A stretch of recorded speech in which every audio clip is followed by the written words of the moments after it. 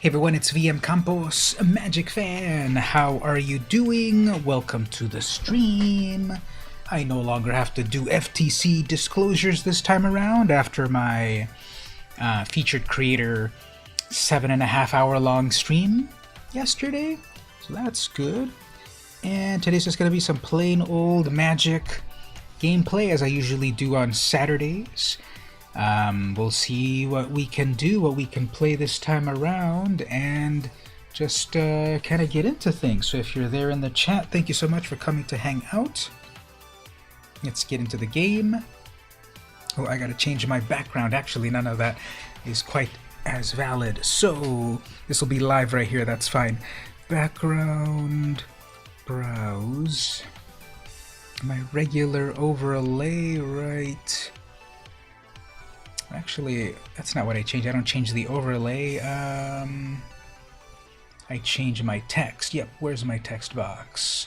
There's that one, there's that one. Here we go. We'll just change it to, I guess, this right here. Yeah, that'll be fine. So that's down there. That's all we want. I guess we have other commands I can put in at some point, but that's what I care about at the moment, the Patreon, the Discord, and the redemption, I guess. So we'll get some gameplay in a moment, but what I want to do is shout out to RLMPG for the follow. Followed 8 hours ago, I guess, according to my stats here. And that was very great. I had a lot of new followers on the stream. The sponsored stream yesterday, so that's cool. Okay, let's do some gameplay just to get loosened up here. Let's re-roll that to see if we get it to the 750. Yeah, 750. Okay, blue or black spells. Let's play some of that mono black devotion on the ladder, of course, and we'll see about we'll see about getting that there. So as more people come to hang out on the stream, we'll do some fun alternative stuff as well. Right now I might be more in my head a little bit more than on the stream. Apology for that. Guess I'm a little tired. Had a long day. Did some shopping, did some laundry. I don't know, I just things, did stuff. And then maybe because I also had a latte earlier, now I'm crashing from less of the caffeine. Oops, we have a Thoughtseize turn 1. Sure, okay, they're gonna get rid of Timuret. I guess it's the second one. They probably, yeah, they'll get rid of the Rider. And I got 2 Timurets, so joke's on them. If they thought erasure me one more time, they can see my second Timuret. If they do the, what do you call it, the agonizing remorse, gonna gain a life off of that. They're gonna do their vampire. That's fine. So how about some of this? This will be funny. So they'll obviously block teams right there, which I can live with. Yes, you know you want to code INI. Whatever you want to block. Alright, so then that happens there.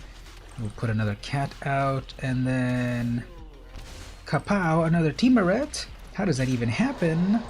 I love it when he screams at me.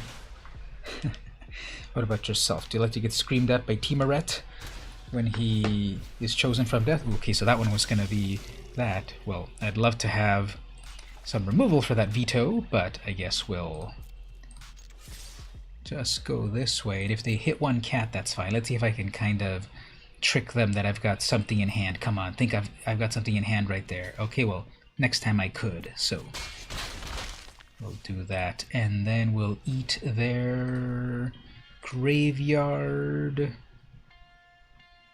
They're down to 12 life, and we'll see how that goes. So this is a Veto player. Shout out to Veto. Okay, there's the big brain player right there. Drop your life land.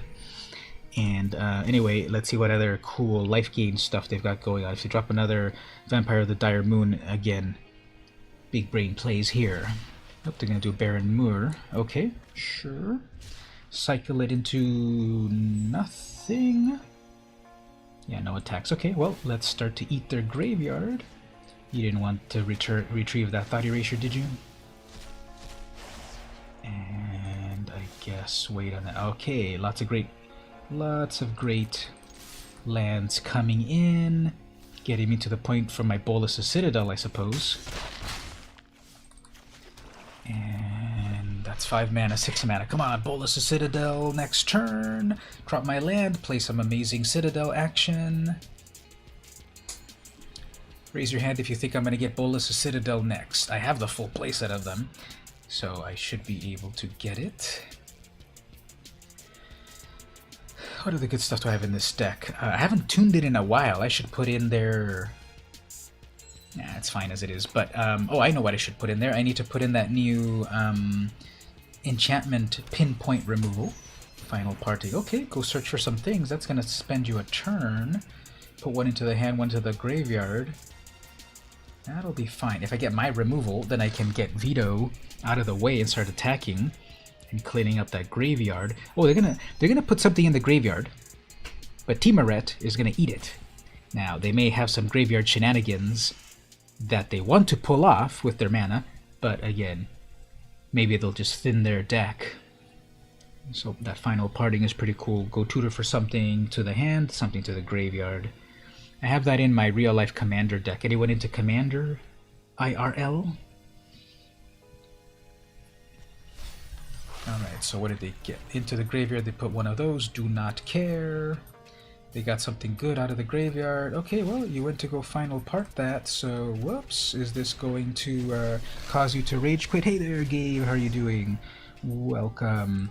I'm just doing over here, eating my opponent's graveyard. And hopefully I pull something good. They did an oops to me because, yeah, that's another freaking land. Are you kidding me? Okay, well, I have perfectly all the lands that I need for my Bolas' Citadel. They went to go tutor for something amazing, so let's see what did they go tutor for. Kunaros, okay, sure. That's a good one, actually. I need... oh, and they got their land. Gain a little land off of that. I mean, a little life. Fine. Come on, give me something good. Next turn, come on, something good. Bolas' Citadel. Land. I've been getting lands for like 5 turns in a row. So we'll see how that goes. So how are you doing? Playing some arena, practicing with the things? Duress, ha, they get to see my land. So we will oops that. Sorry, I guess. They're gonna attack with that 3/3, and I have to triple block, which is fine, I guess. And they're oopsing me for some reason. They have their own land, they keep oopsing for some reason. Fine. I'm gonna try to triple block this, but let's see what happens. I'm gonna gain 3 life off of that. Hopefully they don't remove my stuff. There we go, that's fine. Okay. That goes in everyone's graveyards. Sure. And so they did their search spell to go search for the... oops, they're gonna wrath everything. Fine. Let me first remove your graveyard. And then kill everything, including your own creatures, I guess. That's a thing to do. So everything gets wiped out, sure. And I have another land. Is Arena broken? So you're doing well, just trying to get some wild cards. Don't forget to oh, there's my Bolas' Citadel. Beautiful. Let me answer let me say what I was gonna say. One moment. Let me just do some amazing stuff with Bolas' Citadel. So what can I go get with my 3? Guess what I want out of this is this. Then, oops, I needed to play that land off the top of my deck. That was a little bit of a misplay. Take care of that. 11 life. Fine. I was gonna say, don't forget to redeem your points. Whoops. Don't forget to redeem your points here in the stream. That'll also give you some wild cards and stuff. And we've got another tutor. Guess I'll do that one moment. Do something interesting here. Sacrifice that food. Tutor for something. What do we want to tutor here? 6 mana left. Okay, Ayara. Play Ayara. And play the Grey Merchant for 5. And we'll pass. Yeah, so redeem those codes. Check your points. Remember, you can do exclamation point points. I should put that down there in my... Yeah, I'll put it right now. It's not complicated. Text. I will do right here, down at the bottom of the screen. That'll say exclamation point points. These are the commands. I guess I should say commands like that. And that'll show down there at the bottom. We have these commands. I think I have other commands, but anyway, go to command, do commands, exclamation point points to see how many points you have. At 100 points, you can start to redeem codes, and that might help you build your collection. So what does the opponent have? The opponent is playing Orjav, and so what do I need to do here? I guess that graveyard is good there. So we can do one less of each of these and put in the Soul Guide Lantern for the graveyard.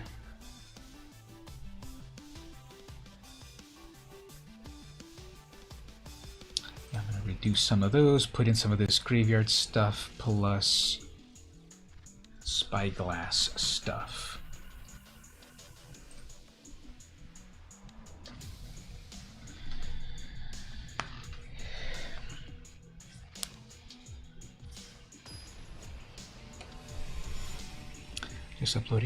Just downloading MTG now. Yeah, there's so many updates all the time. It seems like every time you turn it on to play, you can't play until you get that latest update.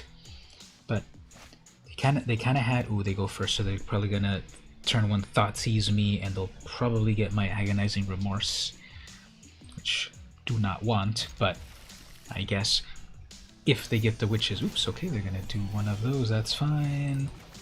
Put that out for when I get my cat. Hopefully they don't Agonizing Remorse me turn 2 or Thoughtseize. If they don't, then oops, perfect. Okay, so sorry, you did it to me, I gotta do it to you. We're gonna go over here. Okay, let's get rid of this Kunaros, number 1. Number 2, they're gonna get that Mastermind's Acquisition eventually, so... Oh, Sorin, okay, that'll work pretty well. I get to lock it down.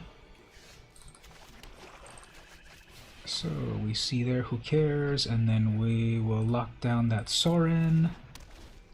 So now Sorin is deactivated. 4th land can go do their Mastermind's Acquisition, which will cost them a turn. Next turn for me, I'll play Ayara. Ayara will be out. So what are they going to go search for?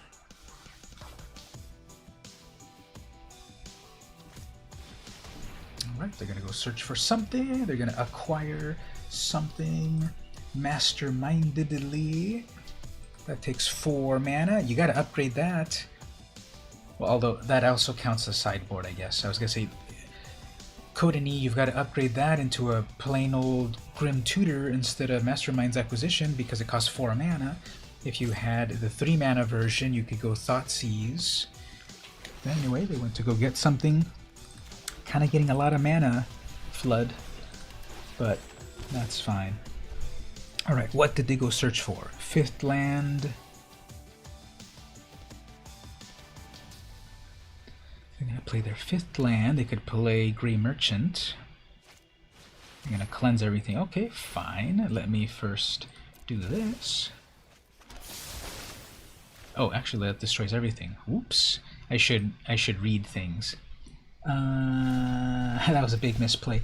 They always clear the board with when they ever use that cleansing, they always clear the board. And right here, for the first time ever, I forgot that what that does is it also destroys artifacts. So that was a big mistake on my part, but we'll be okay. Cycle that. Sure. Play their Grey Merchant, sure. And there's one of mine. Okay, let's bring out our Rider and bring out the Reaper, which will block and get me cards, possibly. So it's Mono Black versus Orzhov. Who will command the dark forces of black mana better? I have one win so far. Did a big misplay last turn. They're thinking very hard. They have final party. Okay, they're gonna go search for another thing. They could go search for the 1-mana Thoughtseize, which will be worthless, and then they'll put something into the graveyard. But they might be scared of putting something good in the graveyard, because if I pull a Teemeret, I'm able to eat their graveyard. Let's see how that goes. So many decisions. They have 2 tutors in their deck, a Final Parting and a Mastermind's Acquisition. One of them's 4 mana, one of them's 5 mana, so definitely that takes your turn.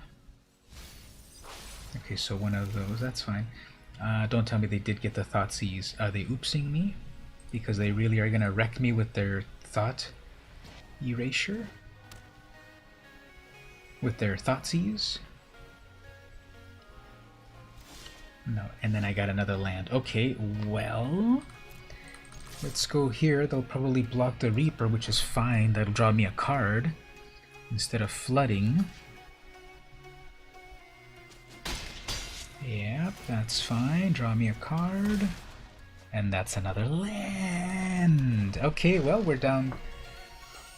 I don't know what's going on with this algorithm, but I'm sure I'll be drawing cool stuff when it eventually is my turn. The opponent kind of takes a little while, but this is serious business.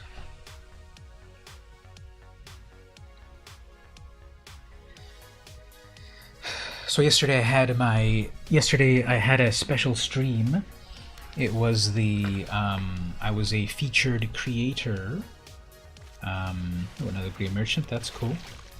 I was a featured creator. Wizards of the Coast. Wizards of the Coast selected me to stream some Magic yesterday, so I did do some Magic. Oh man. Okay, well, they've got a lot of stuff on their side. If I get another land, I need to wrap it up, because you can't whiff 4 turns in a row or whatever with only land drops. I have a lot of board presence. Okay, that'll be useful.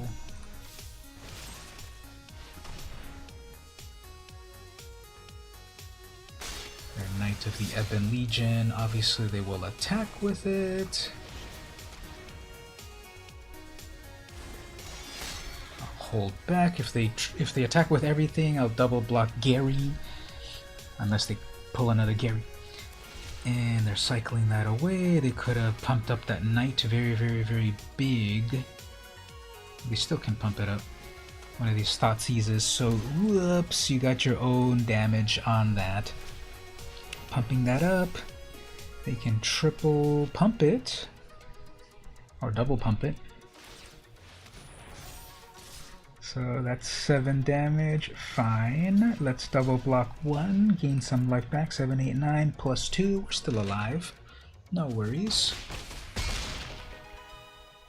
See that? Got my own Thought Erasure, which is not going to help, so guess we'll pass on that. block both of them, gain a little life. So, nice on that. And they can still pump that up. That'll kill me, right? Let's do the math right here. They have 8 in total. 8 minus 4 will still be 4 damage. So, that opponent is really enjoying the interaction here. Okay, well, we got one of these, I guess.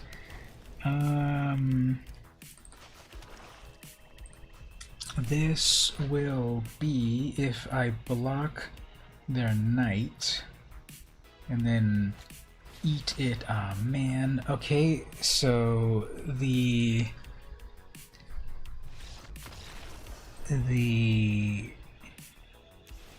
top deck on that. Okay.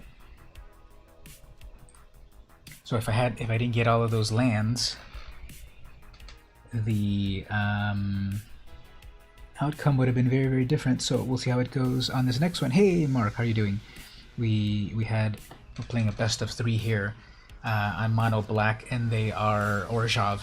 So turn 1 went pretty well. Turn 2, well, both on my turns, I got a lot of lands on both of these turns that I've played against the opponent. I've gotten a lot of land flood, and this last turn they top deck something amazing. But let's see if the opponent right here, if they're gonna mulligan to their turn 1 Thoughtseize. I got turn 1 Thoughtseized on the first game, and then I got Thoughtseized, and they got to look at my land. I had nothing else, so whoops. And then they also duressed me, and then they did their Mastermind's Acquisition and so forth. So the opponent is interesting. Let's see, turn one Thoughtseize. Most likely they'll get the Grey Merchant if they do. Doesn't make too much sense to get the Cauldron because I can just bring it, the Cauldron Familiar, because I can just bring it back.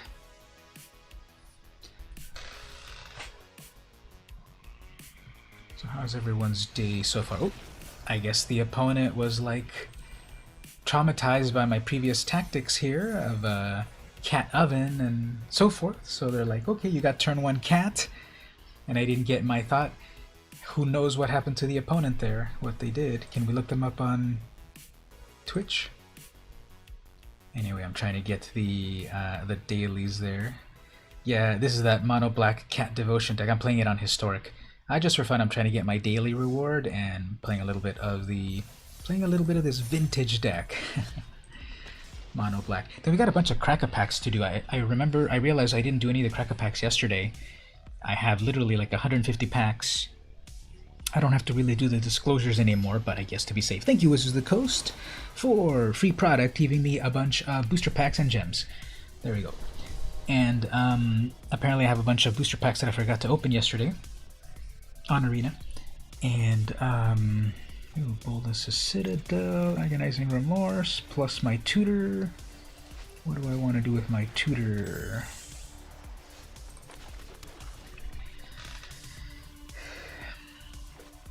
Playing some Is It spells. Okay, Radical Idea.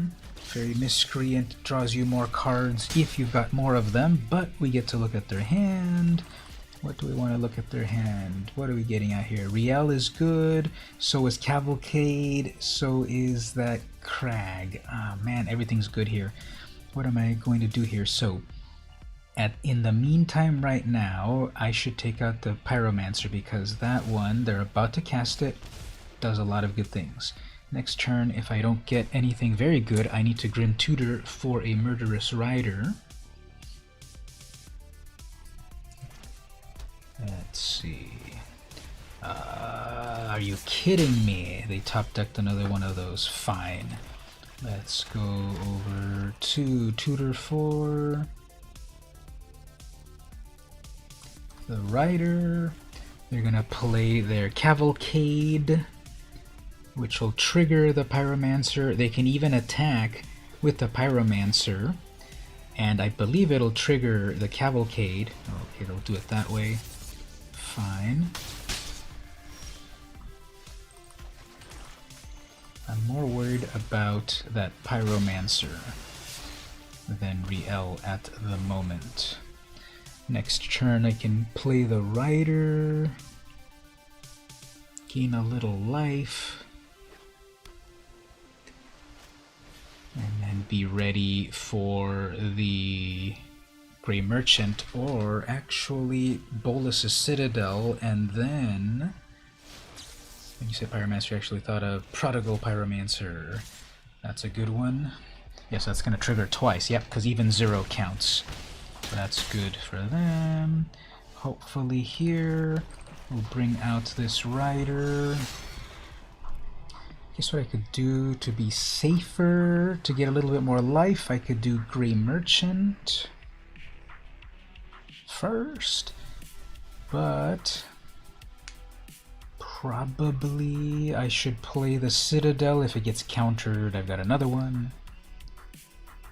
I just need to survive this turn. Gadwick, fine. Draw a bunch of cards. Probably just one attack in the air. Okay, double attacks, that's fine. Which I negate that damage from that. I'll play the Citadel. Plus a land, okay. So if I can survive this next turn, I can play Grey Merchant, gain back a lot of life, and then do other shenanigans. Murmuring, okay. That's gonna tap me out, right? Gadwick taps things. Okay, so 3, 4, 5, 6, 7. That's game over right there. So let's got some rewards upon opening magic, got some new cards, including Hellkite Punisher, Volcanizer, Thrill of Pos. Yeah, those are some good cards. Let's get out that Libation, Extinction. That's all gonna be useful because they are playing a creature heavy deck, so we'll cut a few of these big things.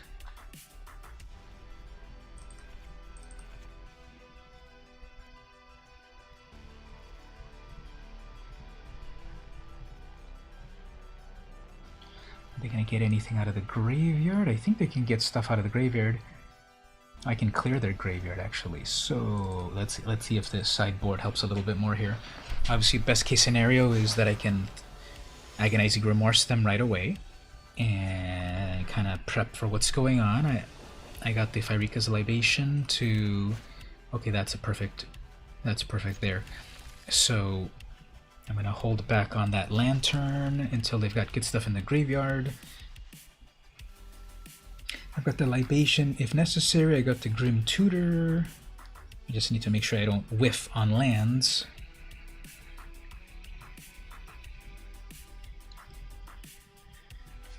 So what else would I need against this opponent? Alright, Deja Vu. There's my third land. Let's wreck this hand right here. Okay, that. Improbable.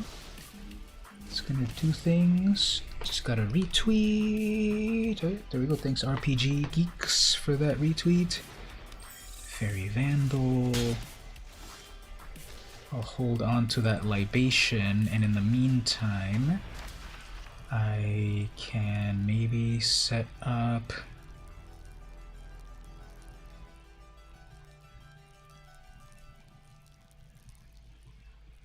Murderous Rider for that Vandal that's gonna get big. They'll bring out their Hippocamp. Sure.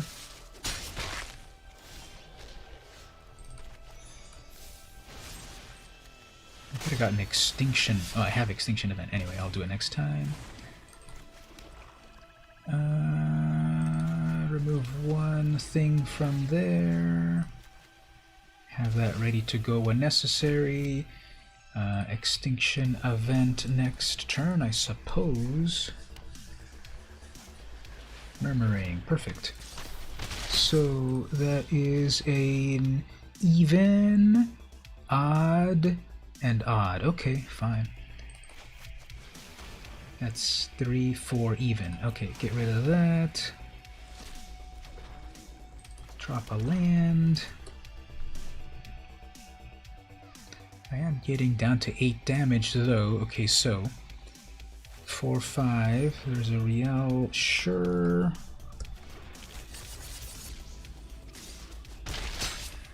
That's already there, so drop that. If I have 6 in total, I can minus. I have 6 in total. 2, 3, 4. So that's odd, that's odd, that's odd. Okay, let's go get another extinction. How many extinction events do I have here anyway? 1 more. Okay, so I just got to make it 1 more turn. Oops, I forgot that also damages me, so that was... Forgot about that, that damages for 3. Whoops, I'm almost dead. So hopefully if I can make it this 1 turn, even if they summon Gadwick, I don't believe I'll get tapped out. And Cavalcade. Okay, well, that ends me. So, what a world. Okay. Hey there, Imagine Max, what is up? Thank you for visiting. You just got to see me get defeated here. But my loss is your gain. As long as you hang out and chat and such, you'll be accumulating points, VMC points. And as you can see at the bottom of my screen there, you can cash in those points. If you do exclamation point points, you'll see how many points you have. And then exclamation point redeem space MTGA code. You can redeem the points for rewards in Arena. You need 100 points per redemption. And there's and I just started playing Magic. Excellent. Any questions you have about this, I'll be happy to answer. We've also got other cool people on the Twitch and the YouTube simulcasting all about Magic, so we're glad to help out. I'm just trying to earn my rewards, my daily rewards for the day. We'll do some cracker packs and other gameplay in a bit. If you're not on the YouTube, let me put that on the chat right there. If you're not on the YouTube, I've got a bunch of videos on like intro to Magic and stuff, and Planeswalker cards and all that stuff. So check out my YouTube as well if you're not there on the YouTube. So what do I want to do here? Okay, earn those rewards. Let me play one more game of this deck to see if I can reclaim my honor for losing in front of the audience. Apologies for that. But I'm gonna try that deck. I'm gonna try this deck again, and then we'll change some things up. So thanks everyone for coming to hang out. We're getting a full house of people.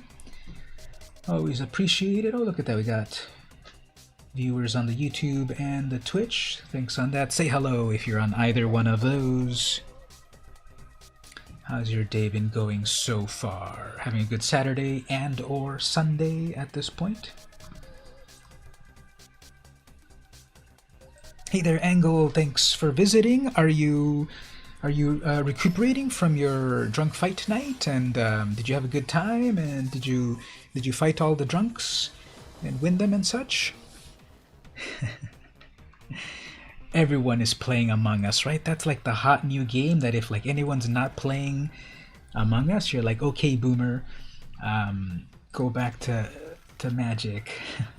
But have you seen the cosplay that people have started to do with Among Us? I forgot her name, but I was looking at a Magic cosplayer. She showed off her cosplay of one of the little yellow ones. I've never played it before, apologies. But everyone, all of the little critters has a, or characters has a, oh, there's Krenko. They definitely, okay, this is the Goblin deck A. Let's get Krenko out of here. But someone's doing the cosplay of the Among Us characters. You always lose to people that make all your cards in the deck get mulliganed.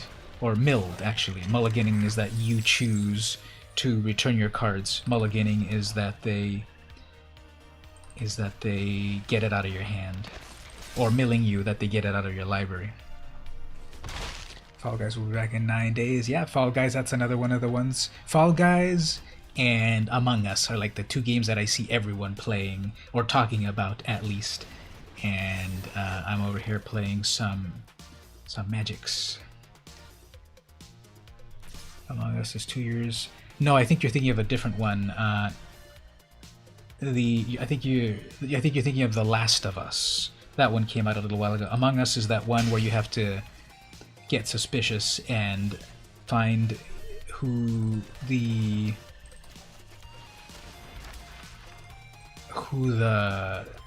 imposter is. So that's what that one is. 2 open slots. I'm doing my usual Saturday stream, so thank you for the invite, but gotta give my audience what they want as well. Thank you for the invite, but everyone, check out also Angle of Reason over on the Twitch. Check out her channel and such, and go hang out with her as well when you can for a lot of fun gameplay. Alright, we got that going on, I guess. So here's what we'll do. We will block this one over here, block this one over here. We will eat that cat. We'll put that cat in the oven, bake it at 450 degrees, make a pie, bring it back to life, block a goblin, draw a card off of that, get a Grey Merchant, nice. Drop a Grey Merchant, gain some life back, pass. That's how you do that. Last of Us was brutal. Part 2 is about to come out, isn't it? Or did it just come out? That one came out a while ago too. So, yeah, that's what the kids are playing at the moment. Exactly, what they're playing at the moment is the Among Us and Torch Courier, sure. Everything's a 2-2. Getting a hello right here. I gotta answer that message in one quick moment. Let me just do some of this. Cats versus goblins. I appreciate someone playing tribal deck. Obviously, they've chosen one of the tier decks, but of the current meta. But still, I like the tribal aspect of things. As for myself, how about we murder? We should probably murder the Snoop, even though the Goblin Chieftain is giving things haste. So we'll get rid of that and bring in a little bit more defense. Thusly. Among Us came 2 years old in November. Angular Reason, what's the code the kids will join? Yeah, so over on the other chat over here, Mark is asking, oops, there's Muxus. Okay, so that's what I not wanted. Did they top deck Muxus? Because how did that even do its thing? So let's try to do that again. How do we handle goblins? Farika's Libation, just kill everything, right? Farika's Libation, Extinction Events. Kill on site, basically. Grim Tutor to go get stuff. Timored is not going to help too much, although it could be a blocker. And then the Familiar, 2 Remorses. Let's give that a try right there. It's a bunch of drunk adults playing, no kids at the moment. We do something during the day. Yeah, the I dropped by earlier for that drunk fight night. It wasn't drunk fight night yet, it was just kind of magic sort of action earlier when I dropped by the stream. Last of Us 2 came out 4 months ago. I thought it did. I remember there was like a lot of interaction about, or a lot of talking about it online when it came out. People were saying it took a while. You hate going against that crab. Yeah, that crab. There's like so many cards nowadays that like this one card, that one card that really gets on my mind, and the crab is one of them. The one that does that to me is the Robber of the Rich, that one red card that it has haste and it can attack right away, and when it attacks it probably steals the top card of your okay, Skirk Prospector must be removed on site, but I don't have a 2 mana removal at the moment, so we are gonna go do some damage over here. They will not block that. My third turn here, what do I want to do for the third turn? I guess I have to go get the Grim Tutor board wipe if I can make it in time. That's gonna be even, actually, so that's annoying. Farika's Libation to get rid of one of those two, so I will check the chat one quick moment. I gotta play this. Sacrifices a creature. Take your pick. Yes, and thank you for the follow there. Also, Imagine Max, very much appreciated. Okay, so they're gonna get rid of their Prospector. That'll help me. And then that was a lot of goblins. Yeah, this Muxus deck is good when it gets working, but I need to do some board wipes. So that's not my 4th mana. Okay, well, that is game over for me. Missing a land drop with their deck is not gonna work, and tutoring for what I need is a waste of time. So alright, GG Muxus. It is a very efficient deck. Let's crack some packs. Over here. Got my daily rewards. It's got some packs. Got a couple of packs here. Actually, we need to do a quick little pause. I need to reply to I guess this is not so bad. Let me just do a quick reply right here.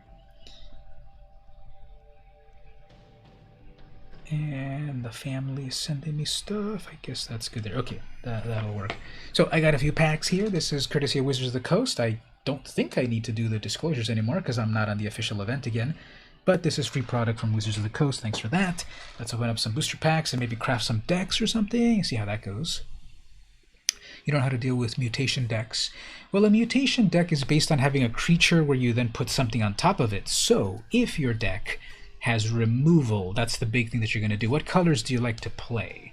So in removal, the focus is going to be in black and red. Those are the ones you're going to directly remove a thing.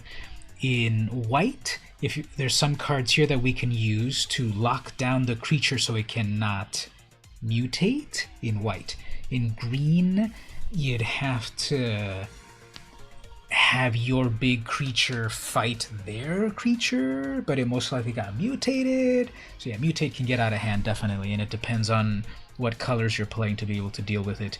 In blue, when they're about to do the mutation, you can use the spell to bounce it back to their hand. You built a random deck of black and green. Here's something that we can do. If you're not a member of the Discord, let me put the Discord, it's at the bottom of the screen there, but let me put the Discord link in the chat. Join our Discord and then put your deck in the Discord, and we'll craft it right now to possibly upgrade it and so forth. Where's my link? Here we go. Link copy. I'm gonna put that in the chat right there. Follow that link, get on our Discord. Then just open 3 Core 21 packs with your MTG. Cool, hopefully you got some good stuff off of that, Gabe. So yeah, imagine go, there we go, we got you joined in on that. So check on the left side channels, we have deck list. Go to deck list there, and then go to deck list and then copy your deck. The way you copy decks, you can go over here to your decks, then you can find your deck, and at the bottom click export, and then into the Discord there on the deck list channel, paste it. I'll paste it into mine, and then we'll look about maybe crafting it and doing that stuff.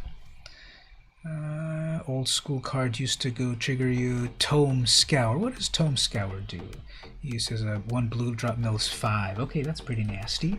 Let me just pull it up here on Scryfall to go look at that classic.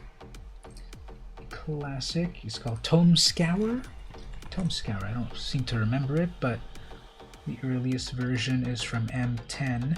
Target player puts the top 5 cards of their library into the graveyard. Yeah, it's like the evolution of what Mill was. Millstone in the beginning, 1 tap to do 1 discard at a time, right? Millstone only did 1 at a time, right? And then they started to just do way more milling, and here we have Tome Scour, 5 things. But isn't there Glimpse the Unthinkable, which like mills 13 cards or something? Right? Unthinkable. Glimpse the unthinkable. 1 blue, 1 black. Target player puts 10 cards into their graveyard. So imagine that. Imagine if this card were in Arena at the moment, you'd be getting 10 cards milled. But we do have a mill in Zendikar at the moment that can, that can be annoying, right? Yeah, Maddening Cacophony. 2 mana, opponent mills 8 cards. Look at that power creep. 2 mana, 8 cards. If they kick it for 3, 4, 5, 6, if they kick it for 6, they mill half their library. So that's mill. You would cry, yeah. You want some of those? Yeah, it's in there in Arena. So let's get back to some gameplay. Okay, I'm gonna crack some packs to get some wild cards. Oops, packs. Yeah, thanks Wizards of the Coast for the packs. So let's open 10 at a time, I guess. So here's all the goodies. Okay, got a bunch of wild cards. Beautiful. Ironcrag Pyromancer, Big Old Giant, Archon Crusader. I think I thought I had a full set of those. Clackbridge Troll is fun. Check out that goat. He's totally eating that boot. Earthquake here. There's an earthquake. Oh no! Batten down the hatches and everything. Let us know everything's okay. Check on the family there, Mark. I hope everything's okay. Hopefully it's not a big one. Okay, we got there the deck. We'll look at the deck in one moment. Let me crack a few cards here. Let's open 10 more. Why is yours long? That's normal. That you have a variety of cards, so it's a long post because it's a bunch of different cards. Mine was shorter there because I've got a lot of 4-ofs. So we'll craft your deck one moment. What else did I get here? I got a Garruk. That's cool. I got a rare wild card. 2 Wicked Wolves. Fun. Castle Vantress. Stolen by the Fae. Fine. And then as for the final 10 here, let's open each one just to kind of see what we would get here. Okay, common. Ferocity of the Wilds. I like that card a lot. Give your creatures a +1. Skull Knocker Ogre. The ogre crashed through the massive door. The winged folios scattered like frightened birds. Magic Mirror. Pretty fun. Then we get... Ooh, there's the one everyone hates. That Merfolk Secret Keeper. Mills you plus blocker. Wild cards. Outlaws Merry. Okay, that's a card also that annoys me. When my opponent plays this one on me, and then every single turn it makes a brand new Merry Man, or a Merry Outlaw, or whatever they're called, and then they attack you and they got haste and all of that, that one is the one that triggers me. One of many cards that does so. As a new player, you kind of feel it's pay to win. If you're going to climb the ladder, you do need the best cards. You know, the ladder is very, very, very competitive, and that's where like all the best players in the world play, and you... Unfortunately, it really is that like there's like only like 3 or 4 best decks if you're on the ladder. It seems at the moment there's only 1 best deck, so that's even worse. There's going to be bannings on Monday, everyone says. So if you're playing the ladder, yeah, you gotta have the tier decks. If you care about climbing the ladder. If you care about playing Magic, no, it's not the pay to win. As you start to accumulate cards and build decks, a lot of what any of these games are, like Magic, is set your expectations of what are your goals are. If your goal is to win, you most likely then have to get the best cards. But if your goal, and many people's goal, is to play and have fun and craft decks and play mind games and sharpen your skills and so forth, you can still play Magic pretty well, even if you just started off. Although in the beginning the problem is that you do need those cards to build a deck, and I'll show you in a moment some possible tips and such to help with that. But let me just craft a few more of these. Gilded Goose, a card everyone loves to ramp with. There's the 7 dwarves. Grumgully is fun. Gedwick, that's the one that the opponent just wrecked me with. Ginger Brute, I've got a million of those. There's that card. There's a card that I don't love. They always play this on turn 2. They always attack me with it right away, and they always steal my card right away. Next. You're playing ranked and got stomped. Yeah. And like the matching algorithm, I think, still could be improved in terms of... I sometimes feel that it matches people in a weird way. You're bronze and you got ranked, you got played against a player that maybe had way more experience or more cards, who knows what. But sometimes that matching algorithm is really weird because, like, I swear that I'm playing a creature-heavy deck and then I get matched up with someone that destroys all creatures. Or I'm playing a deck that's got a bunch of enchantments, and then of course my opponent has a bunch of enchantment removal. So sometimes paranoia makes me think that the algorithm doesn't match people as best as possible. And the thing about Magic, it's been around 27 years. Let me hear you. It was okay. It was a 5.1, 10 kilometers deep, 90 kilometers away from you. Okay, good. So hopefully nothing toppled over. No one toppled over. 2 pyromancers. 2 pyromancers do not want. Yeah, Mark, hopefully nothing toppled over. And you had another one last week, right? Is the butterfly effect happening, and my stream is causing earthquakes in New Zealand? Because I believe last week or 2 weeks ago you had another one while you were here, right? They had legendary... We'll say they had legendary. We don't know if it's male or female, but they had legendary cards and they milled all your cards, and at the end of the game they had like 45 HP. Oh, that is pretty epic. It's, well, epic for them, not for the player, of course. Not for you, but 45 life and a bunch of mill, that's annoying. Okay, let's open up your deck and let's kind of play around with what we can do with it. And then I'll put it back on the Discord there and you can play with it. Now, the thing though is that even if I craft the deck right here and I give it back to you, you have to have the cards for it to be fully activated. So, where did the deck go? Imported, there we go. So unfortunately, just because I crafted with all the best cards doesn't mean that you will get it back with all the cards. But this will be something to aspire to.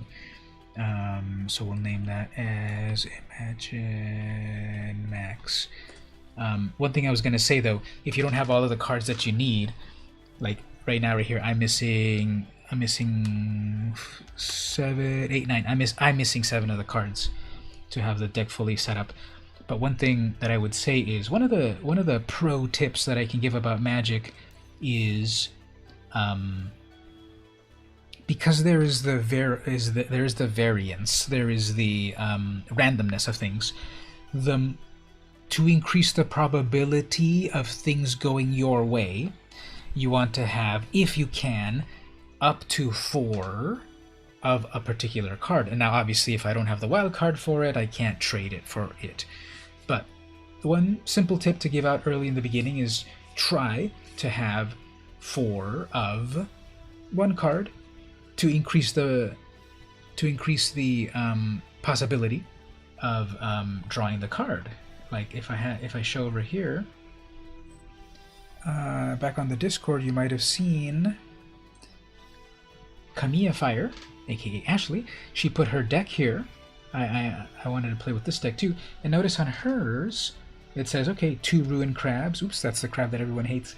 2 Zulaport Duelists, 4 Thieves Guild Enforcer, 4 Soaring Thieves, 4 Glass Pools. So trying to get 4 ofs as much as possible helps make the deck more consistent, so that the randomness and the probability of drawing the card that you need is more in your favor. So that's one thing.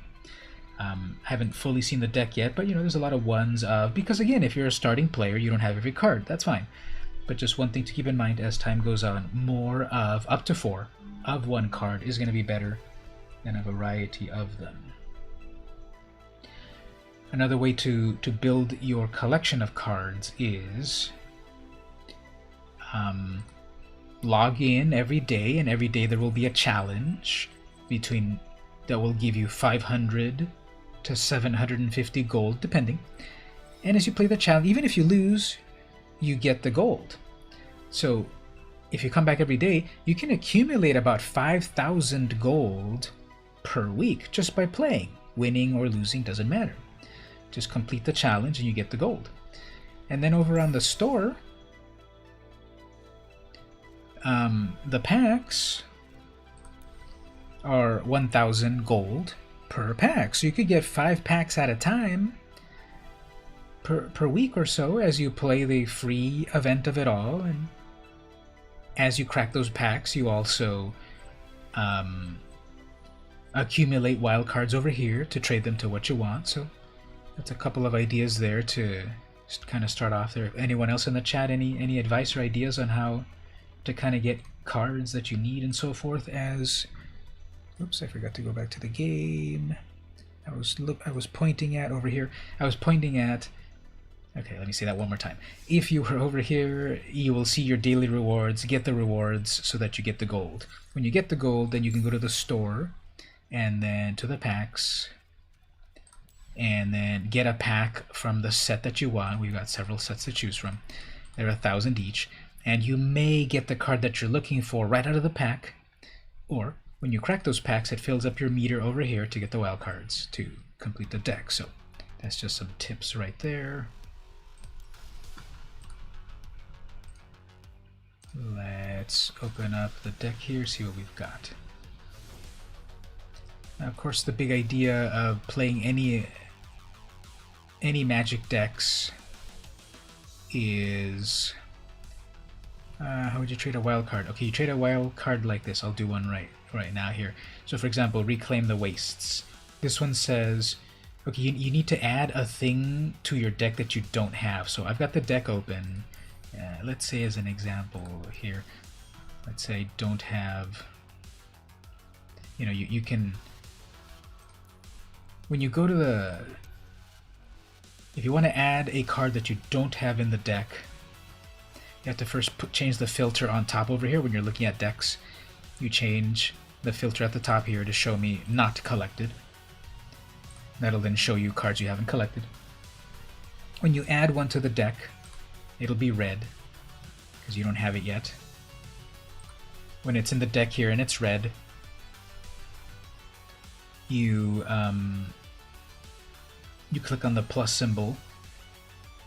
If you click on the name of the card, it removes it from the deck, so be careful. If you click on the plus, it'll pop up to say, okay, do you want to trade wildcard one or more of them? And you say, I want to trade one wildcard, I want to craft one.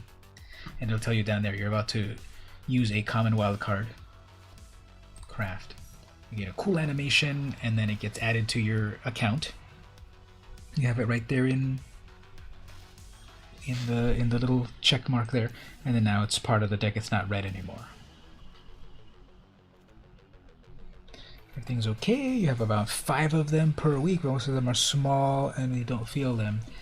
Living in California, we always think about, yeah, we're here in earthquake country, and we must have them happening as well, but we just don't notice them either. I guess if you look at the Geologic Survey Administration, they'll have their website that says, yeah, you had 7 earthquakes in San Diego last week, you just never noticed them. So that's interesting to know there. Okay, here's another pro tip. You currently have 98 cards in your deck. You do want to keep it down to 60. That again goes with, I'm not drawing the cards that I need. The math of it all of a Magic deck is that 60 is what you want 99% of the time. Because again, every turn you're drawing one card, normally, unless you play spells to draw more, and you're drawing cards. And out of that 60, the probability of drawing what you need is higher. When you're at 98 cards, there's less probability to draw what you need, especially when you only have one of. So I would definitely cut that down to 60, which is going to be hard because I know you've chosen a lot of fun cards and cool cards to play, but you want to keep it at 60. 62, 65 is okay, maybe 70, but not 98. And part of the reason to decide what to keep and add and so forth, it's easy to forget what you have. It's kind of like hidden up there in those numbers right there, so it's easy to forget about that. So one way to decide what to keep for your 60 card deck is like, what strategy, what fun thing do you want to do. Now, I play all of the modes of Arena. I want to play the ladder. I want to climb the ladder and get up here. I'm Platinum 4 at the moment. One time I've gotten to Mythic. A few times I've gotten to Diamond. Most of the time I get to Platinum. But I play all the modes. And when I'm burnt out in trying to climb the ladder, I just want to play like a fun, non-ladder game. And I'm going to make a cat deck.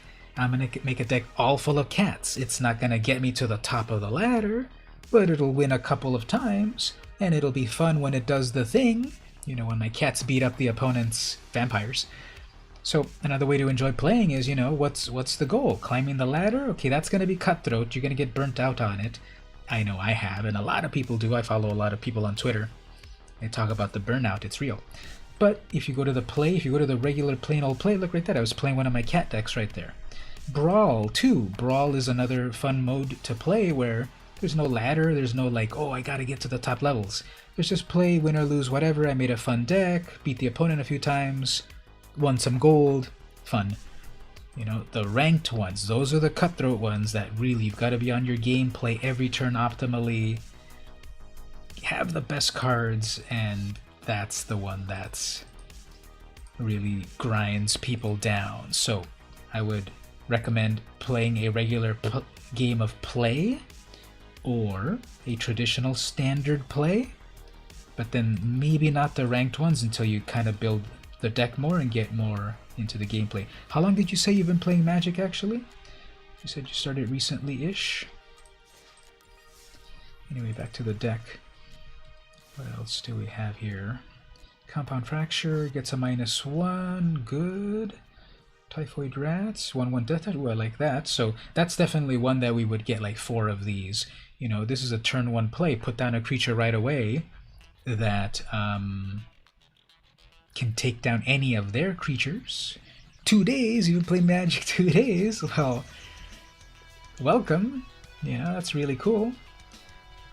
Stick around, come back every Saturday at 8 p.m. Pacific time. I'm not sure what your time zone is at the moment. I'm here in California, 8 p.m.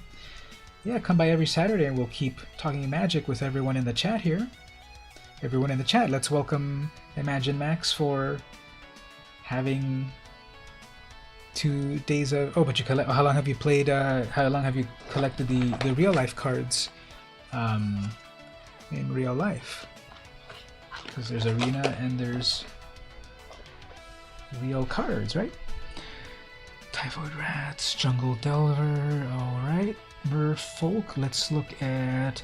If you click on the icon of this little chart on the top right, it tells you, here's all the various types of cards that you have. So you've got 58 creatures, which is a little high. 20 creatures or so is what you want. Playing a month, that's cool too. So you do have 24 lands, that's good. Your creature count's a little high. You want about 20 or so, give or take or so. Non-creatures of 16, that's good. Lands of 24 is good.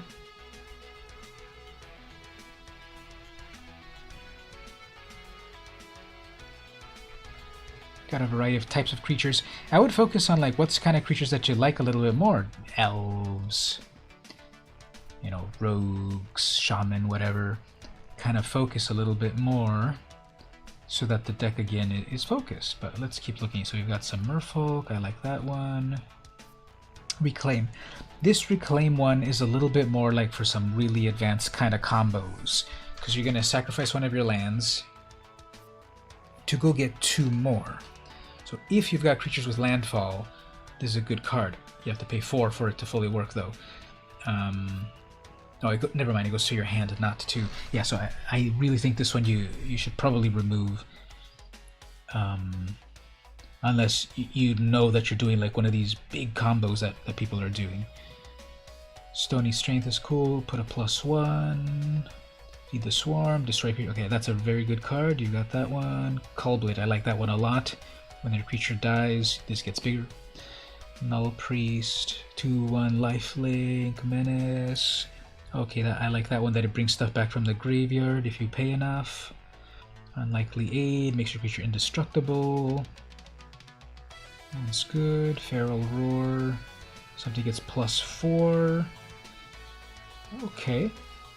When you're playing black and green, you often think about black might focus on removal spells, such as Feed the Swarm or Compound Fracture, and green often focuses on big creatures.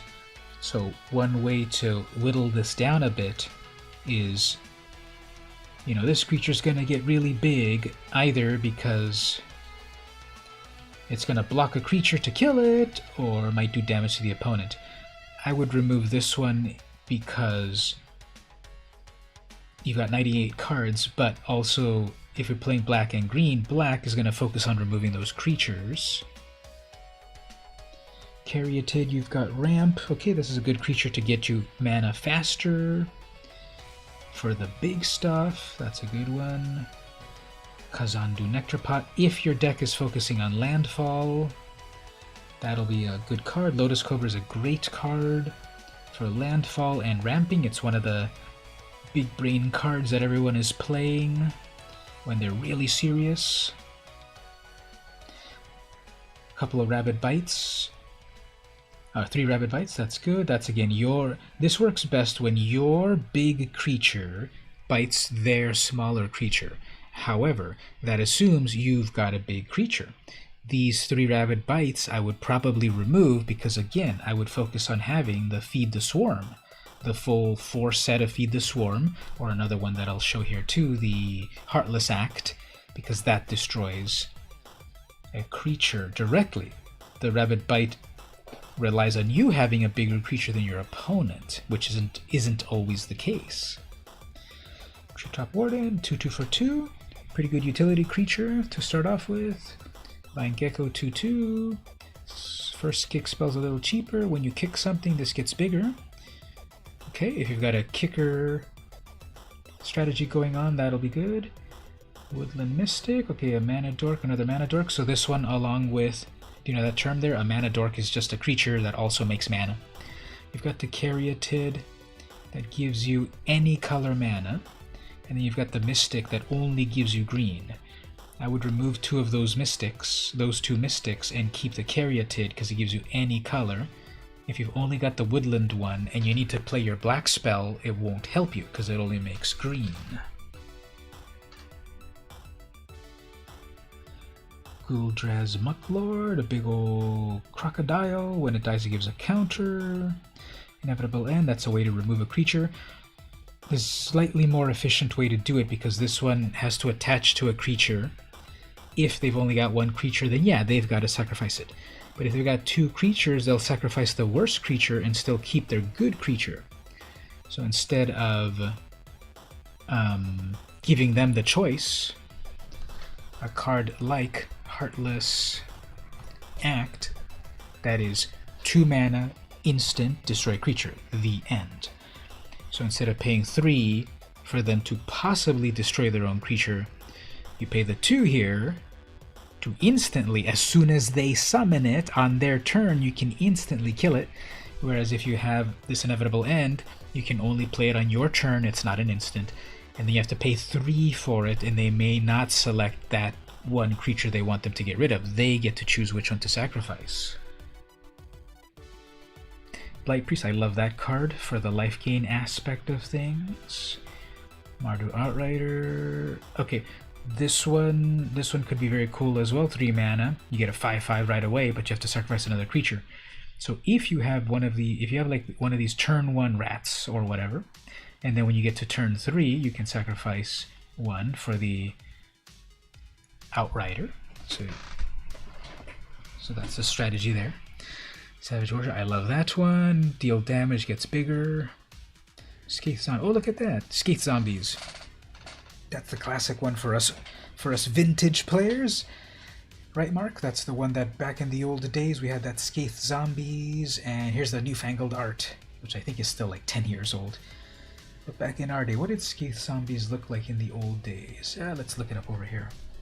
Let's indulge in a little bit of nostalgia for us that have been playing a little while. Let's go look up the vintage Skaith Zombies art. Skaith Zombies? Here's what the Skaith Zombies looked back in our day. Yeah, I remember that. Give me the 4th edition one. There it is. That was Skaith Zombies back in the 90s. Good old Skaith Zombies. 3 mana. Is it Scath or Skaith? And then the old flavor text. They groaned, they stirred, they all uprose, nor spake nor moved their eyes. It had been strange, even in a dream, to have seen those dead men rise. Samuel Coleridge Taylor, The Rime of the Ancient Mariner.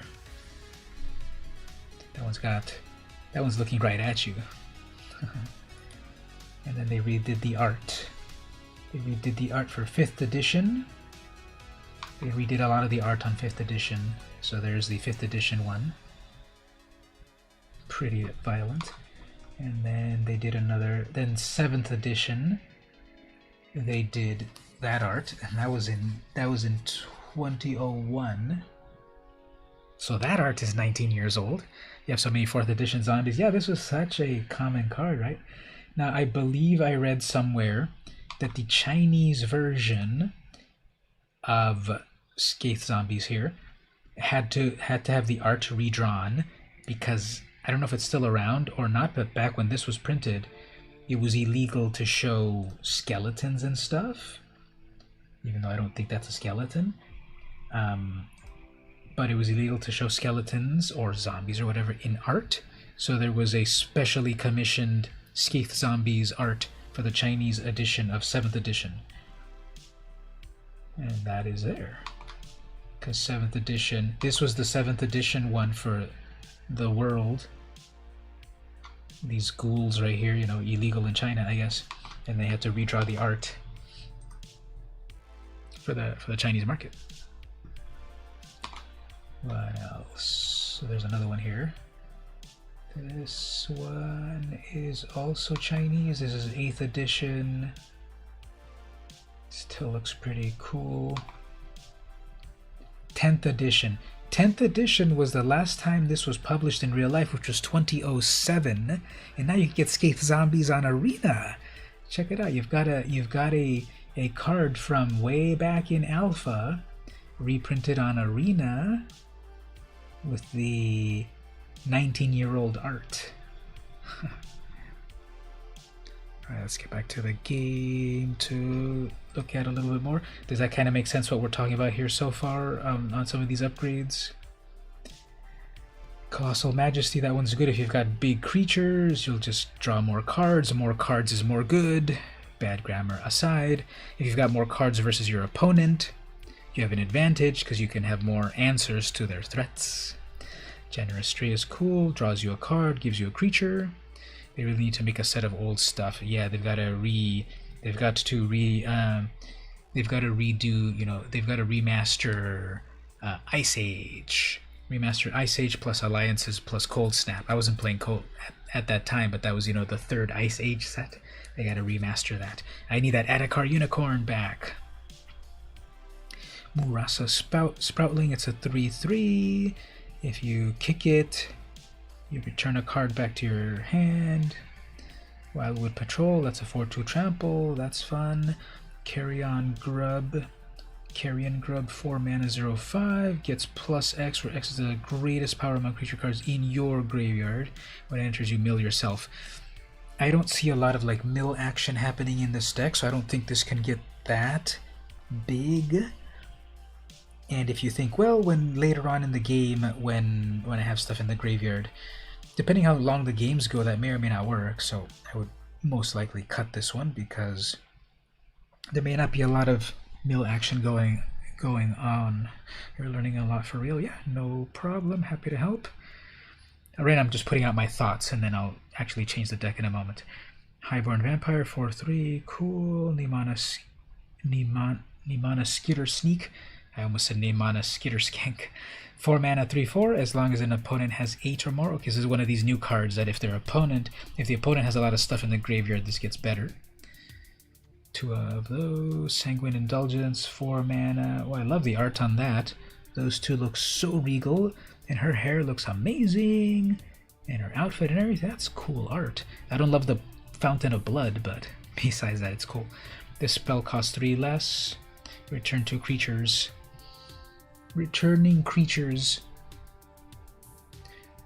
There's 2 variations of this card. One that returns a creature back to the hand, and one that returns directly to the battlefield. It would be better to have the version of the card directly back to the battlefield. A card like this is better in Brawl when the games are longer, but on a regular game, games don't often go so long that you need to bring stuff back from the graveyard, especially if you've got the 4 of, because oh, one got killed, don't worry, I've got another one. Another one got killed, don't worry, I got the 3rd one. I would remove this one. Skyclave Shadowcat, 3/3 cat horror. Aren't they all already horrors already? Where's my own little horror? He's probably hanging out somewhere over there. Sacrifice another creature, put a +1. Whenever creature you control dies, draw a card. This one is for the strategies where you're using your own creatures to power up this type of creature, putting stuff in the graveyard, and then bringing them back with the Indulgence. So if you have a critical mass of cards to kind of get that loop going, this might be good. But this one assumes you've got a creature to sacrifice to it and then bring it back with this Indulgence, but you've only got 2 of this kind of combo, so that might not be too good together. Baloth Pack Hunter, 3/3 trample, good. When it enters, put 2 counters on each other creature you control. Okay, so this one's fun when you've got multiple of them of the same time. You summon one, and the next turn you summon another, and then you make the other one big. Then you summon another, and then you make the other ones big. So the more of these that you can put out.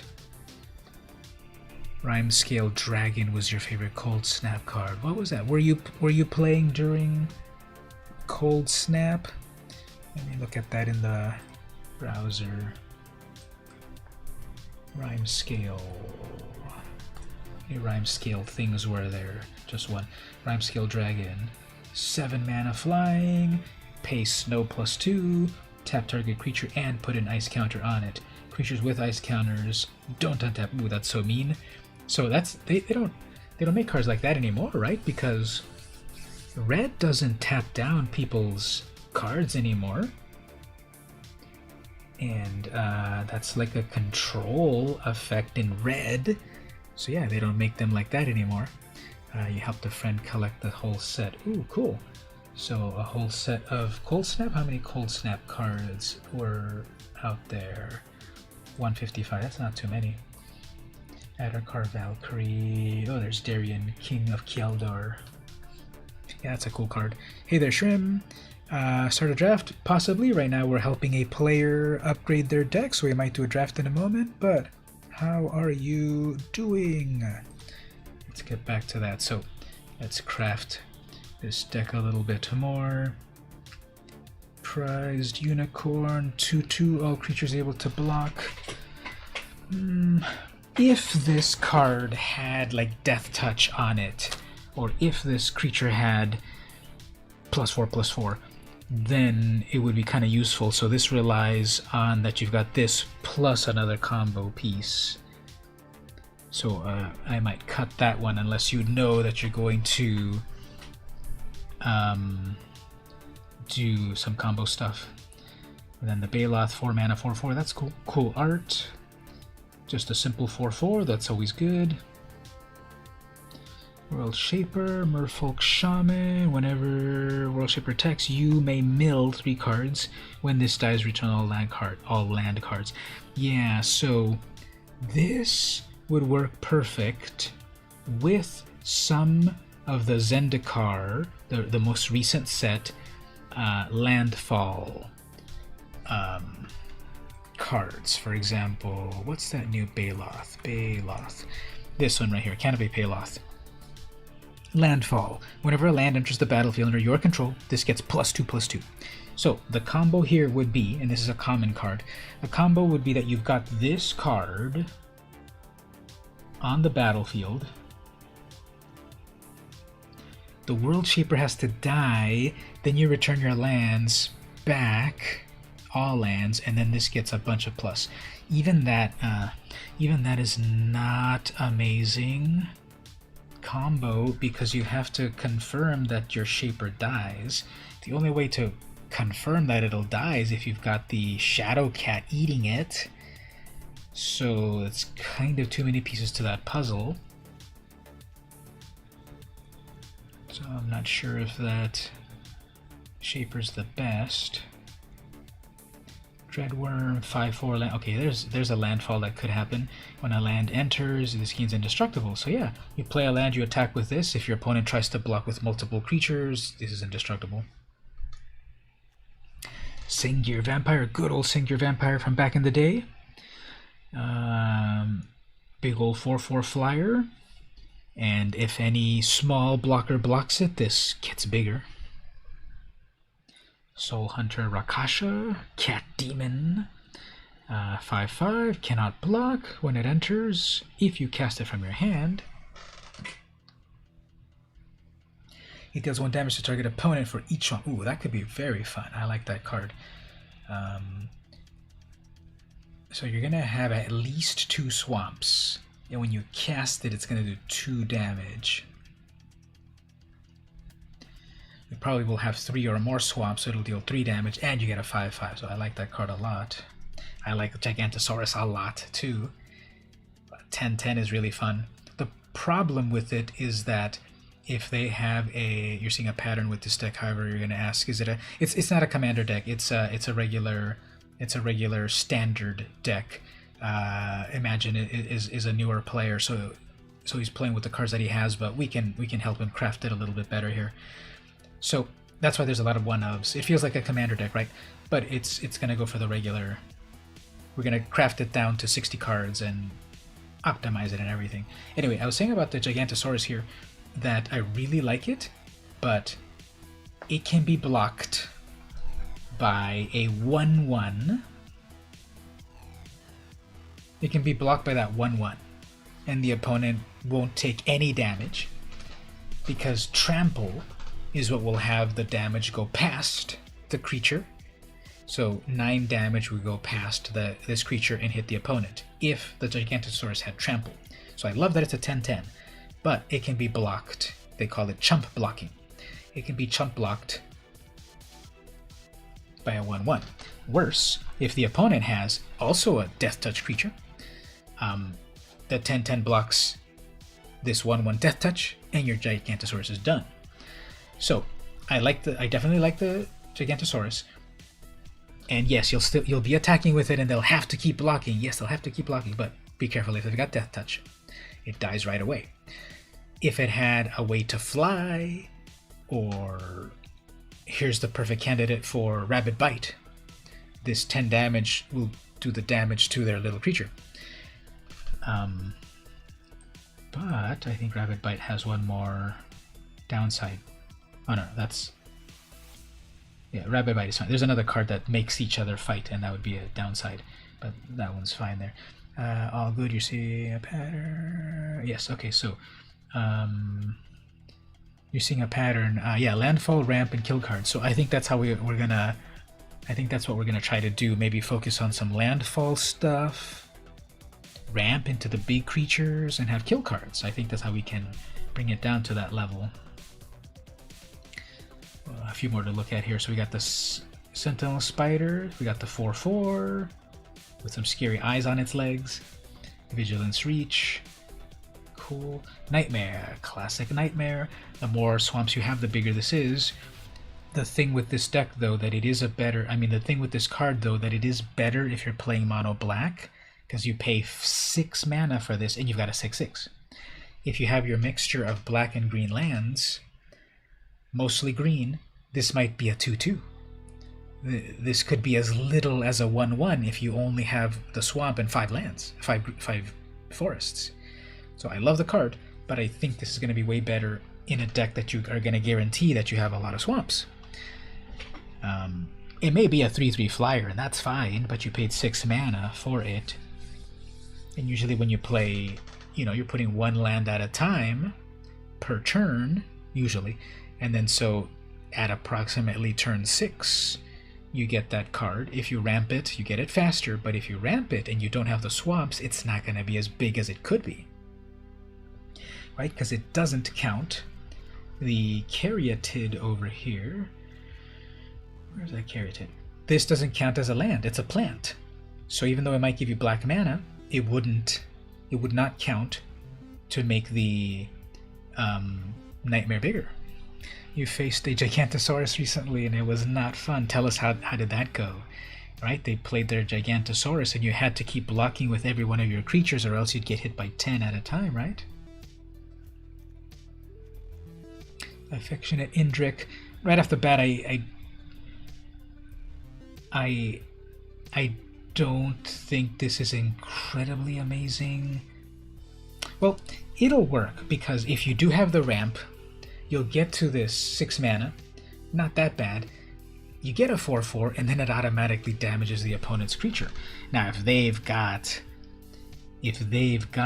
a 10/10 and this does the 4 damage, that's not too big of a difference. Veteran Adventurer.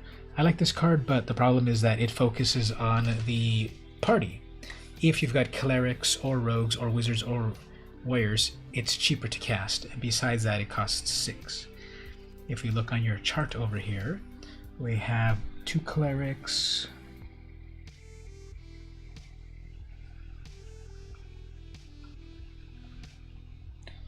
seven warriors, okay, and that's it. So not a lot of a party to reduce the cost, but it's a 5/5 with vigilance, and even ramping into it might not be so bad. Demon of Loathing, that one's really fun. 7/7 trample. When it enters, it deals damage. I mean, when it deals damage to them, they sacrifice a creature. Very cool art. We got a time lapse on something. I think it might have cut off the. Sorry about that. That my chat bot cut off your link. I guess if you mentioned twitch.com, it cut it out. That's for the protection so that people don't spam. But what I could do permit GH Klein, and you can put the link there if you do want. Right there. So if you want to put the link again, the chat bot just does that protection. 7 mana for 7/7 trample. When this attacks gets, oh yeah, I love this one. Every time it attacks, it just gets bigger and bigger and bigger. The only thing is you need to get to that huge creature. So after we look at your deck one more time, we'll see, maybe we'll focus on those things that we saw here that Mark says about. There seems to be ramp kill spells. Maybe not as much landfall, but maybe ramp kill spells and big creatures. Maybe that's what we want to focus on here. We'll see how landfall kicks in. 9 swamps, 10 forests. One thing to be aware of here, so you have 9 swamps, you have 10 forests. When you go to your little chart on top here, it's not too obvious that this is actually clickable. But if you click on the little chart here, it gives you a lot of great info, such as how many creatures you have, how many dinosaurs, etc. And it tells you right here, you currently have 46% of your deck full of black types of cards, and you have 54% full of green types of cards. So that'll be a way to keep track of which one of the color do I need more in my deck. So green is the dominant one, so that's good that you've got one more of the forest instead of the swamp. if you're new to Arena, the codes for free packs. Yeah, exactly. So yeah, I've also got packs going on down there. So if you're all hanging out there and accumulating points and chatting, where do you find the code? You do it like this, right there in the chat. Type !points. That'll tell you how many points you currently have. And then down on my screen at the very bottom, do you see there it says !redeem space MTG code. That will also, once you have 100 points, I'm giving out these codes, and you'll get the code. But here's another thing. Before that, don't worry about that just yet. Here's another thing. Have you done this? Have you gone to the store and have you put in the kind of secret code that everyone knows about? Have you gone here, redeem, play Zendikar. That gives you 3 free booster packs. Wizards of the Coast gives it away for free. So if you haven't done that, that'll give you 3 whole booster packs, totally for free. Lowercase, I mean, no spaces on that. I think it can be all lowercase or uppercase. Yeah. And I believe you might also be able to do that for the other sets. Play Zendikar, I already did it, so it says, you already did it. The other sets that came out. Play Ikoria. Yeah, I already did that one too. The one before that was Play Theros. I already did that one. And I guess before that one was Play Eldraine. I already did it too, unless I'm spelling it wrong. But I believe it doesn't matter the spelling. Yeah, I'm pretty sure I already claimed them. So yeah, how do you spell it? So I'll put it right there in the chat. Play Zendikar, like that. Zendikar. And the other names of the sets. Put them in there and see if you get some free cards, some free packs. You are welcome. So after looking through here, the final 2 things are Jungle Hollow, so that's going to be good. So keep in mind we've got a new player to Magic, so let's craft their deck, make it way better, beat all of their opponents. But remember, they're a newer player, they don't have every card, but we'll try to help out there. You don't need Evolving Wilds in a standard deck. I guess for Landfall we'll do some fun stuff, and you do have a Lotus Cobra, so that's good. Yeah, Evolving Wilds will work with a Lotus Cobra. Okay, so here's what I'm going to do. I'm going to make a backup of your original deck right here, just clone it, and on this copy I'm just going to, off the top of my head, make some changes. And of course, there anyone in the chat if you've also got ideas. I'm going to remove, just very quickly, some of these things that,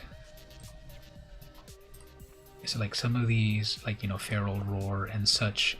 I'm going to remove some of these things, Rabbit Bite, because I think just removal is going to be way better in black instead of sort of like a fight mechanic and such. Yeah, Imagine is on Discord too. He just joined. He joined right now as Imagine Max. Yep, he's on the Discord there. His deck, he put it in the deck list as well there. So, Shrim, are you on the Discord as well? Did I ever send you the list there, the link for the Discord if you want to come into the Discord as well? Anyway, let me look a little bit more here. Yeah, I'm going to remove that Mystic. You've got other ramps. Inevitable, and we're going to remove it for a better removal. Replace it with better removal. Skate Zombies doesn't do a whole lot. Remove those. Majesty, when you've got big creatures. Sproutling, Patrol, Grub, Empire, Indulgence, Cat. I think you have some deck codes that you're not using. Oh, there you go. You can get some deck codes. Mark is going to pass you some deck codes over there on the Discord. You should probably direct message instead of public. Unicorn, Baloth, Shaper, Worm with Landfall,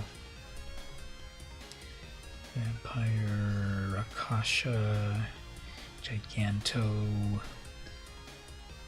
Indrik, Veteran, Demon, Brontodon. Okay, so I just cut some quick things. No problem, we're here to help each other out and play Magic. I think we have some better removal than the Fracture. I like the Typhoid Rats for Death Touch. Those could come out early to kind of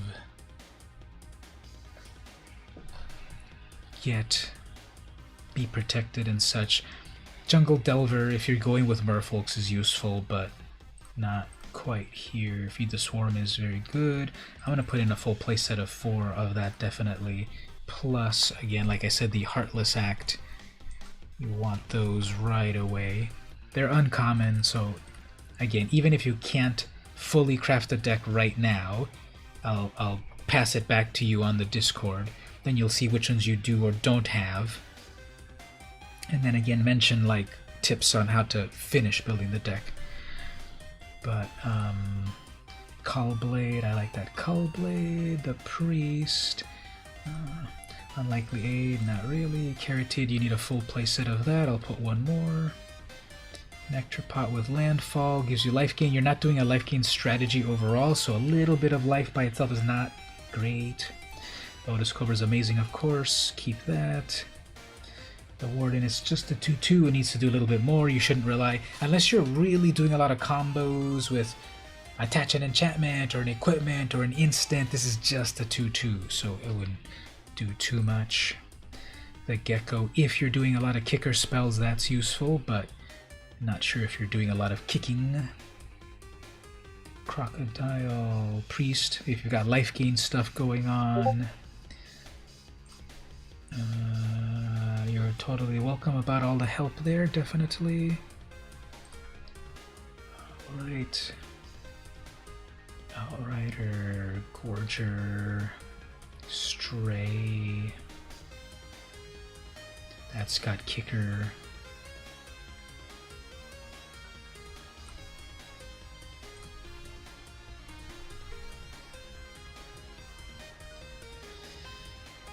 Brontodon, Loathing, Spider,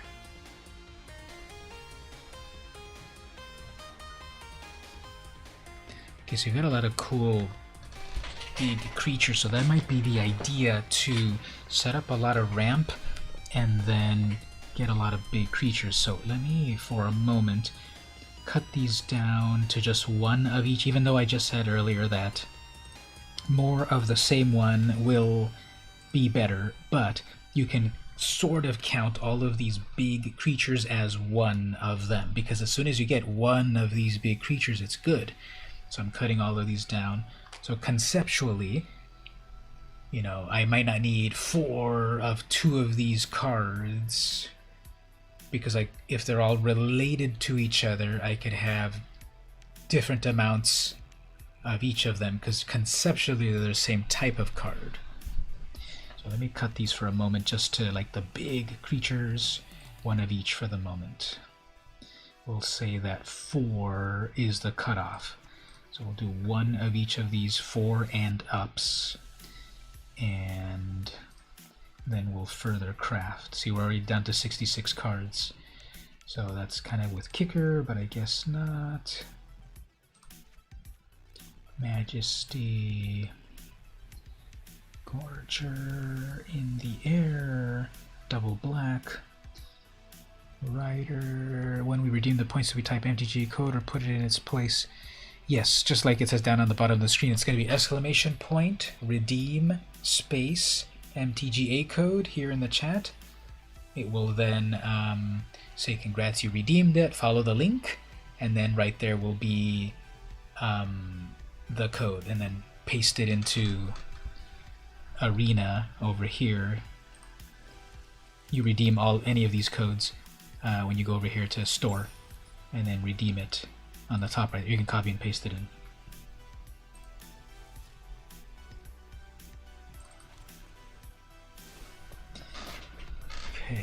So, yeah, I'm gonna remove like the kicker sort of thing there. Oh, there you go. You redeemed it right there.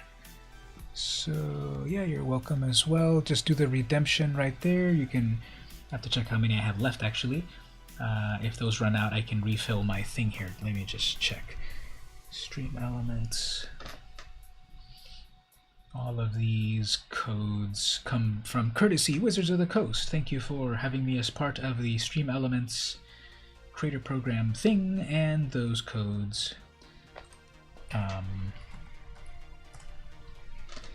passed on to you, the viewer. There you go, you redeemed one as well, Gabe. Follow the link there and you'll get the thing. Okay, how many more do I have? 11. Let me put a few more in there, one moment. Copy and paste a few more codes.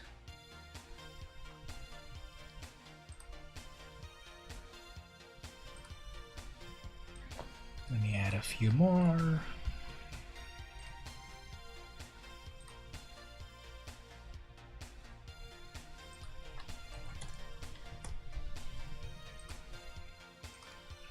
Right there. Okay. Then, so as I'm crafting this, so Mark, you were saying kind of things stood out as well for the landfall and ramp. Any thoughts as I'm sort of putting this together? We're at 63 cards. I'm going to go ahead and get my own Lotus. I don't have any Lotus Cobras on Arena, so I'm going to grab one. Treadworm. Can't find the code.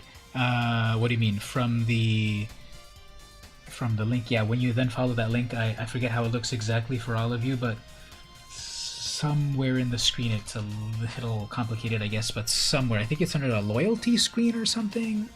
Somewhere there, just kind of browse around. It'll be in there. The list of the codes. I can't fully see what it looks like on my side versus your side, so it'll be in there. 63 cards. I like those rats, but they don't fully possibly go with the theme.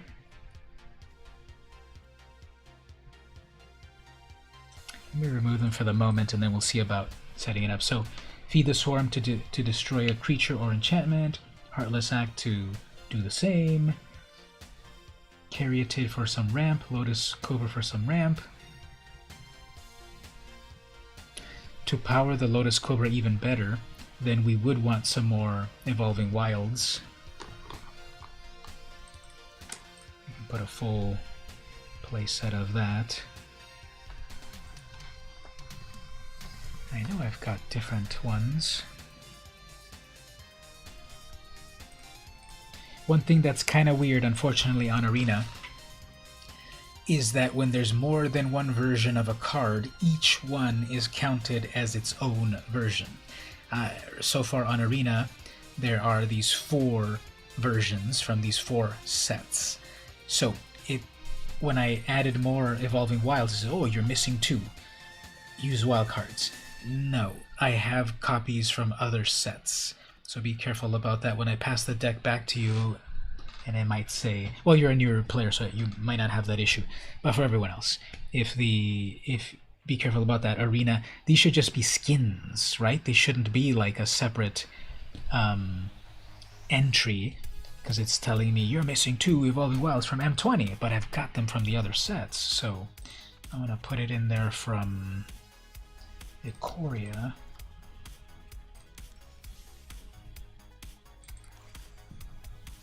That means I need to remove 1, 2, 3, 4.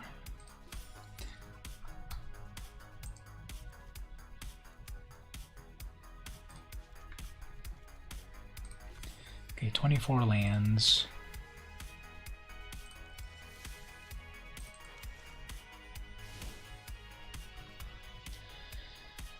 $61 cards in total.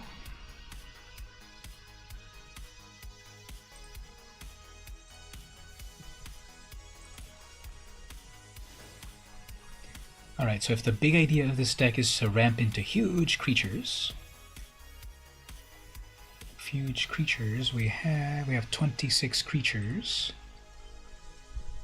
And we have 1, 2, 3, 4, 5, 6, 7, 8, 9, 10, 11, 12, 13. We have 13 huge creatures.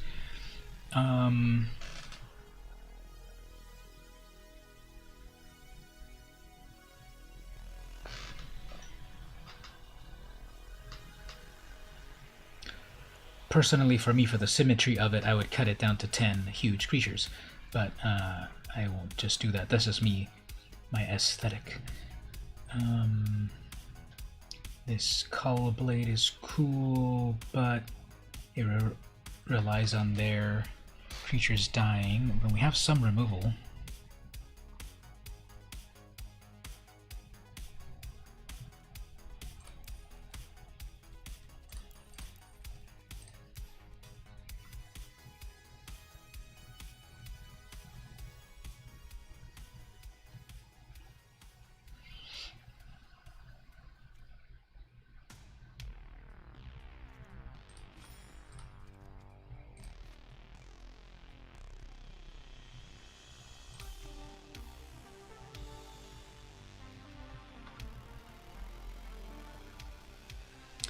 I'm just thinking for a moment.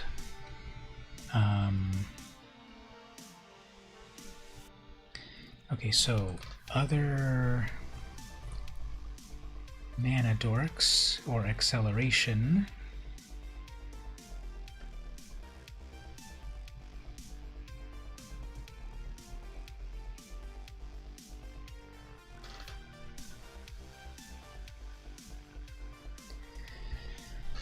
Wolf Hollow Haven can add an additional green mana. It'll be harder to remove than a Woodland Mystic.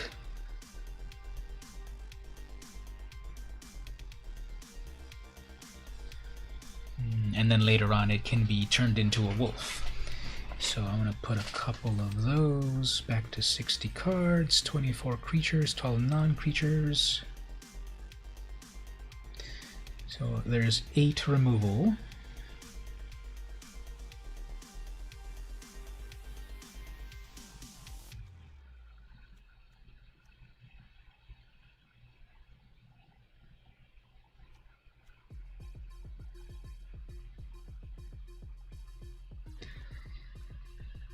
I'm gonna put those rats in. What was that one rat called again?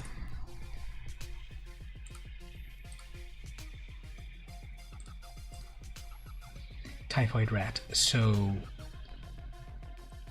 how many Death Touch creatures at 1 mana?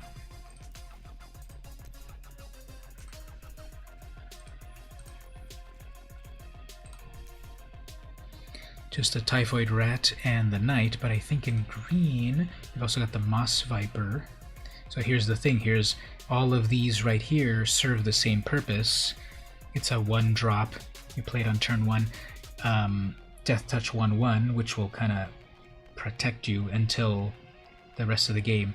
The Foulmire Knight is better, though, because for that same 1 mana you get a 1/1, or if you don't need the Death Touch creature, you can play the adventure part of it instead, or first, and then draw a card, and then later bring it to life. Now it's an uncommon compared to a common, but I'll put back both of those Typhoids for a moment.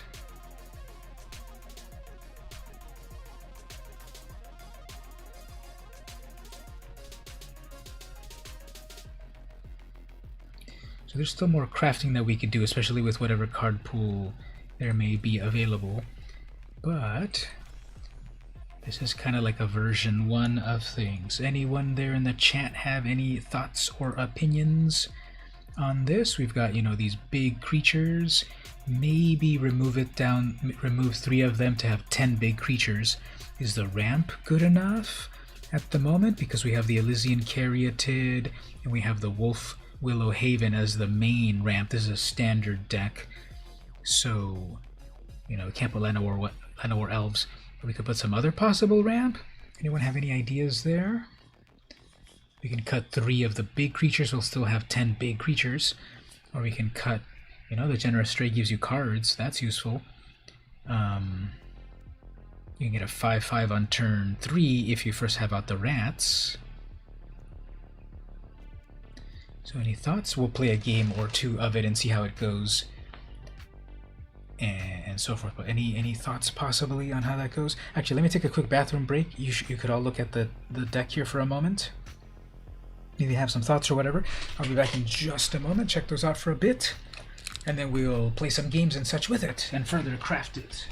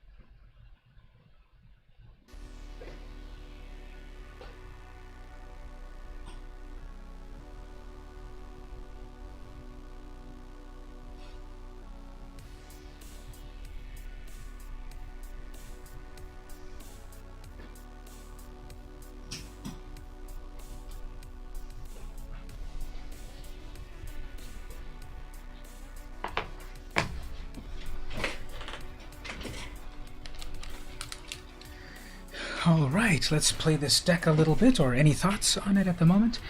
And also question, so Imagine, how did you come across the stream here? Did you see it on a tweet? Were you browsing randomly on Twitch? Did my fame precede me? Or how did you come across today's stream? I have to do one more thing before I wreck my opponent with this new upgrade. I have to change my sleeve. So I'm going to select the World Championship sleeve, of course. That will trigger them and cause them to misplay.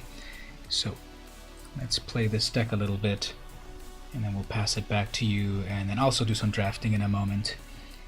But I'll go with just a plain old... Let me do it this way first. I'm going to play the bot match. I'm going to beat up on Sparky first, just to kind of get a sense of the deck a little bit, and then we'll play against a real opponent, and then we'll have a possibly better deck. Alright, so I got the Jungle Hollow turn 1. You're trying to find someone to watch and learn from. Cool. So did you search on inside of Twitch and it recommended me, or how did that work? So always play that tap land first because it comes in tapped. It'll hold you back if you don't play it right away. So don't have anything for turn 2, but on turn 3 I can bring out the cat. The plan here is on turn 3 I'll bring out the cat, draws me a card. And then on the next turn I'll play the Outrider and I have a 5/5. Now also read the signals of your opponent, that if the turn doesn't pass really fast, if their turn passes, pass, they probably have an instant. Because when you have an instant, it pauses for you to play your instant. So I feel that they've got an instant. If they're playing green, they probably have their own instant spell to make their 2/2 huge. See how it's pausing? It was paused for a moment. So they probably have an instant. So if they attack me, and I try to block, mine will die, of course. But then if I had a real blocker, they might have done their instant and then gotten my... Oops, well, they have one of those. Okay, fine. So I won't be able to bring out my Mardu Outrider just yet, but I will have 4 mana to bring out my Sneak. Actually, that comes in tapped. 5th mana. Okay, so there's different kinds of dual lands, and this is the worst one, but as a beginner you get them. It's the worst because I want to play this regular land, and then on my 5th turn, if I wanted to play the vampire on the 5th turn, if I played that land on the 5th turn, it comes in tapped, so it wasted me a turn. So I want to play it now. It comes in tapped now, so it'll be ready next turn. So that's why it's quote worse, just because you have to think about it as your sequence of turns. I can play right now the 1/1 flyer, but it's such a 1/1, and I already saw a moment ago they did their Rabid Bite to take out my poor cat. So if I bring out my 1/1 and they have their 2/2 and they have another Rabid Bite, which they probably will because everyone wants 4 of in one deck, I'm going to have to hold back and put out this that they can't damage. And then next turn, 5 mana, I can bring out my huge vampire, and then hopefully they cannot deal with it. And they've got their big old 3/3, but again, I will put out my 5/5, put 2 counters on an... Okay, so they're going to bring more of those. So what I'm going to need is that removal right there. So that's a 4/4. You kind of figure out the strategy and such as you go, as you play. But what I think might's going to happen here is if they played one of these pack hunters, they probably will play the next one next, and this will come out as a 5. Put 2 counters on something else. Most likely they're going to play another one of these and make things huge. The one downside of this Heartless Act is that it can either destroy a creature or remove counters, but it cannot destroy a creature that has counters. So I guess I should destroy it now before they summon the next one in a moment. I have 3 mana left. If I play that, I'm sure it's going to get bitten. So we'll pass. Sparky's so much fun. They can say so many more things than what the regular person can say. Oops, that's a big old 4/4, so that would have hit my vampire and killed it. So we have a 5/4.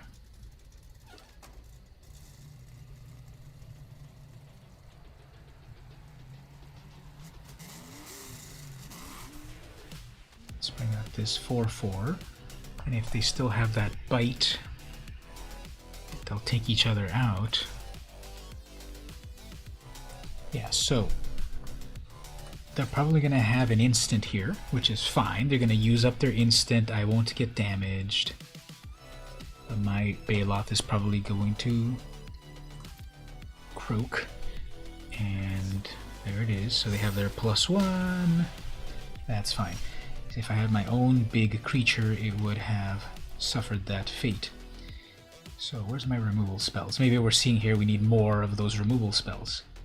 That's a big old 5/5. So I'll bring out my 5/5 to hopefully at least challenge it. And they didn't attack. Good. So then that draws me a free card because I've got a big creature. And then I have my other 5/5. That gets indestructible with that landfall. They blocked it, but I had indestructible, so whoops. Anyway, I have only 2 swamps. Even though these hollows make black mana, notice that on the card it says land. This one says basic land swamp, basic land forest. Lands are not always what you think. This is a generic land. So the Soul Hunter here says when it enters, it deals damage for each swamp you control. So I could wait to possibly get another swamp or play it now. And it's not a big deal if I get it, if I play it now, because 2 damage is fine. Plus I'll draw a card from the Majesty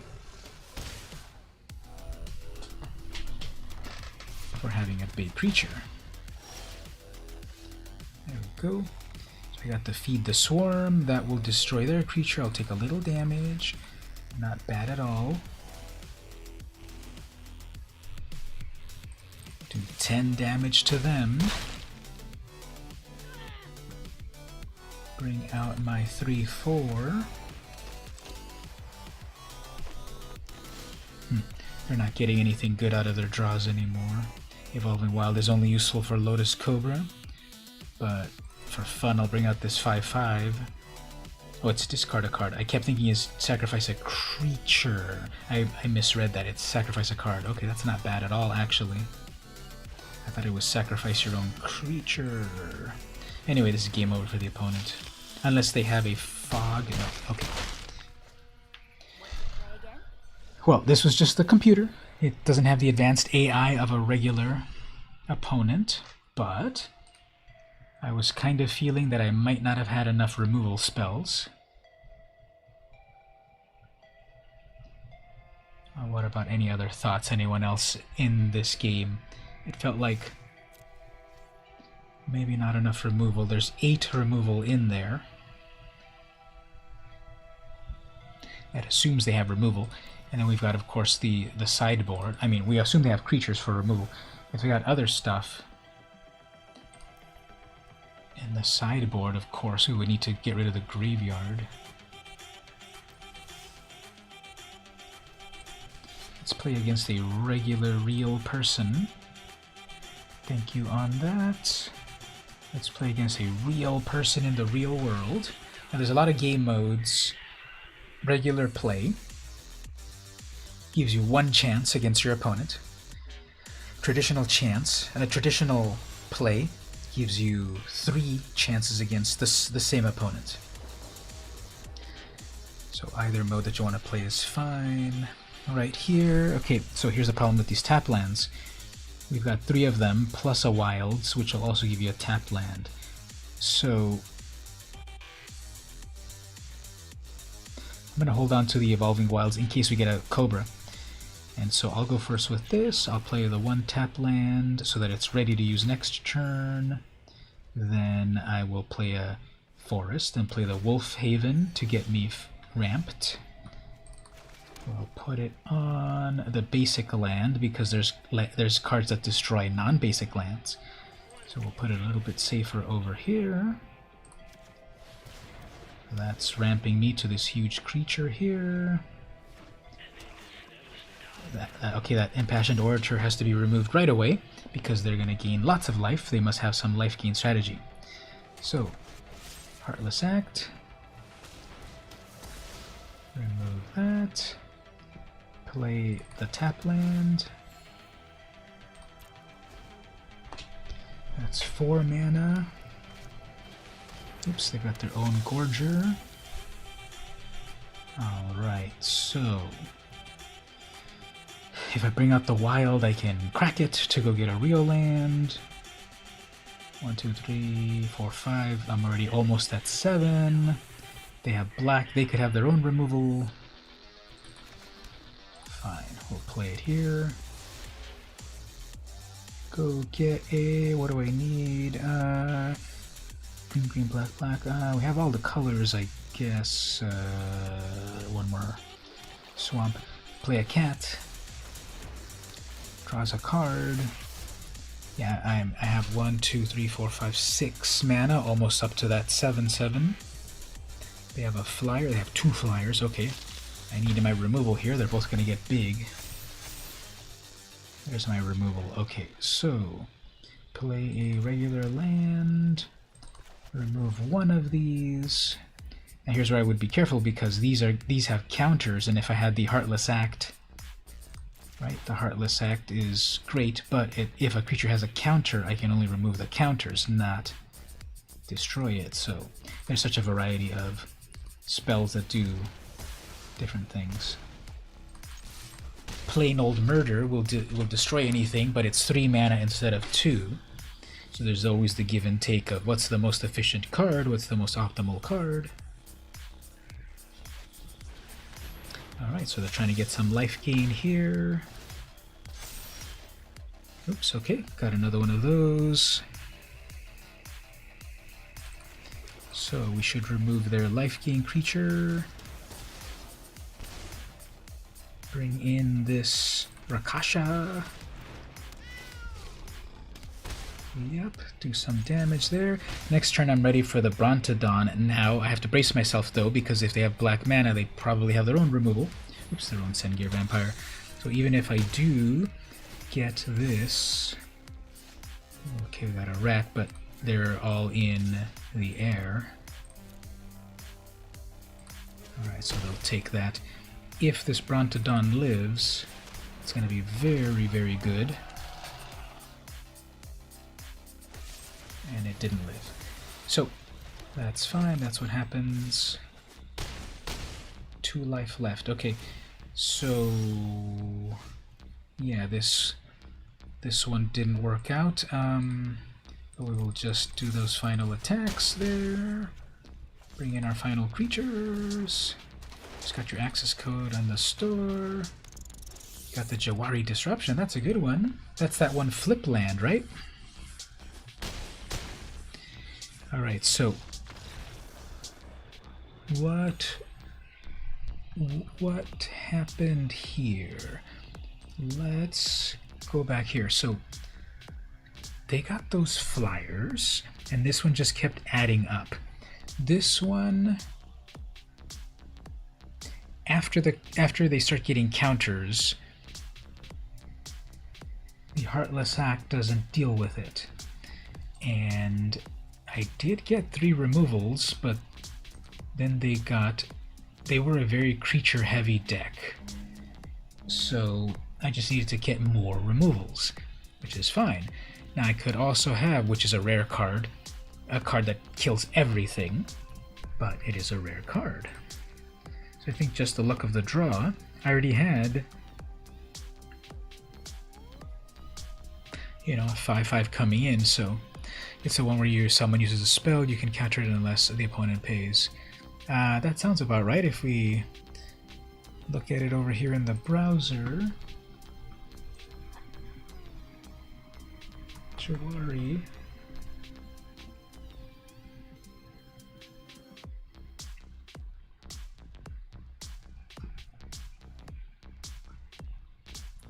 Yeah, there it is there. So pay 2 mana, counter something unless they pay an extra 1, or it's a land instead. So these are the new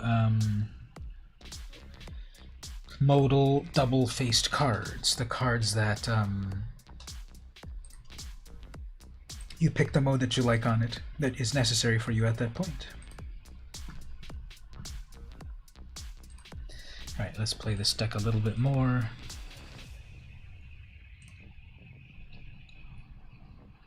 Yeah, so congrats on that wild card.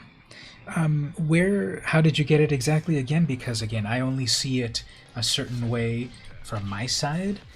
How did it look like on your side? You followed the link, it went to Stream Elements or something, and then you clicked somewhere for the full code or something? Okay, so I got all my removal. I go first. I've got my ramp. I've got a 5-4 coming in. It all worked. So you got your codes. You went to the Streamlabs and the loyalty, and then my redemptions. Okay, that's good. It is a little out of the way. Oh, they're playing that one card that we had here. So attach that to that. Double green on that.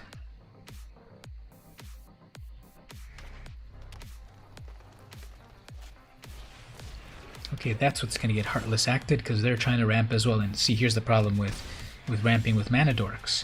They are susceptible to removal, just like this. So they were planning on having their mana dorks get there faster, and therefore that'll set them back.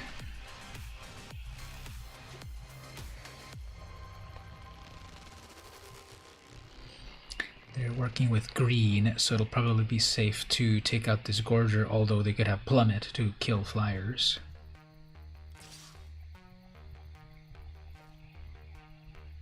It is pausing for them, so again, there's some sort of instant. Alright, so that's a +1, an untap, fine. So once again, and they're going to do it twice. Okay, so once again, with this Heartless Act, if it doesn't have a counter, it can remove it. Now I gotta feed the Swarm, which is even better, so...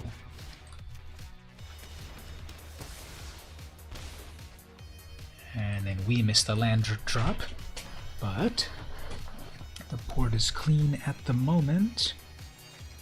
Okay, so there's another one of these for them to ramp. There's our ramp, so let's remove their mana dork and bring our own mana dork.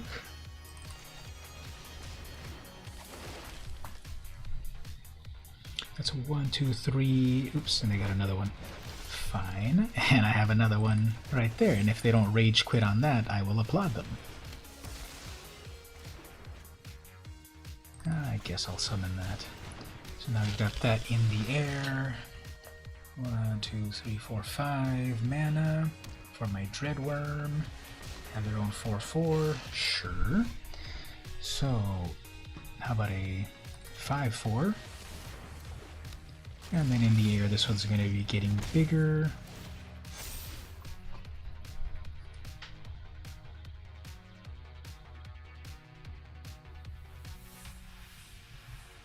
They're going to have their bite. Yep, there's the bite. If they attack, no attacks. Okay, fine. So we'll play that, gain a life. That happens with landfall. So if they don't read that card, that'll be useful. Okay, so they think, well, I'm going to attack with a 4/4. We'll have a cat will draw us a card, and the cat will be a blocker. Because, oh, one thing I realized, oh, the Indrik. Okay, so that's going to take out my 5/4. The Spaloth, I think we've only got one of them in the deck, so that's what I had meant when I was kind of crafting the deck. We only kept one, so if we want this one to work well, we need to have at least 2 of them, so they can help each other. But, you know, they both kill each other, which is fine. And the little cat will block. Okay, that Death Touch Rat is going to help.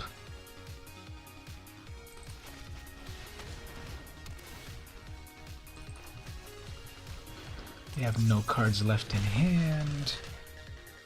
We're still trying to get that Gigantosaurus. Okay. No attacks. Okay, there we go. There's Gigantosaurus. Let's do this. Let's scare them with this. They're not gonna block that because it'll kill their stuff. Fine. And then we'll come out with a 10/10. And they're looking at it, reading it frantically. Alright, Majesty.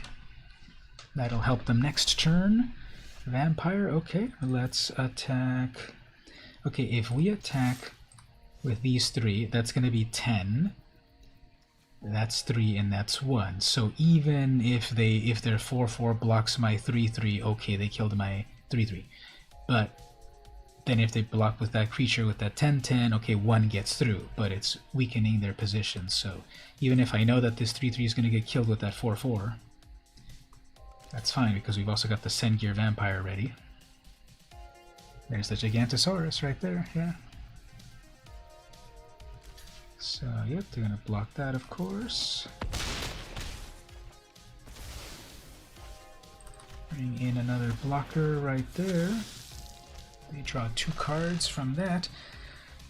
The thing with playing a best-of-1 game is that you don't have every answer at all times, unfortunately. That's just the way of it. That's why if you play the best-of-3, if you lose one time, you go to the sideboard, and then you play the next game, and maybe you've put in cards into the deck that will help you. So this is one of the best of ones. They're good gaming me because I guess they're losing the will to live, or they have an amazing instant spell that will hurt me. Oh, they're losing the will to live. Okay. That's a play pattern as well. But as I was saying, this is the best of one. So that enchantment was being very helpful to them. They were going to draw an extra card every turn when they had a big creature. Since I didn't put enchantment removal, well, I do have one enchantment. Yeah, I have that one Eat the Swarm or whatever, what's it called? Everything that I was saying got negated when I remembered. Feed the Swarm does destroy enchantments. Only enchantments, not artifacts, if they had artifacts. So what I was about to say was that in a best of one game, don't take it bad that you might lose, like, oh, there's no way for me to get rid of that creature or enchantment or whatever. On a best of one, it really is random. There might be a deck that's just, there's no way to beat that deck, so don't take that bad. If you're playing the best of 3, then you have a chance in the sideboard to say, okay, I know they've got artifacts, let me get my artifact removal spell right out of the sideboard when I normally don't need it. Now that I know that they've got artifacts, I put it in. Because if you put in an artifact removal spell into your deck and you never battle people with artifacts, you've wasted a slot in your main deck for a card that deals with artifacts.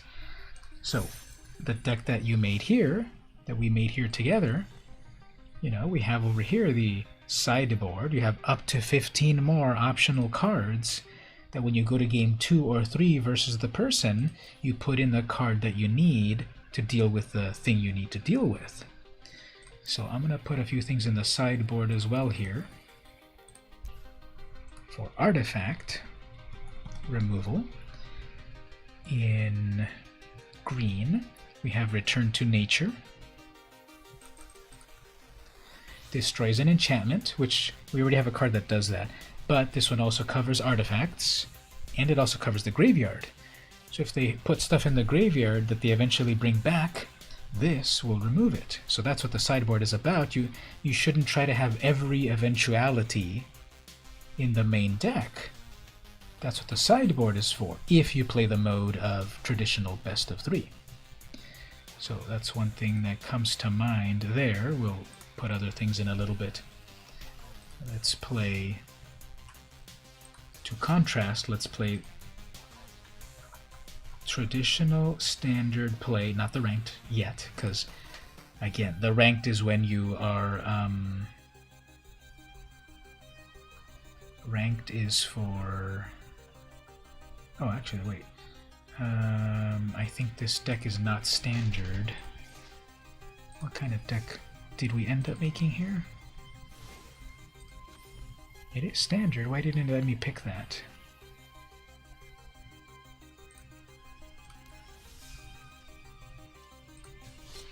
Traditional standard play.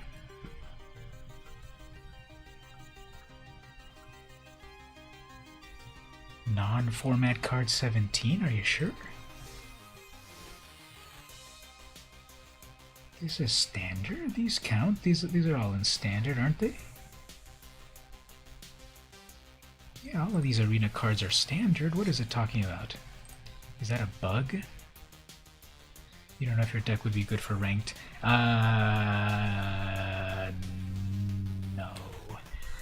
My decks aren't good for standard either, you know. If you're gonna play the ladder, you better play the top decks, unfortunately, and there's like only 4 of them to choose from. There's always outliers, of course. But you know, my weird Ulamog deck here can get me on the ladder. Last month it got me to Mythic. This month it's not working, so... Conspiracy against me? Anyway, why is this invalid? This is a standard... This is a standard deck. I think there's a little bug in this. Let me check something here. Set this to... Standard, traditional standard. Is that why it's confused? Huh.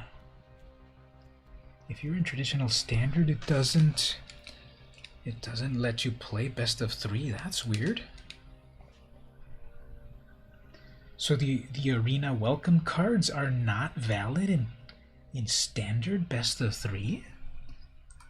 That is weird, but in regular standard, they're valid? That is very weird. Alright, let's play another regular hole. I'll put the deck back in the Discord in just a moment. Is that... Oh, I needed to make a change though. That one Baloth, we need more than one of... that other Baloth. We need more than one of them for it to really pay off. Okay, turn 1, tap land, turn 2, forest, and then a Caryatid. If we get a non-tapped land, then I can bring out the Baloth right away. We can also do the Mardu Outrider right away, and then sacrifice a Gigantosaurus, because again it needs 5. You saw how long it took a moment ago to get the 5 green. So probably what I'll do is that... Oh, okay, so they've got a combo here of life gain. As soon as this gain's life, that gets big, so obviously we need the removal for that. But for the moment, we will start to set up some ramp here, because next turn I'll be able to bring out the Baloth.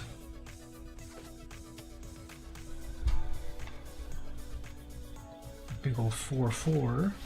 I'm gonna get double life on that, so if I block that and we kill each other, I lose my ramp. But I have 3 mana to bring out the 5/5, and they're on mono white. They might use a pacifism or a way to lock me down. These are gonna get big pretty fast, so we'll do it this way. Oops, never mind, they have an instant. So, okay. They got lucky with that. But they have that one less instant in their hand, and I've got one of these. Guess actually, fine, we'll get rid of this one. I think we'll be able to get the 5 green, not that bad. 1, 2, 3, 4. So that gave +2/+2. So even if these, if they give it to that one, well, they're missing their lands, which is good. They might still attack with their Kamikaze Cat to still make those big, so plus get to 25 life to make that big. Okay, they didn't. That's good. So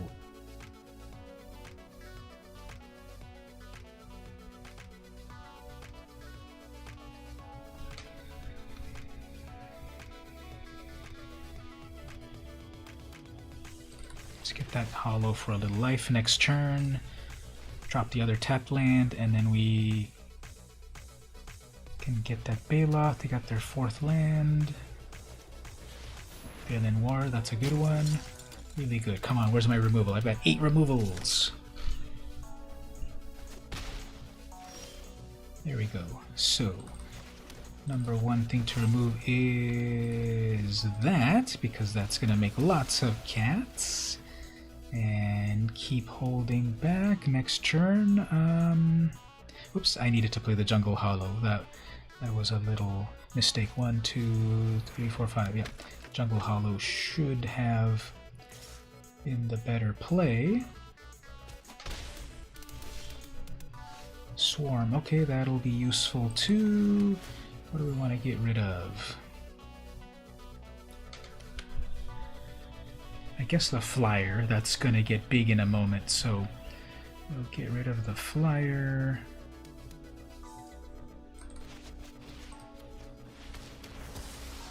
And then we've got a 4-4, well, I guess not yet. Okay.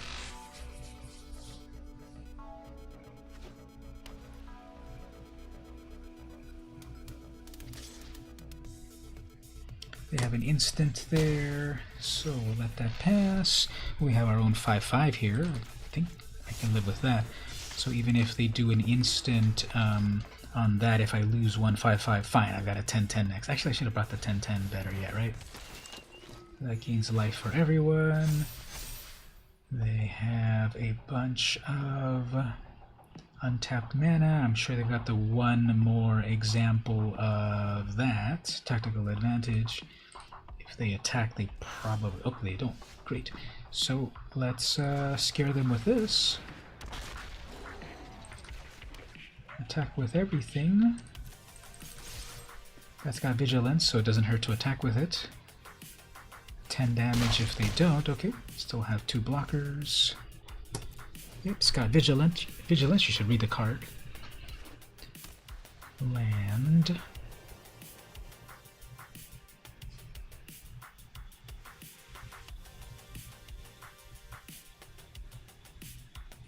Chappie is the opponent. Is it an okay deck? Yeah, it is okay. As we play it some more here, we're still figuring out what to do with it.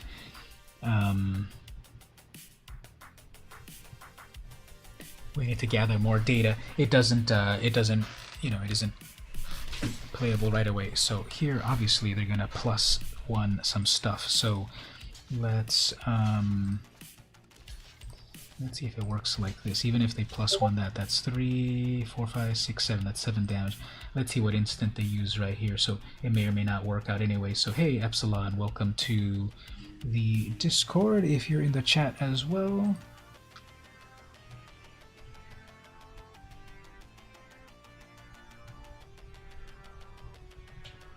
We have 1 final instant +2.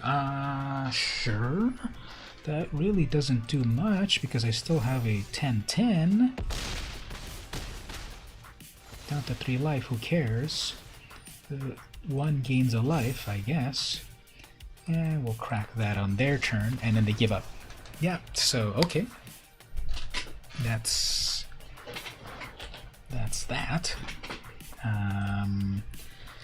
Was that a misplay that they meant to do +2 damage on one of the things? It wouldn't even mattered. I would have been down to 1 life, and yeah, 1 life is scary, but you're not dead unless you have 0 life. So winning with 1 life is the same as winning with 50 life.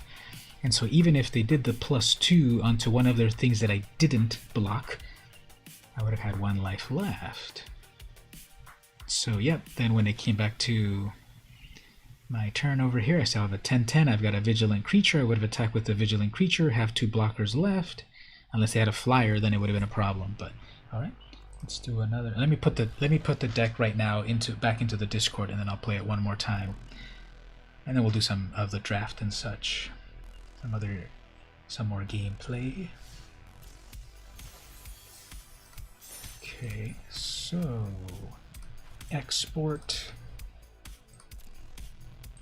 Back on deck list, my version right there. So you need to copy the whole thing from the word deck all the way down to the end after sideboard. So let me just do a quick welcome right here.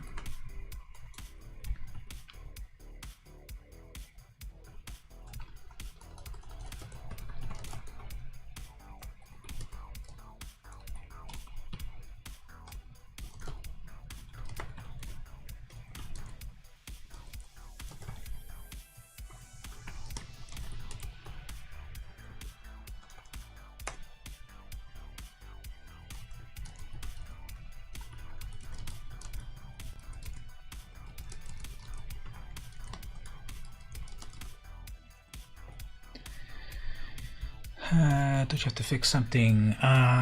What was that I had to fix? Oh yeah, those Baloths. So I had 1 pack hunter, and this will work when you've got more than one.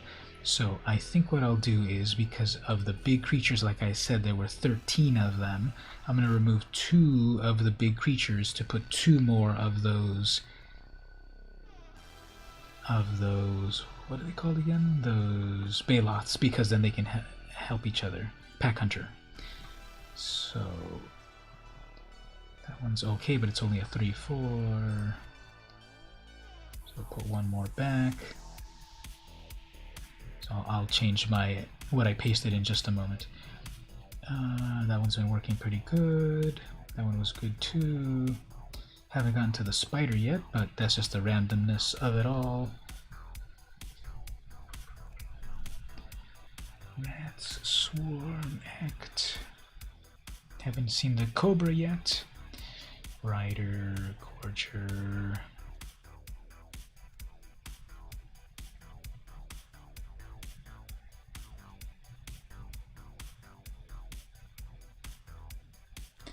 Well, I like that this is a 4/4, but if we have more of these pack hunters, they help each other out, and it has trample. So even though that's a 4/4, they have a 1/1 and they can block it, they'll block it. If they have a 1/1 and this is a 3/3, 2 damage will go through, and as you cast more of these, they get bigger and bigger and bigger. So I think to focus a little bit more on those that help each other. So let me put that one into there instead.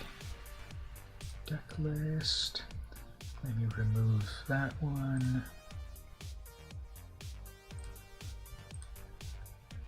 Oops. Remove that.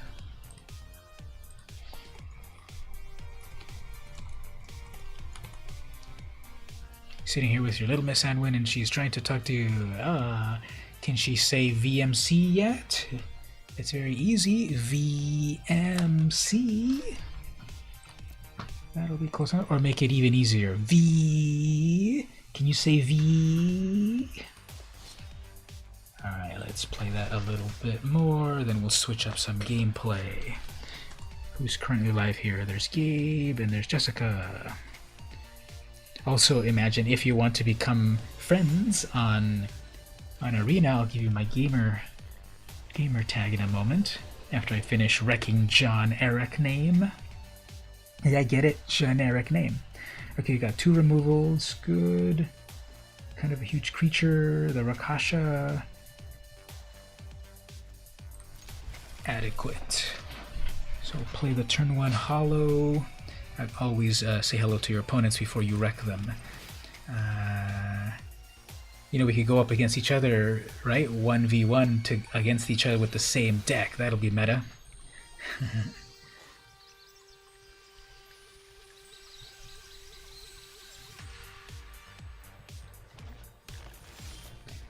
Alright, good.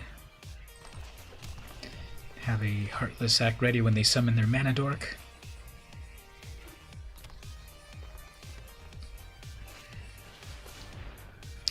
I guess they're gonna go with a party deck. What parties will they get? Okay.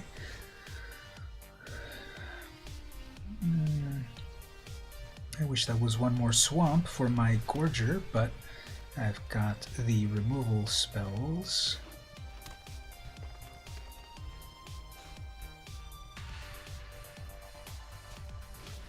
Scute. Okay, that one's a removal, because that one can start to get, that can make bugs plus more bugs plus more bugs, and then a wild. Okay, well, I wanted a swamp, but we'll crack it right now to just also scare them that I've got more stuff, which I do, and we'll see what happens. So that would have triggered that Scute, and then now that draws them a card, and it also draws them a dead creature.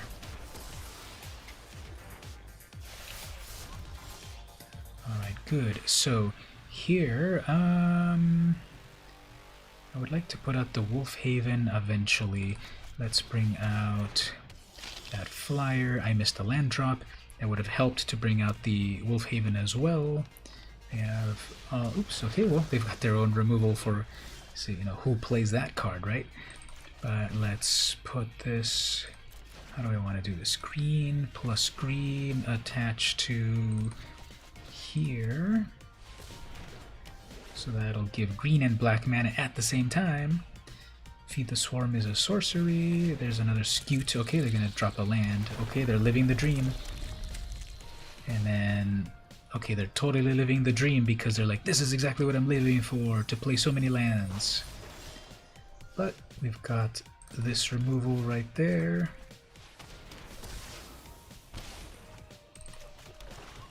Next turn, I can bring out the Rakasha or the Spider. Oh, I guess it already has built into itself that. Okay, so this deck's going to be a little hard to deal with because they're going to be able to play lands from the graveyard, so I used up all of my removal already.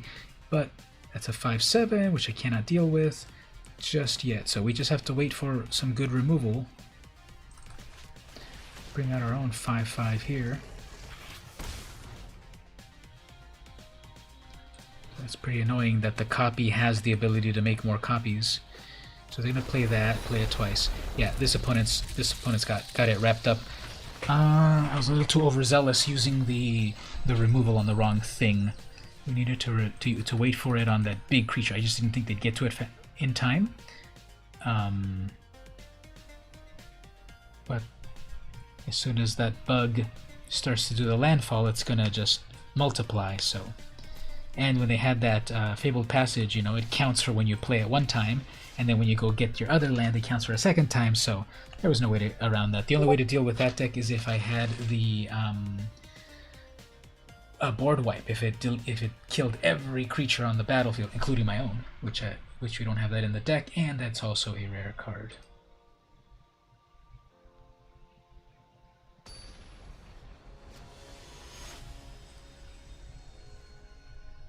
So as I said, sometimes you can battle an opponent, sometimes you can't. They had that card. That's a very good card at the moment.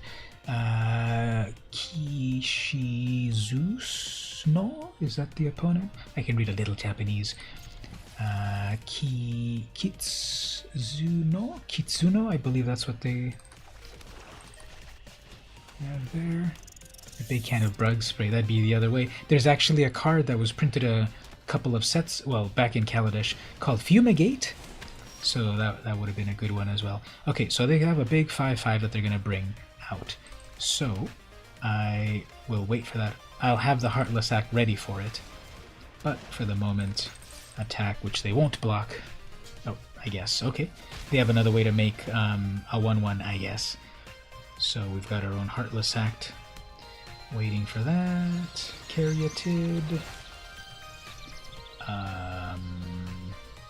I doubt they'll block this. We'll attack, and if they do block it, we've got the other Caryatid. Okay, so they're gonna want to have their 3 mana for their big ol' 5/5. So they're gonna tap everything for it. Sure, and then right away, I guess at the end of the turn, they're going to do one of those. Fine.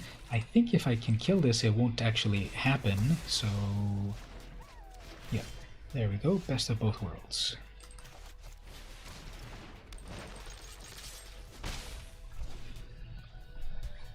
There we go. 4 mana on that. Missing land drops. The opponent is not.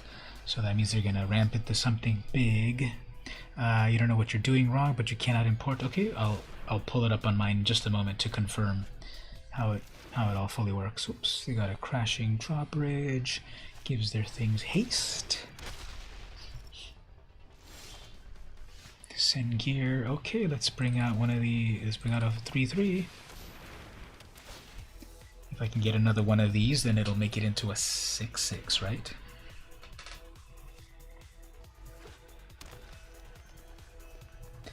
Don't tell me that's their own Gigantosaurus, which will then they'll put haste with the drawbridge. Cultivate, okay.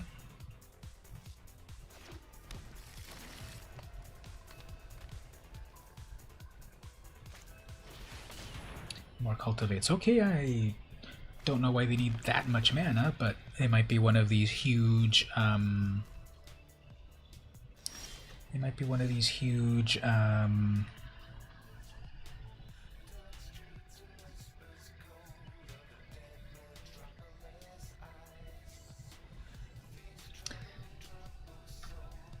hydras. Anyway, I was just contemplating what might be the best way to attach the land. No, I want to tap that, and I want to tap that.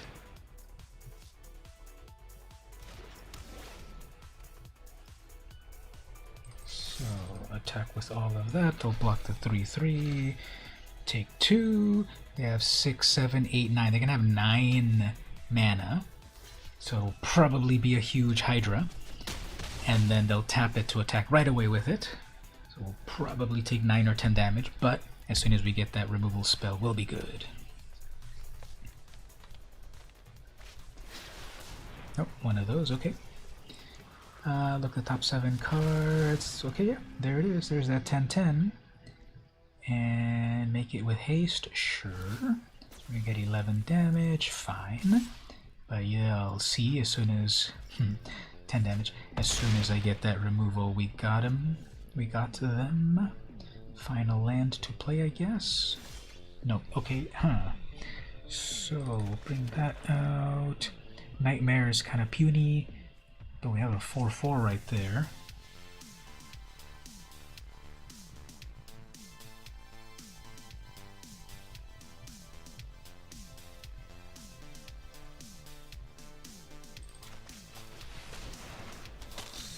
Let's set up in the air, and I guess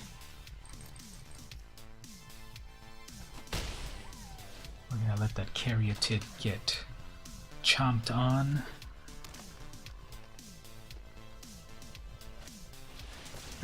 Double of those, nice. I guess if we really, yeah, they did the final bite on that. Okay, well, on this one, it was just that the removal wasn't coming in, and it's just the random nature of things. So I'm gonna change it just a little bit right here. And again, with best of 3, you cannot really build a deck that will cover every possibility if it's not best of 3. So we'll just make a little change. I do feel, though, that when the... Okay, so the other change is going to be murder. Just plain old kill a creature. I'm going to put...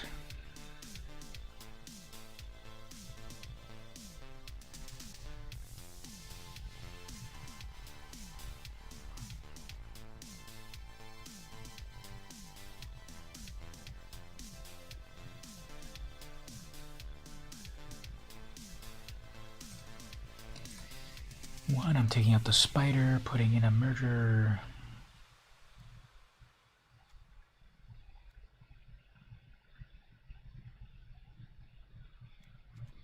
Keeping one cat, put another murder. Okay, so this, of course, is if there is a creature-focused deck. Putting in a couple more creature removals, of course, will be good. But we'll see how the algorithm goes in terms of, does it pair me up against non-creatures? Epsilon, or okay, see you there on the, that you mentioned that you are watching, cool. Thanks for watching as well.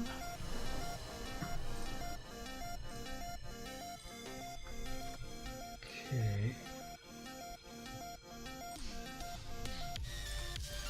There we go with that. Turn 1 hollow or hollow.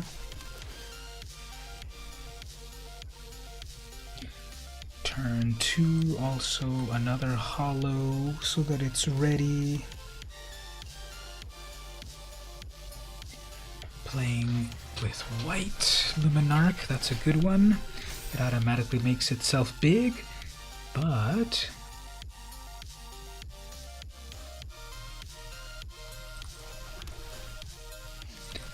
No matter how big it gets, we have Death Touch here. Now, they could play, of course, Pacifism or something to lock down. Oops, I forgot to, on the chat there, I forgot to go into the screen to show you how to import. Sorry about that, I just get so focused on the play. So remind me, as soon as the game is ending, whether it's a win or a loss, remind me about the import part, because I forget that easily.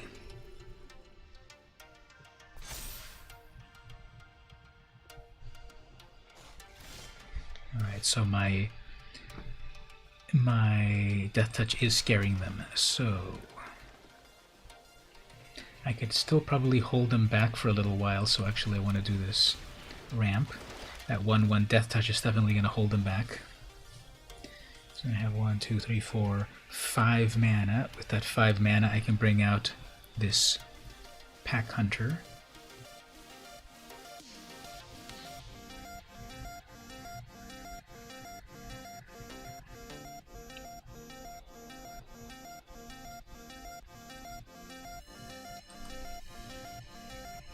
So their lands are the Zendikar lands, full arts, looks cool. Loras, okay. That'll bring stuff back from the graveyard. It'll bring that one or that one. So,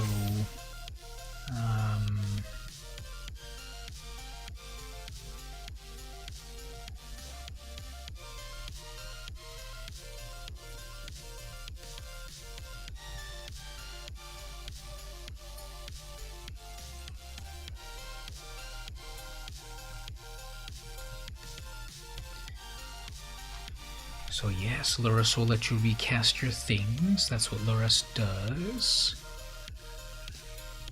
So if they attack with that Luminarch, they'll just bring it back from the graveyard, which is fine. Although it costs 2 mana to do so. Next turn. Okay, that'll be fun. I can bring back one more of those. I can also bring out my 3/3. That's a 4/3.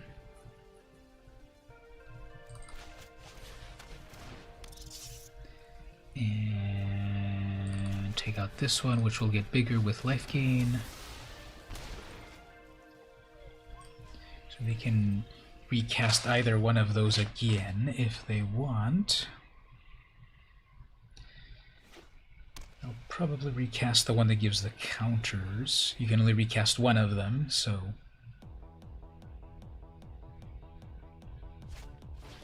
Or an Angel of Destiny, sure. That's the one that gives double strike, and if they've got 50 life or something, they automatically win the game.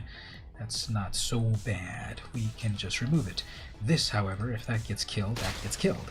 So, we do want to go for that big life gain.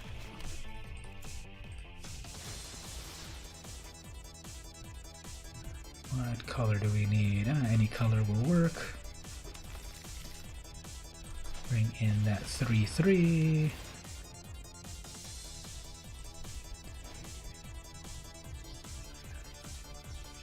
Angel of Density.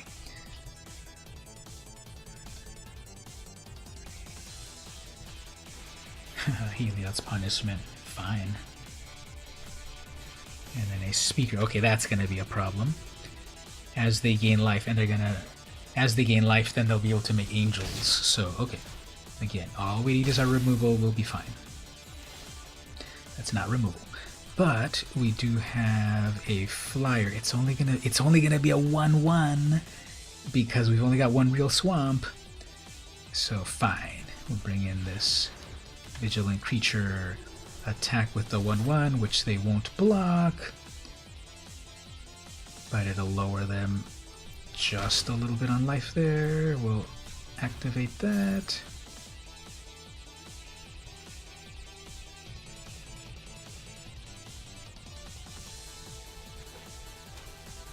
Only lands, okay.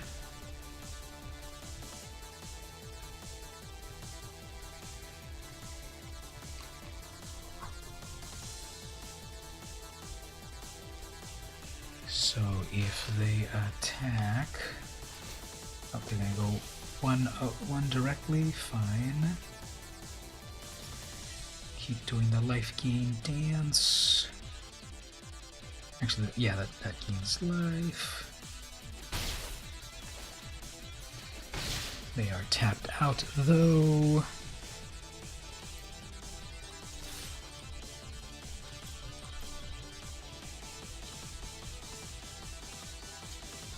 Okay.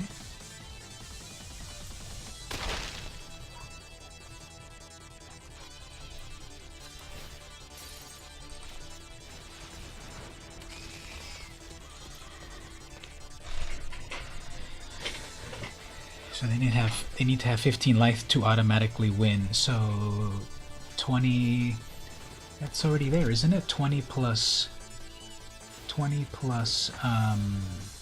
15 is 35. So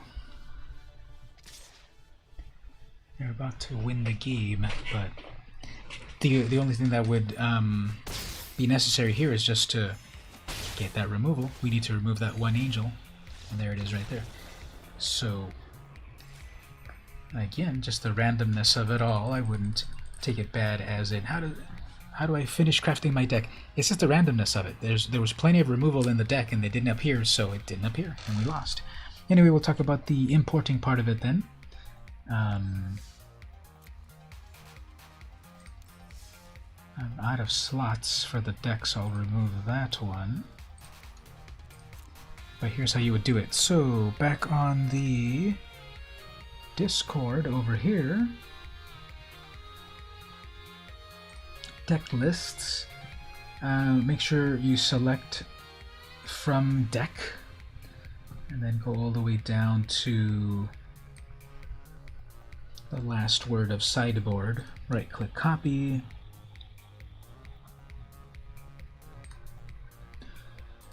and here in Arena, in your deck's screen, you have import. It should import it. If it imports it and you don't see it right away, it might be at the bottom somewhere. Remember, you can set this alphabetically, and it should import it if you put it alphabetical. Last one, if you put it alphabetical. As soon as you import it, it should name it as imported deck. So you might have imported it, but it's named as imported deck, so you don't see it right away. Imported deck. Where's it at?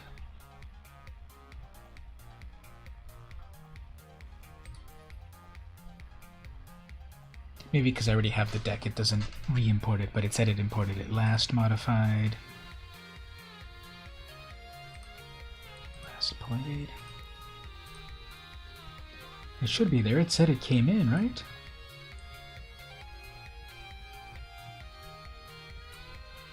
Yeah, right there. Imported deck.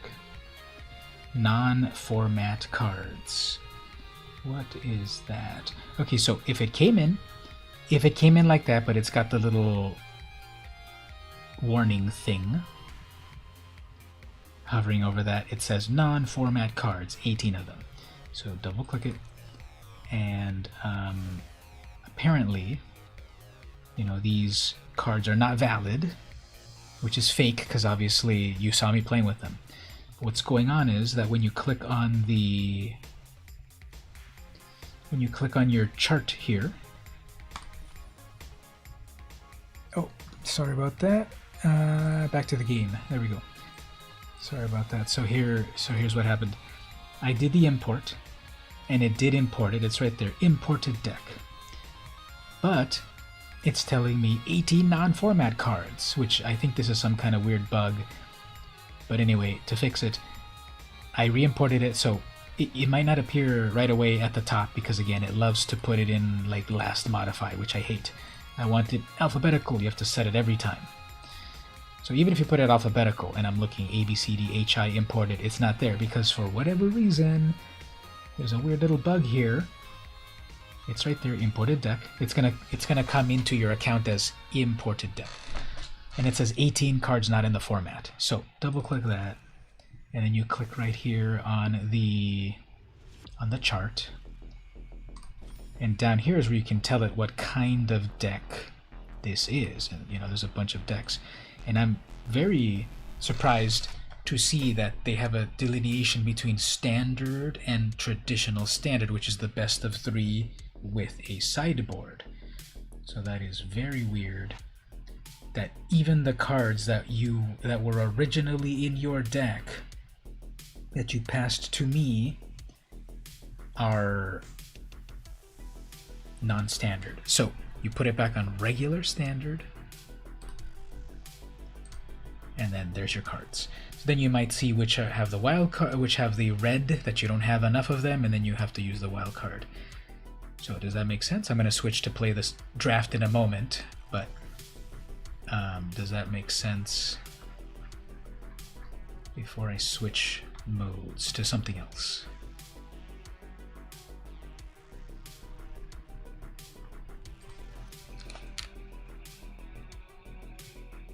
You are welcome. Okay, so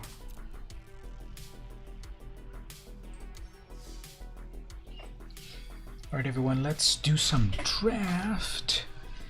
Everyone that's hanging out, we'll do some draft. And get some Zendikar drafts in. Over here, play traditional draft. That's the one of the ladder, right? I want to do some ladder traditional. No, that's not that one. What's it called again? Premiere. That's it. Premiere. Premiere draft Zendikar Rising.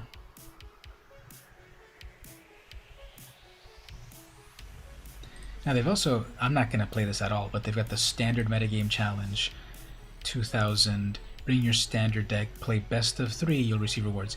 This is going to be full, I'm sure, of like the most hardcore decks for these prizes. 30 packs, wow. People are going to be, every deck is going to be an Uro deck. That's like the, or Omnath. That's the card, that's the deck that's like #1 that everyone's playing until Monday when they ban some of that stuff. So I'd like to play it, but I know that's going to be like throwing away money. Everyone's going to be tier levels, so I'm not going to waste my time. Maybe I will. But I'm going to play over on the Premier Draft.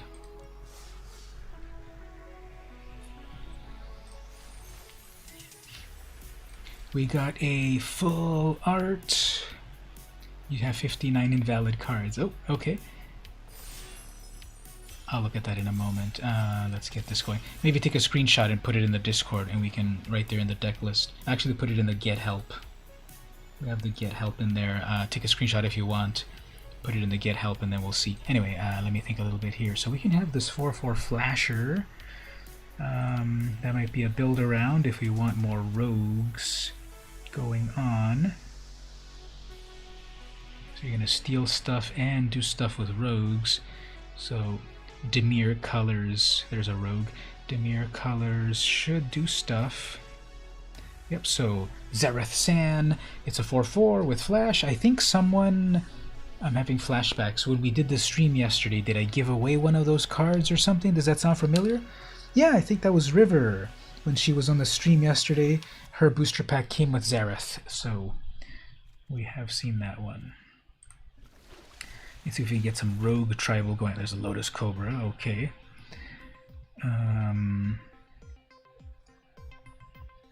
Obviously Lotus Cobra is amazing, but we want to try to get our rogue stuff happening.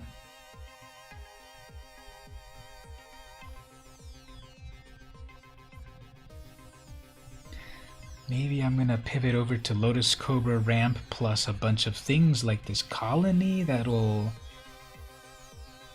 put more creatures out, and there is that rogue there, but let's grab that Lotus Cobra and see if other ramp type stuff happens. Someone passed us a Lotus Cobra, so Elemental Lizard, Unity. Oh, there's that. So this comes in as a 2/2, or if you kick it for 5, comes in as a 2/2, and your other creatures with counters have trample. There's the Territorial Scythe Cat, I like that too.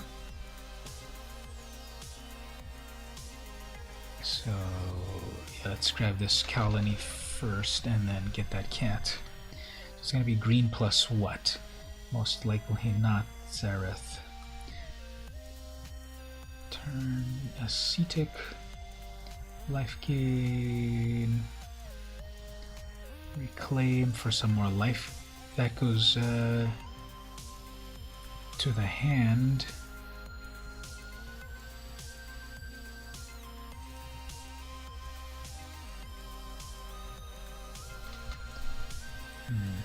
Got some removal.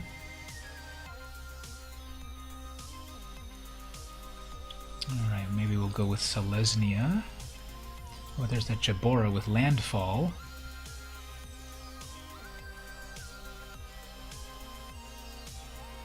So there's that. I'm gonna get that Scale to Height. So it puts the +1 on things. It gains your life. It draws you cards. You get to play an additional land. Green gets everything. So I'll take that. Let's see if that Jabora comes around.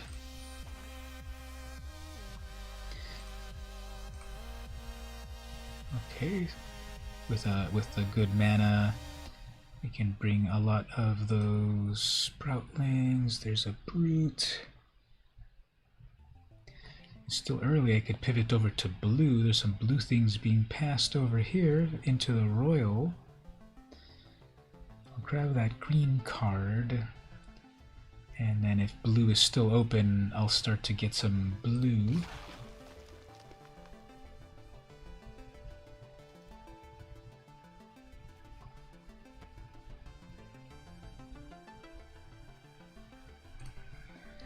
One Death Touch. Okay, I'll look at your screenshot in just a bit. This is a live draft with real people, so I'll look at it in a moment. I'm the traffic jam at the moment. There's another. Okay, so I wheeled back here. That Gnarlid came back. Good. Oh, there's the Visionary. I want that. So 3/2 draws you a card as well. Another Gnarlid. There's another Death Touch. Actually, we'll keep getting those Gnarlids because they'll kind of help each other out. Adventure awaits, or Unity. Look at stuff, get a creature, or land drop. That's fine right there. And then the Ascetic. What does the Ascetic do again? Gain some life. That's fine. Who else is on the table? Cheese Sauce. Ajatawa Chapala. Guess the Brute, Ninja of Shadows, Grail, Rodeo, Garbo, and Io Aaron. And get the thing that I would care. Next up, got that Ambush. We can do a fight. We can do that Surge. Search your library for 2 basic lands. Put them onto the battlefield tapped, then shuffle. Okay, we got some ramp right there.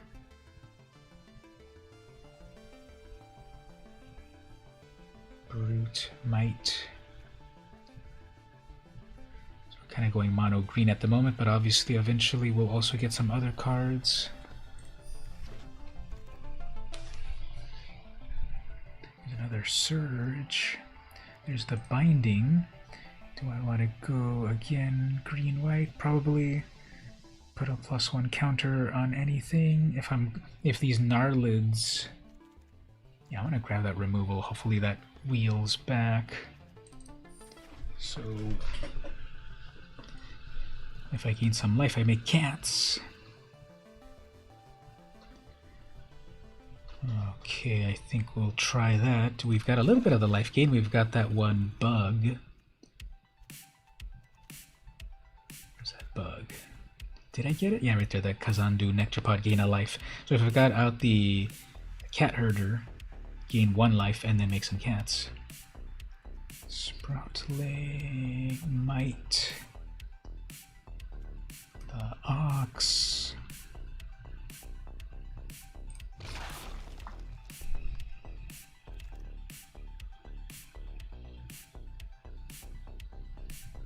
No one's keeping these Gnarlids. Fine. So about your invalid, let me see how that looks. Oops, one moment. Oh, there's a Bay Loss, and there's another life gain. There's another scale. I love all of these things actually. Hopefully they all wheel back. So on your screenshot, it says 1 of 60. That screenshot isn't really showing. That imported deck says you have one thing in there. I don't think you imported it right.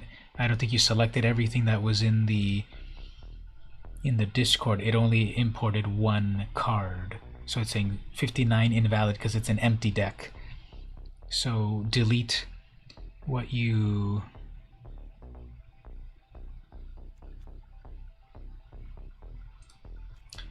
imported and do the copy again and try that again, because what I'm seeing on your first screenshot, it is an empty deck that you imported. See on the top right, it says imported deck 1/60. You have one card in there, just the Dreadworm. So I'm not sure why it wouldn't be fully imported. Make sure you select from the top to the bottom and don't select the word version 2. Start from where it says deck, go all the way down to the end, return to nature all the way to the end.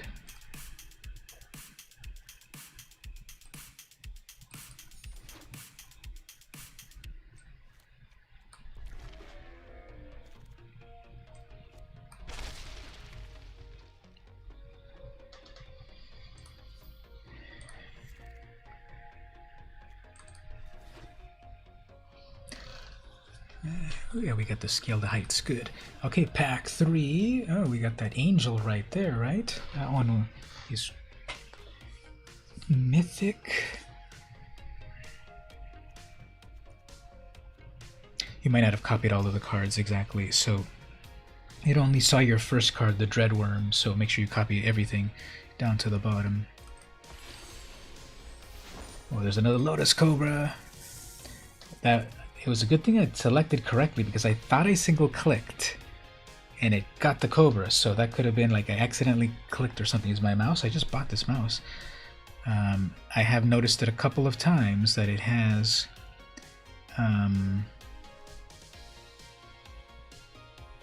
more landfall shenanigans with this flyer, perhaps.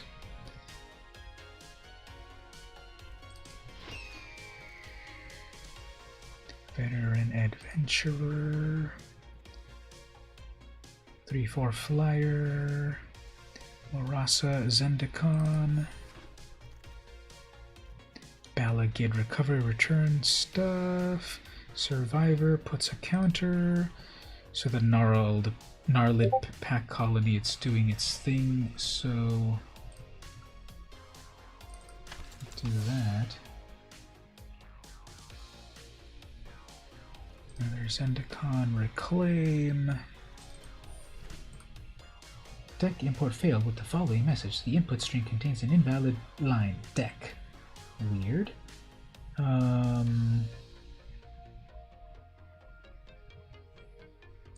Very, very weird.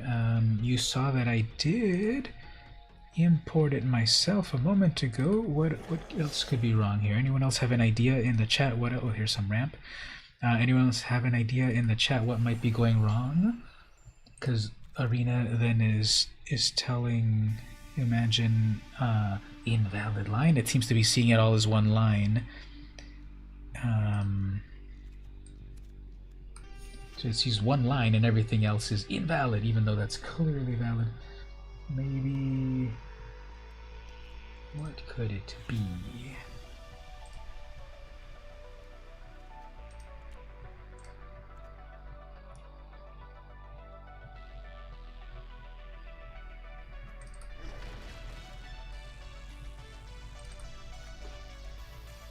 I feel like I'm picking a lot of good cards in here, mostly green.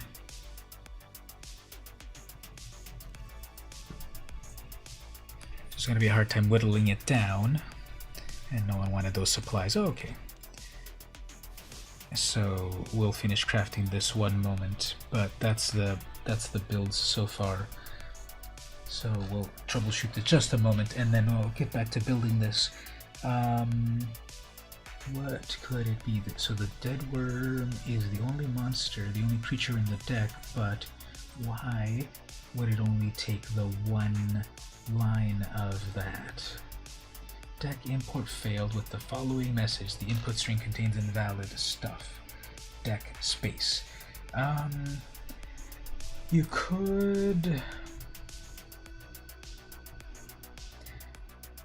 go into the deck list, and let me just also remove my previous sentence version 2. Let me delete that. Maybe somehow it's grabbing something from my word version 2. Try to copy starting from the Dreadworm. Try that. If you do that, then don't select the sideboard, because it won't know here's your main deck and here's your sideboard. So maybe try that. Start copying from the number 1 of Dreadworm, but then end at the end of Rampaging Brontodon 102.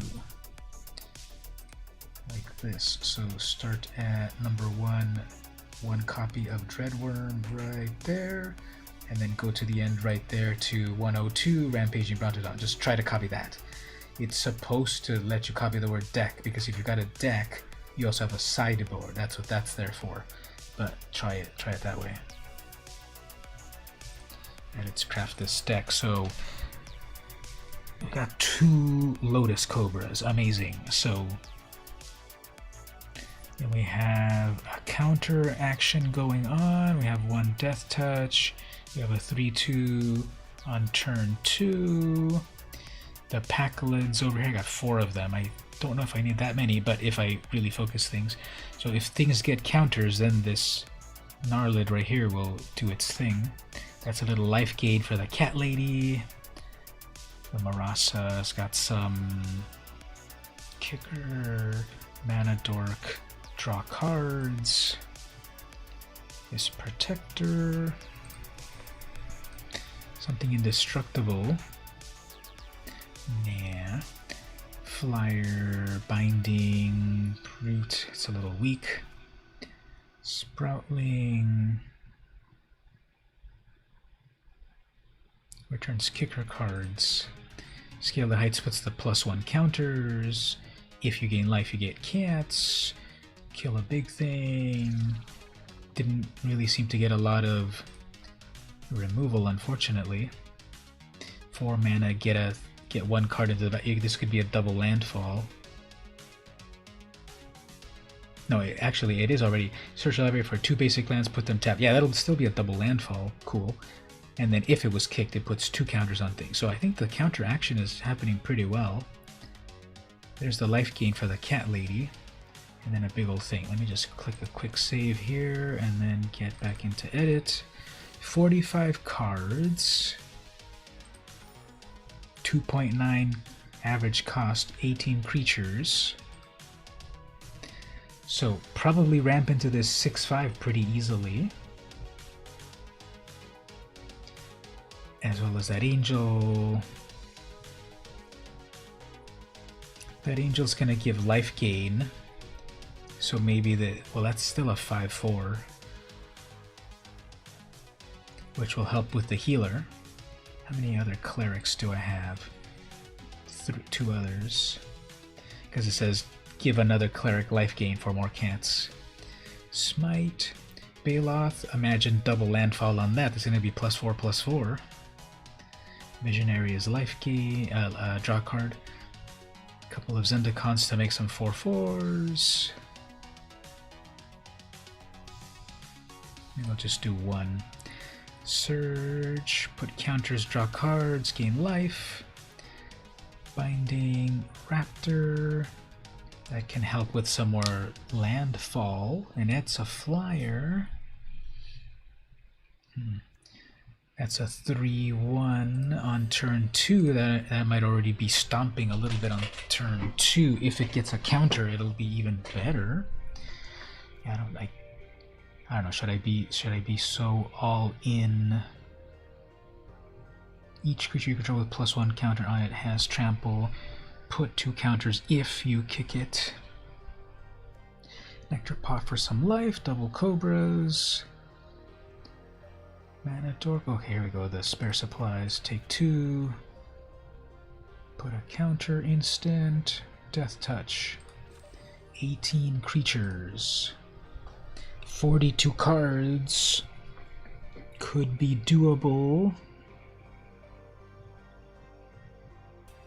Let's remove the 3-1. It might be too fragile. 41 cards. I could live with that.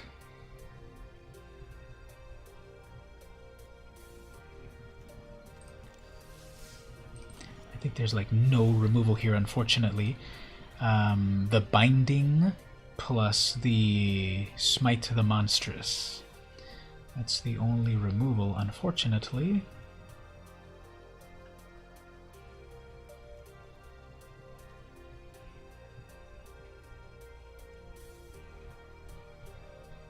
Looks good. We'll see how it runs. Okay. Let's see if that works.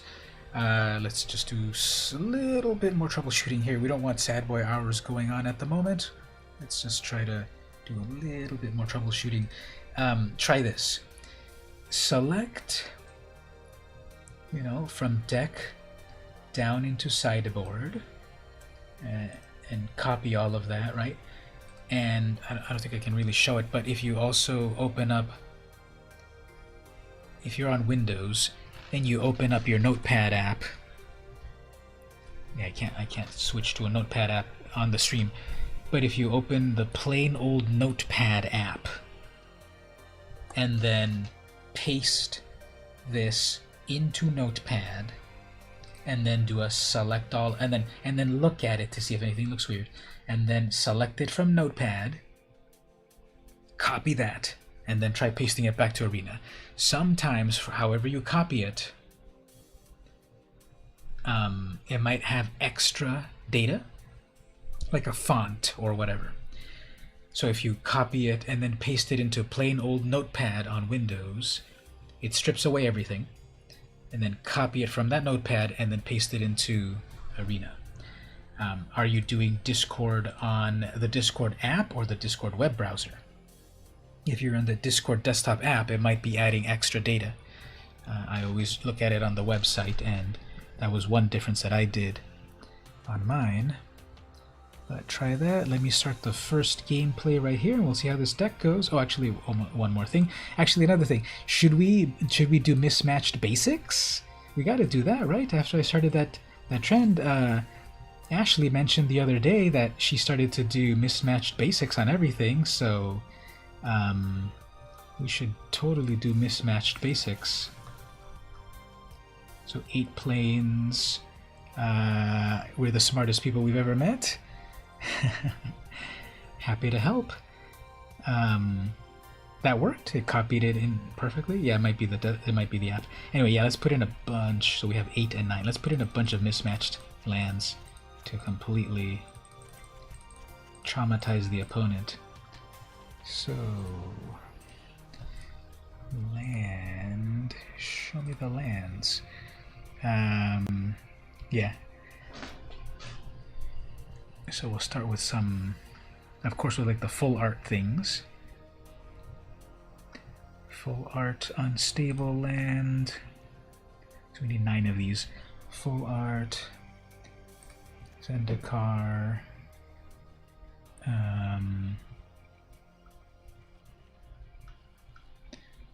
full art on whatever, and then the other uncard, that's for, I think that's all of the full arts, right?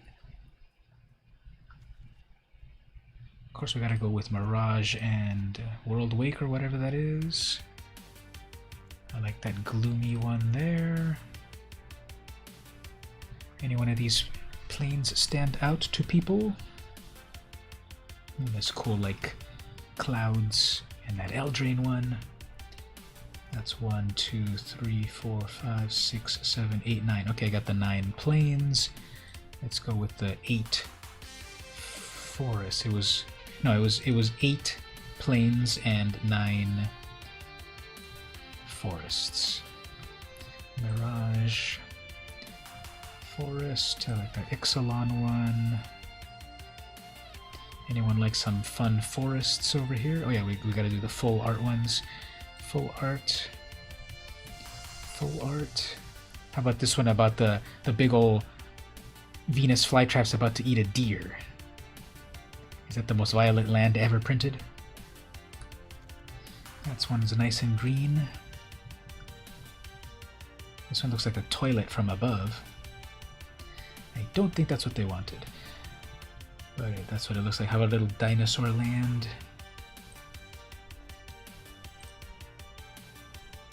Oh, this one's cool. War of the Spark. Or how about like a Stonehenge island? Or Stonehenge forest?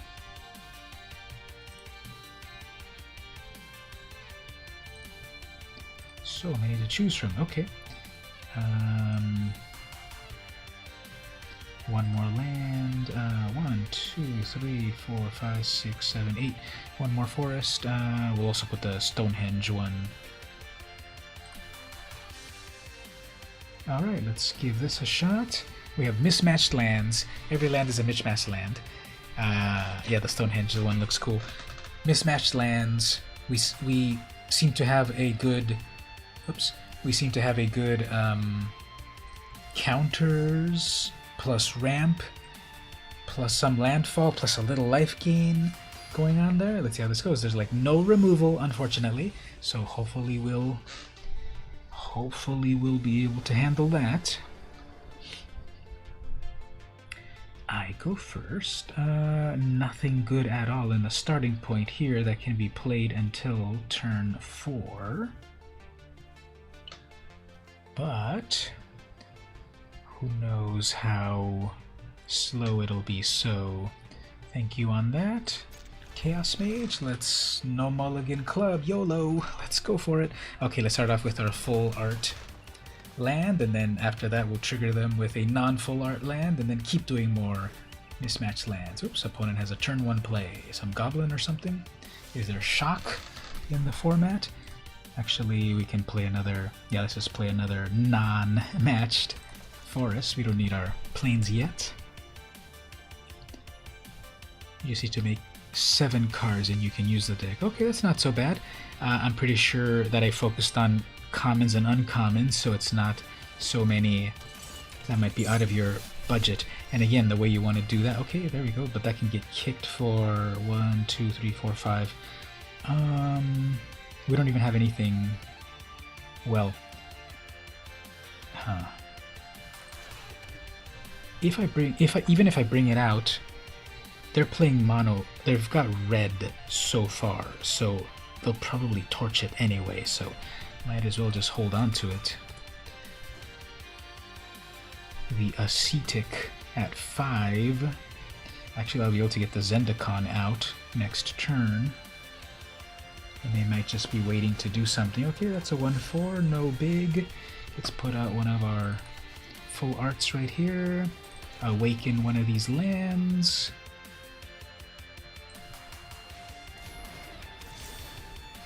Hopefully they don't have 4 damage for it, but I guess I'll get it back. After that, what I could do is 1, 2, 3, 4, 5. That'll be 5 mana already for my angel. Start vexing them with that angel. You like the graphic on the MtG Arena backdrop. Ooh, there's the Lotus Cobra. I don't think we need a Lotus Cobra because they'll just torch it. We'll come in right here with a big old 2/6. I doubt that they'll be able to kill that. Well, they could have a plummet that'll easily kill it, but we'll see. So yeah, this brand new background. It does look a little bit kind of like cartoonier or more computer generated than the other backgrounds, I think. Like, I think like the mountains over here look a little bit too smooth and not crag-like. But that's just me. Okay, so what I could do here is I'll do the Scale the Heights onto my angel to give it a 3/6. Actually, a 3/7. And then it'll be giving me 6 life at a time to get even faster to the game over screen. I just started the game right now. We're about to see if it'll hold up as soon as I... Oops, they've got a little cat, so... Did they misplay the land drops? I think they misplayed their land drop, right? But I guess that's okay. That's a 2/5 with reach. Fine. No problem, because we will scale... Actually, let me tap my things correctly, because 1, 2, 3... I don't doubt it, it'll tap my land. Okay, I can play another land. Oops, I should have played the Cobra, right? We'll do that. So we'll attack with all of this. If they block my 4/4 with their 2/5, fine. They won't block my flying double strike. You screwed up the auto tapper many times. Yep. If you don't do it the right way. I'm at 28 life already. 35 life and I win the game. So play... If I get a land, I can do the Lotus Cobra. If I get a land, I can do the Lotus Cobra, get extra mana off of that, possibly kick the colony, and make it come in as a big, fluffy 4/4. Check it out, he's totally going, grrr, I'm scary. Where mana flows, the Gnarlids will follow. Okay, they're going to plus themselves on that, sure. That's still... Sure. Double green for some reason.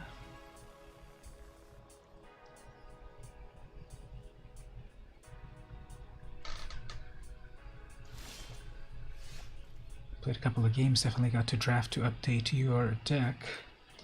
Alright, so that Stomper actually will return 2 lands. I can double Lotus Cobra. Do we want to be that fancy? 1, 2, 3, 4, 5. We'll bring it in as a big creature. 1, 2, 3, 4, 5. Sure. So tap this, right? 1, 2, 3, 4, 5.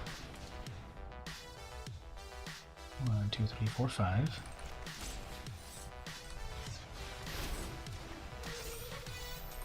Go all in with a Death Touch 1/1.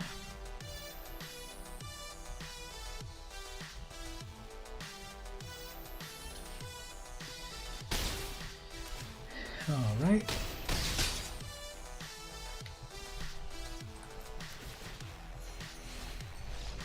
GG. So double striking 6 damage at a time really gets you to 35 life pretty fast. So that worked out perfectly. That Angel of Destiny, definitely, they had 22 life and 35 life, and then at the end, at the beginning of your end step, if you have 15 more life, then your starting life total. Each player that this attacked loses the game. So this is the card that Mark Rosewater was teasing. We're about to release a card that has the opponent automatically lose the game no matter how much life they have. And everyone was trying to think, what card is that? It was this card right here. So it's really weird because it's got life gain, double strike, but if you read it carefully, your opponent also gains life. Whenever a creature you control deals combat damage to a player, you and that player each gain that much life. So my own creature, my 4/4, was also giving them life, I guess. And anyway, I got to the life and then they lost. Okay, so we got 1 down. Let's keep this. Let's keep this winning streak going. You know, 1-0, and we got a Mischievous Chimera. Pretty cool art on that. 1 win so far.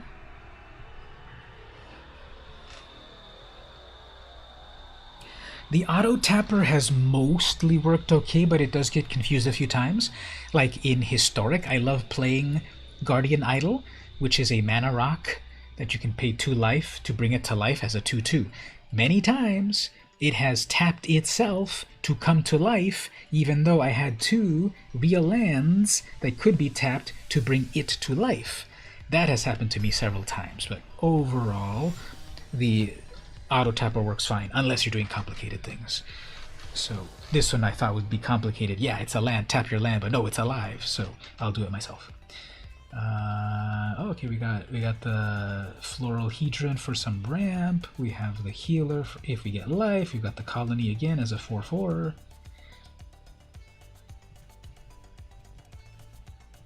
We have mismatched lands. So Bright Hammer is the opponent. They've got the little Frost Cat. They had to mulligan. They got a little Frost Cat. Let us be cordial to our opponent before we wreck them. They're playing Simic. Not Simic, they're playing Dimir. So they could have a turn 2 counterspell here for a creature. Let's see if this can get through.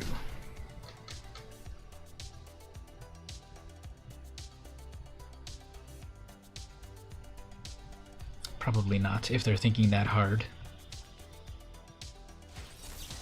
Yep, there it goes. Alright, so instead, turn 3, they have their priest, fine. Alright, so that acceleration would have been nice, but instead we'll just bring out a plain old 2/2 and then put a counter on it. And draw a card and gain a life. Actually, we want to gain the life when we've got the cat lady out. Okay, I see. The opponent got all of the removal, but I guess we'll be fine. I guess what I want to do is if they've got all the removal, I guess we're gonna have to sacrifice these for it. So 1, 2, 3, 4, 5. Still not enough. So fine. Bring out one of these. If they still have the removal, hopefully that'll get removed. And then bring out the cat lady, and the next turn put the counter on it, which draws a card, which makes a cat. That's the idea. Mind Carver, that's not good, right? Okay, they'll block. That'll be fine. Okay, this will work. Bring out Cat Lady.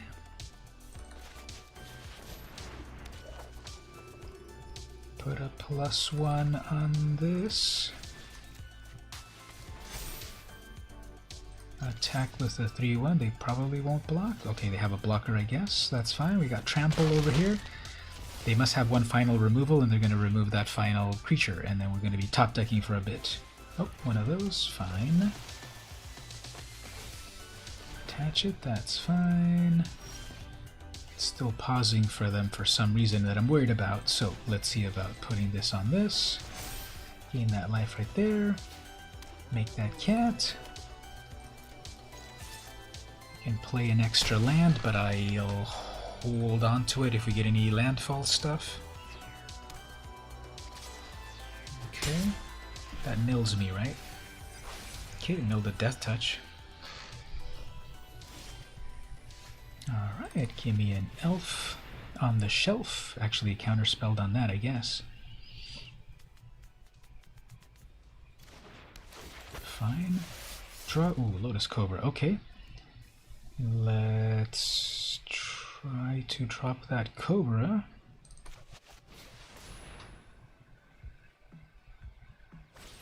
That one, definitely. Like, counter that! I guess. We're down to 10 life. And a priest. Okay, that'll gain them back a little life. And they will still attack. Sure, fine, keep milling me. Oops, that was a good card that got milled, but I have the monstrous over here. So, let's get rid of that.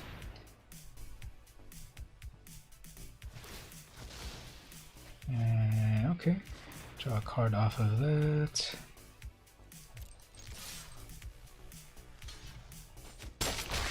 We trade. Hold on to my land drops for whatever reason. There's a brand new deck that you put in there, Epsilon. Thanks for that. Nothing to equip. Oops, they're auto-killing me on my turn. Oh, they're grasping me on my turn. Fine. Plus a mill, plus a draw. I guess my cat will have to go on in and scratch them up 7 times. Did their deck run out of gas? Okay, we can totally kick that Gnarlid. Unless they have a counterspell.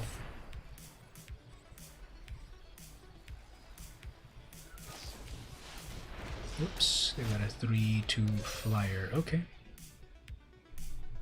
We can wait. They're gonna equip that. Plus 3, I guess. Blood price. Alright, that's gonna lose them some life. They're still gonna have their 4 mana to work with, though. You're able to craft all the decks. Nice! All the cards in the deck. Very, very, very good. So hopefully enjoy that update. Oops, they have definitely a removal, right?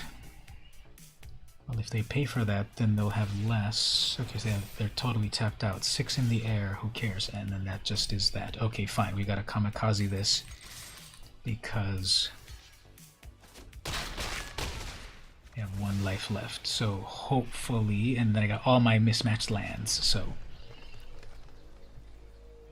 if they get 1 blocker with no lifelink, I can still make it. Okay, that's fine. They're gonna lose their own life, so good game on that. Oh no, they're gonna gain life. Never mind.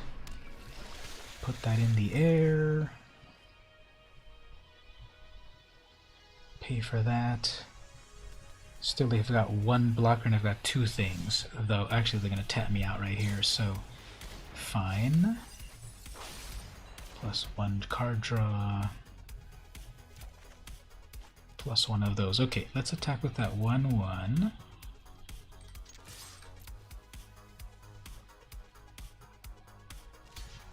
Yeah. And then gain a little life. Makes another cat. Let's see how we go with this. Okay, 1 of these. I'm gonna have 2 attackers. So they're just gonna get hit with 1 more. Down to their final 1. Oops, actually I could have life gained on that, right? Because that was a cleric. Oh well. Okay, here we go. This is the final top deck, right? That's the good game right there. Okay. Well, they held on to the final bitter end on that, and GG to the opponent. Which I forgot your name already. What was it again? Apologies, I always forget people. Brighthammer, there we go. So okay, we got up to the next level. And oh yeah, I was gonna say if people want to add me on Arena. If you haven't added me on Arena, here's my profile.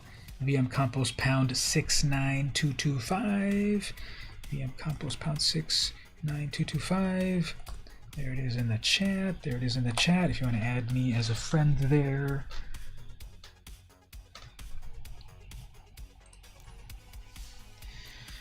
Alright, 2 wins so far. We're totally undefeated.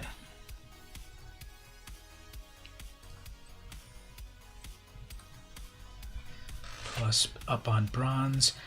Yeah, this month was pretty challenging climbing the ladder. Everyone that was here last month, remember I took how many? 3 hours to get to Mythic? This month I've been playing the ladder out on my own, and I have not been able to get out of Platinum. I've been Platinum 4, getting to 3, and then going all the way back down to Platinum 0. So I've been playing the same decks, the same Ulamog deck that got me to Mythic, but maybe in Platinum it doesn't work. And I have been kind of switching it around a little bit to other decks, and then I go up and come back down. So I don't know, maybe the algorithm is like you reached Mythic for the first time in your life and the last time in your life. You're stuck in Platinum too. What decks are you playing in there? Since the rotation, all my tier decks have rotated out. So when I play the ladder, I mostly play the tier decks. Not all of them exactly, but I was playing like from a couple of sets ago. I was playing the Uro deck, but not the one obviously with Omnath, Lotus Cobra. This was the the Autumn Burchett one from the beginning of the year. That one took me pretty far. I was also playing like on the previous rotation, a do we want that Lotus Cobra? We want it on the next turn, right? Because they've got a mountain. So instead we'll bring out the bug over here.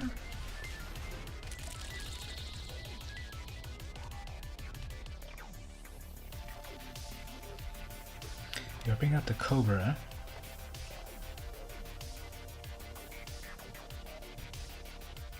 I would only have 2 in total extra mana, which would only be the Gnarlid. So I guess I'll wait a little bit on that Cobra. I'm sure it's gonna get torched. So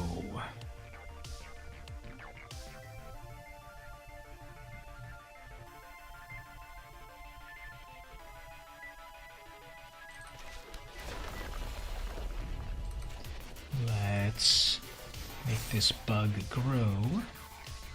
Actually, I could have put the... No, I couldn't actually, never mind. But let's put out another one of these lands. We're about to get to the Angel of Density, actually, so... Let's get that Angel out next turn, unless they counterspell it, so hopefully they tap out. I'm playing against the silver player, Julian, or Julian. What does this Umami Mystic do again? Flying, and it's also got prowess. Fine. Scry 2, then draw.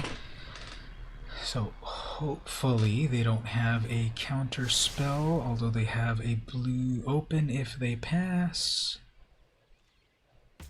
Just attacking in the air. It does seem to be pausing for them, so they probably do have the... Okay, I got the Lotus Cobra. I'm gonna try for that Angel. What do we think? Do we think they have the counter spell? They are playing Is It. You know, then it could be 99% of the chance that they have a counter spell, right? I could wait one more. Let's wait one more to be safe. Let's put out a Sacrificial Lotus Cobra, maybe?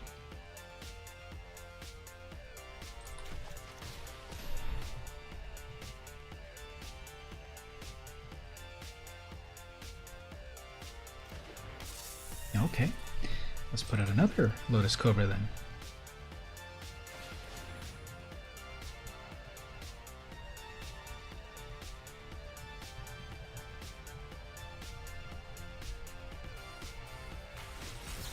There's the counter spell.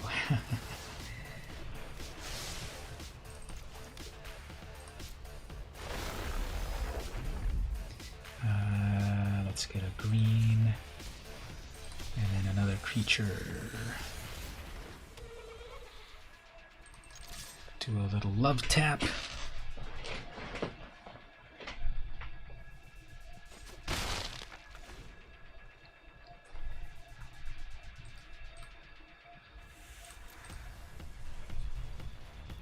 I guess if they tap out safely, I'll bring out that Angel.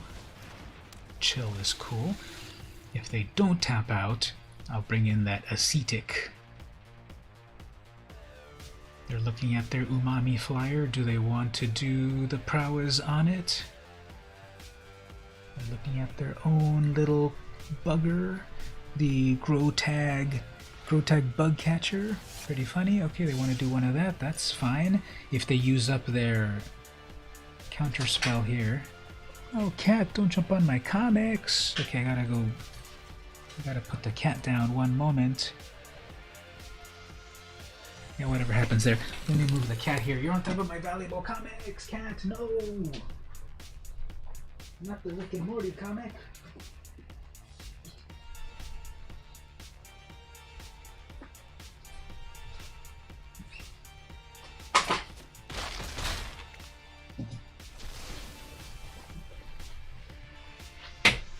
Is the opponent still thinking? What happened anyway?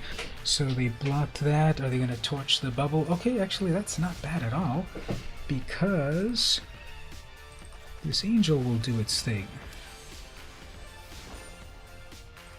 So you should have saved the bubble snare for that, although they could still have another bubble snare. So...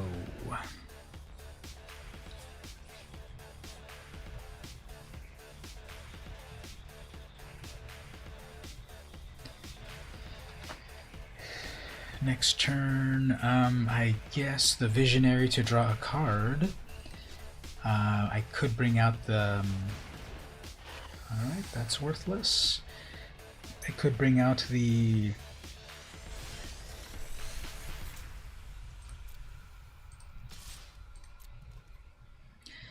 hopefully they don't read that it has double strike.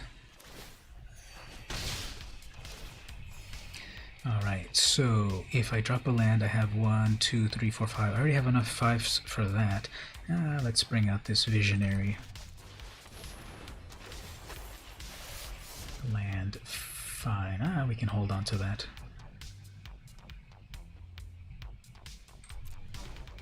So as long as we don't get bubble snared, the angel will do her thing.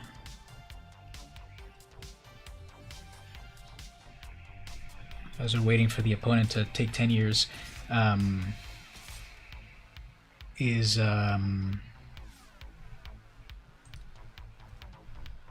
so Epsilon in the Discord, do you have the same name in the chat, or is it a different name in the chat?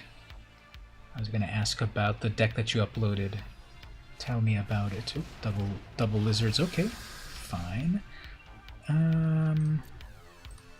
Let's keep going with these.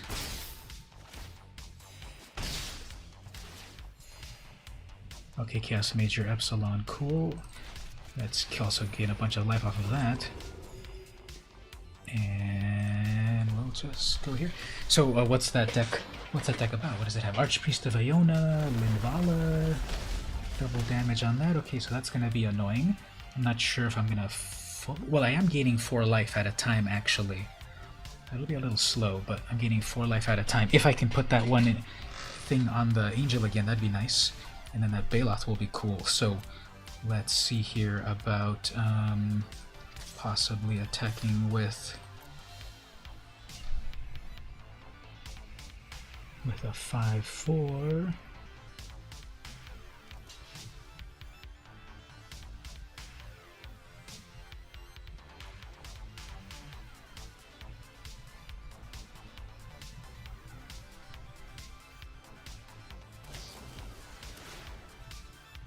It's a -4. Okay, that doesn't kill me, but... oh, that kills me. Okay. Well, that was a good idea while it lasted.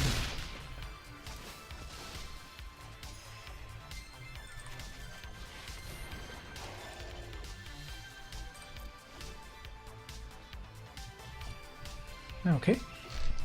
They're down to 1 card, so... let's see what we get. Well, that's gonna do its thing there.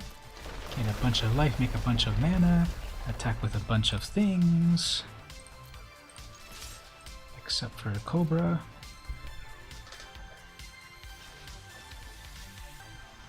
Sure, that's gonna chill it. Don't tell me they have 1 final... okay, double block on that, that's fine.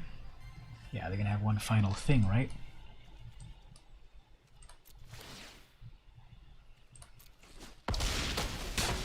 No, okay. Well, they got double of those. That's gonna be 6 damage plus a land drop.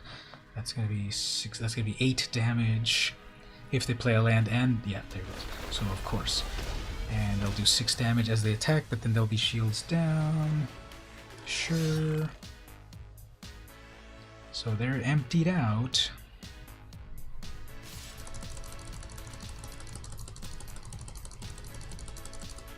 What deck you want to craft? Wonder if you can try. Yeah, I'll load it up in a bit.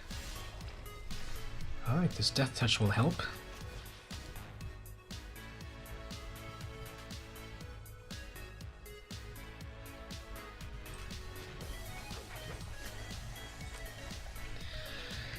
This is going to be a top deck war for a moment.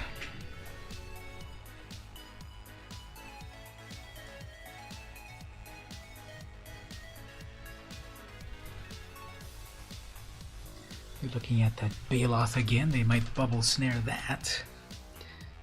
Or go for the Blade. Plus they're looking at themselves. That'll be a pump creature, which is fine. I would rather block the Lagak lizard thing.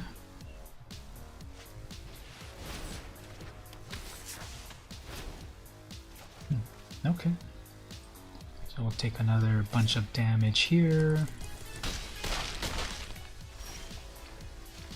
I can bring in a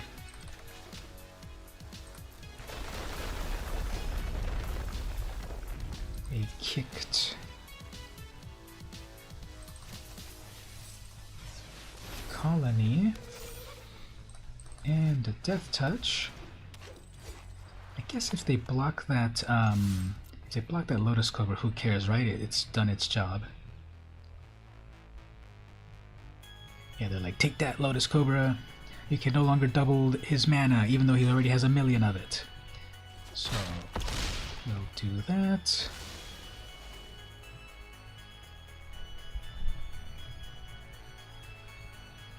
Got the 4/4 with trample. Hellion, okay, that's useful. That is a 4/5. Plus a double on that. Very nice. You can attack with something and do the plus how much? +2.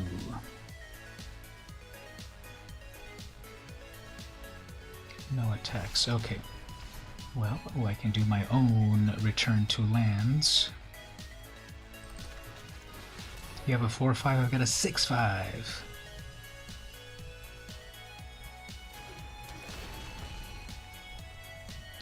Bring back a couple of tapped lands.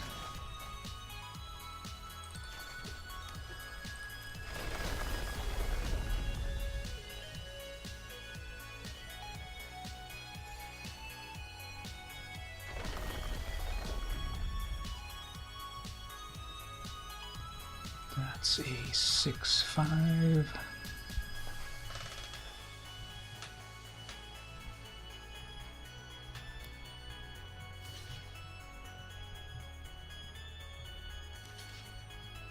Triple block that, fine. I know that'll keep getting bigger, but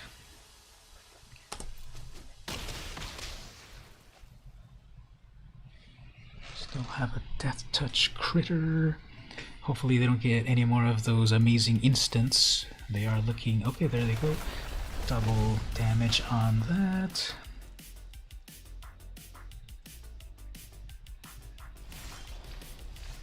One of those. That's got some kick ability, right?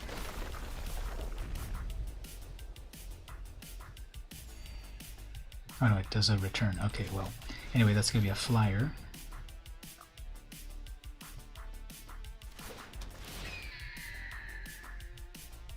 It says you may return, decline. Alright, so attack with the 6/5 and the 4/4. They'll probably do some double blocks.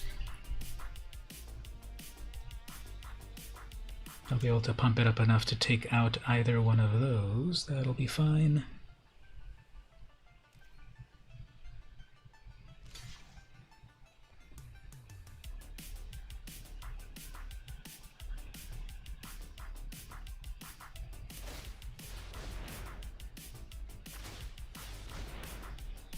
Did they run out of mana? Oh no, it's a 6/5. I was gonna say, did they run out of mana? I thought it was a 6/6 for a moment.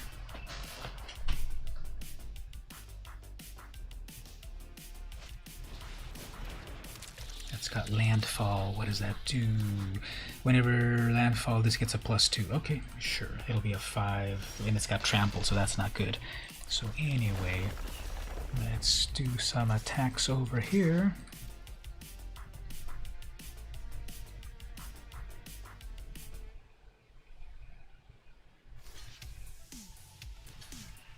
Double blocks. You have 2 creatures left. If they do a land drop, that's big, but I guess it doesn't really matter.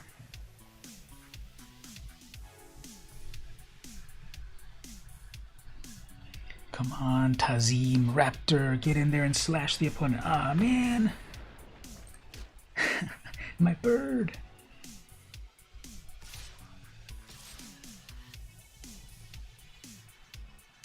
Six damage in total. If I attack, they're down to 2 life. 6 damage in total. Ah, fine.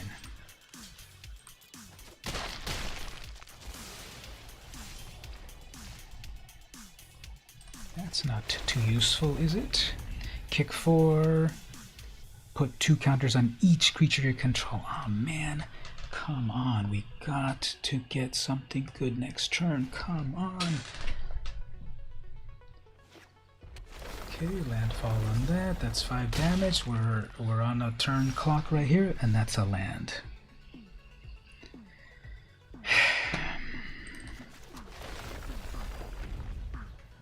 If they don't get a land next turn, we have one possible. Search up to 2 basic lands, put them onto the battlefield. That'll give me, if I play that as a kick spell, it'll give me 2 land triggers. So even if they drop 1 land and that becomes 5, I still have 2 life off of that. If they don't get a land, and even if they get a regular creature, they come in at me 3, I've got 2 life left. Wait for 1 more turn to maybe pull something, put counters on it.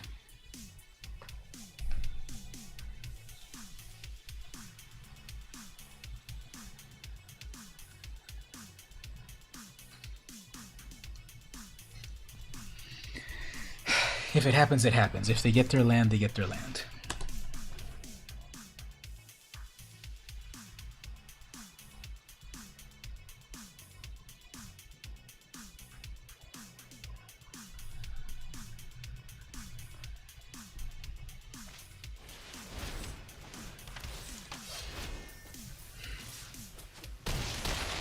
Fine. Top deck a haste creature. You can only do magic redeem 1 time. No, you should be able to redeem more than 1. If you're talking about redeeming, if you're talking about redeeming my points in my stream, I believe 10 is the maximum. But if you're talking about redeeming, you know, the play Zendikar, that one is 1 at a time. But my points, there's a limit of 10 of them.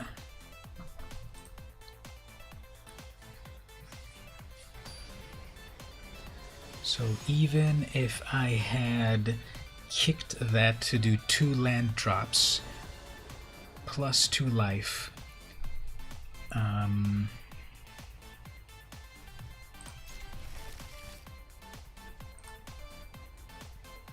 they probably would have still... There you go, there's your redemption. They probably still would have had that top deck haste creature that they could have kicked. Okay, as for here, only 10. Is it 10 up for each 10 time? I believe it's 10 in total. I believe in the... Got another Gnarlid. Are we going to get counterspelled here?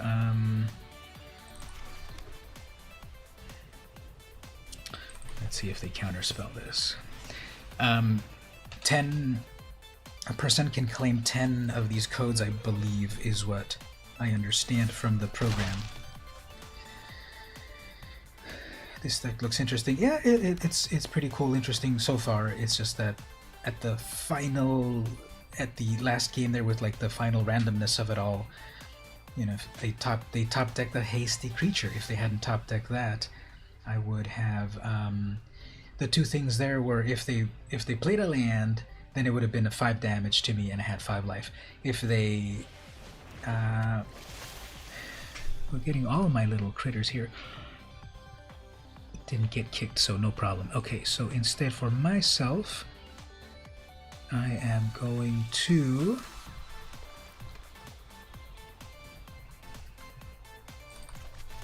make this big.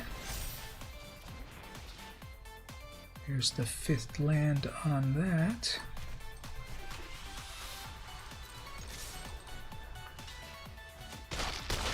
Okay.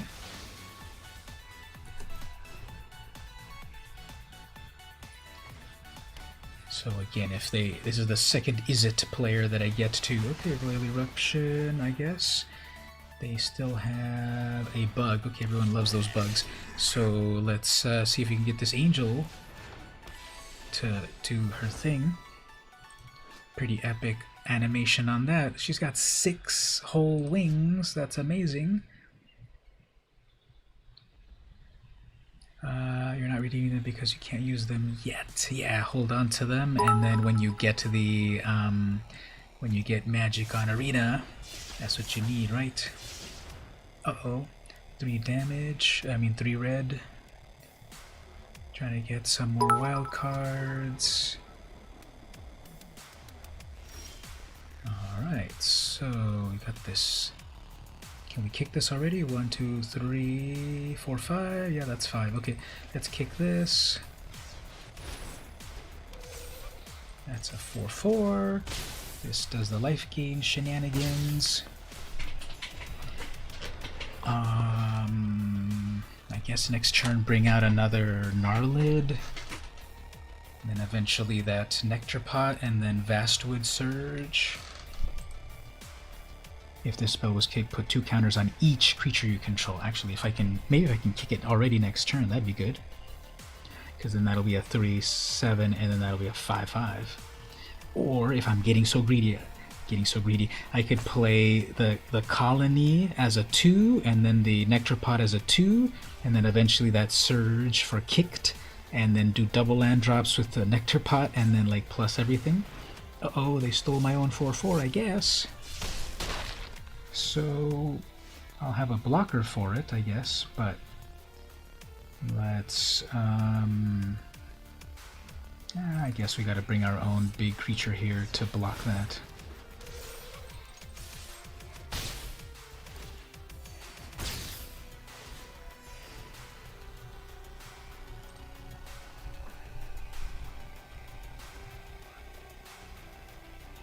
Or am I at a stalemate here trying to do these attacks? Maybe I should hold on to the I guess I should be holding on to my double striker, so that's not actually helping. Let's bring out this mage. There is a land for that. There's a land for that. I guess I gotta hold back, right? It's not just directly attack. What are the odds of someone getting 2 of those dominations?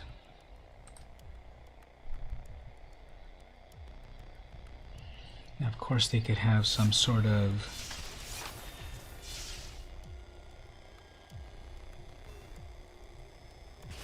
actually, what they should have done is done damage to my angel, and then when they attacked, my angel would have been killed, but I guess that's a thing you can do.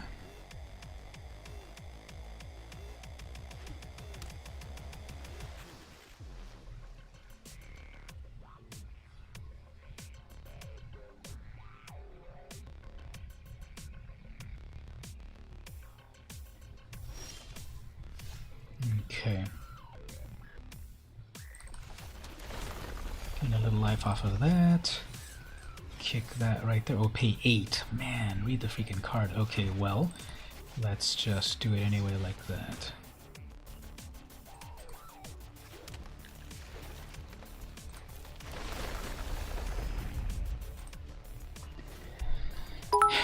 Okay, let's see how that goes on that. You got a Parcel Beast. It's an elemental beast. Parcel Beast is actually a very good card because when you mutate it, it does a lot of good things.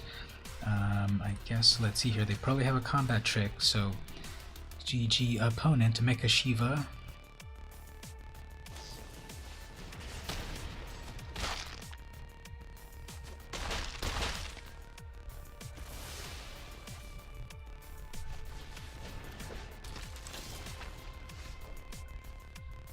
Alright, let's tap this just right because 1, 2, 3, 4.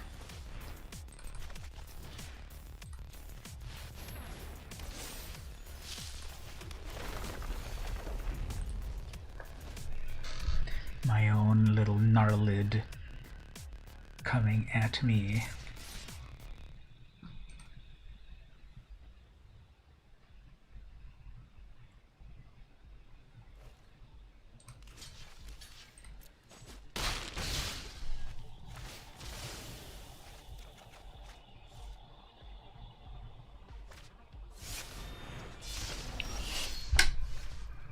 Alright, the opponent needed everything that they needed, so GG on that.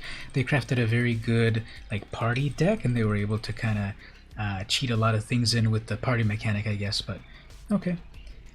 This is the second Is-It player that my deck couldn't quite handle, so let's see if the algorithm doesn't pair me up against another Is-It player. Let's see if we can get another perhaps more fair. So Congo 1 2 3, no, not Congo, that's not how you read that, that's Pengo. Pengo 1 2 3 is the opponent.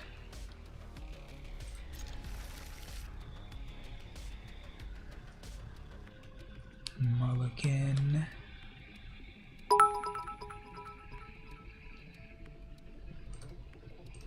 We got the fire cat. That was like the very first pet, but it's so passe now that we've had so many other fun pets.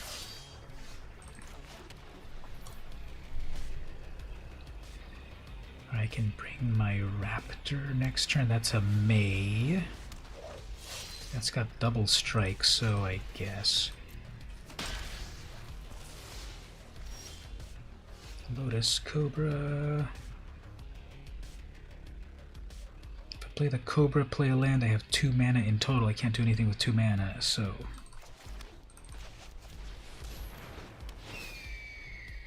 I can actually bounce that back. No.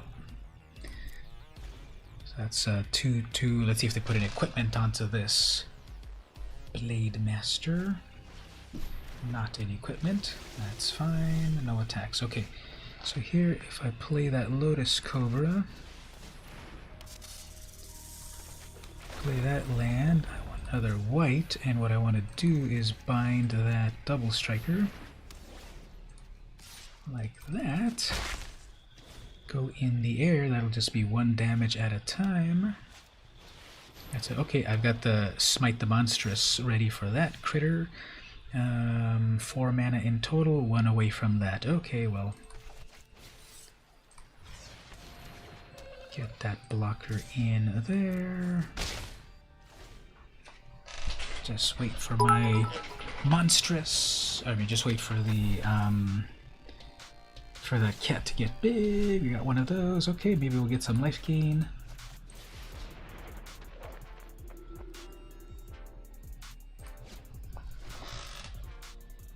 That ascetic will give me life gain if we can just get it to get a land. That's a land, okay. Drop that there. Don't really need the extra mana, but I'll take it. We have 1 blue open. Let's see if this ascetic lives. It does, okay. So we get a life, we get a cat.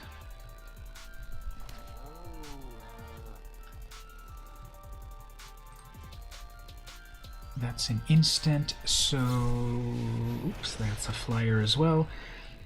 If they play a land, okay, so that's ready for monstrous. Used to know katakana and hiragana alphabet, but you would need to study it again to remember it. Yeah, I took a class myself at Southwestern College a long time ago, and it was very useful in remembering. Oh man, we got their counter spell.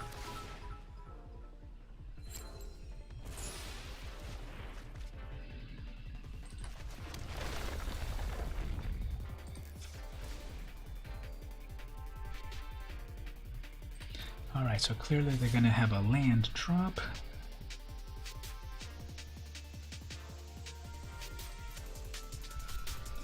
Clearly they're going to have a land drop. That's already going to be out of my range of my ascetic. You're going to chill it down. Fine. That's 5 damage in the air. Probably... oh, that's a That's a good one. 5 damage. Can I take care of 5? 1, 2, 3, 4, 5. Fine. Guess the Cobra has done its thing.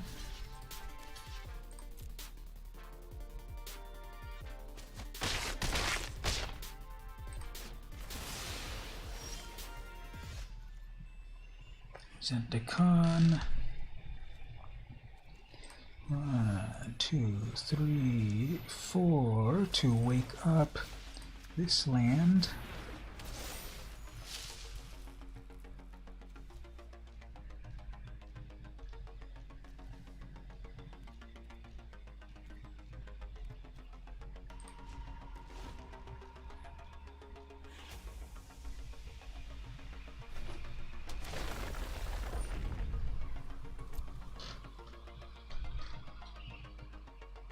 So landfall is definitely OP.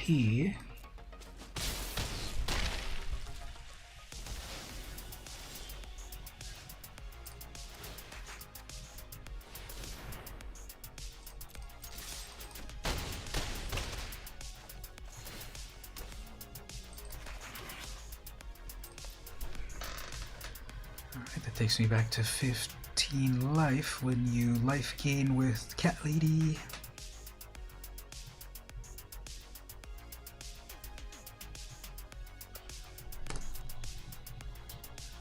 Passing, okay. Cobra.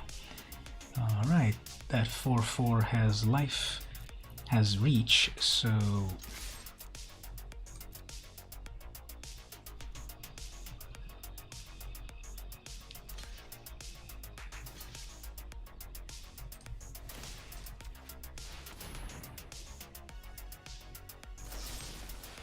fake.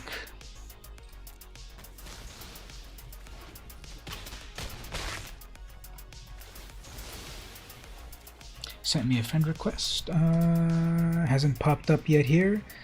It's VM Campos pound. Don't forget the pound sign and all of those numbers. Pound sign 69225. Right, so they have 4 life. I have 1 cat. They have no blockers. They're gonna swing in, I guess, with a 3-3.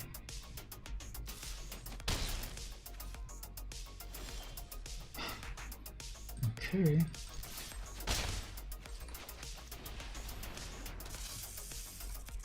I have 2 attackers. Alright, well, we gotta kamikaze this. Snakes and cats versus a serpent. 2 life on that. Alright, what are we... they're top decking nothing. I'm sure they're gonna top deck something, as well we might.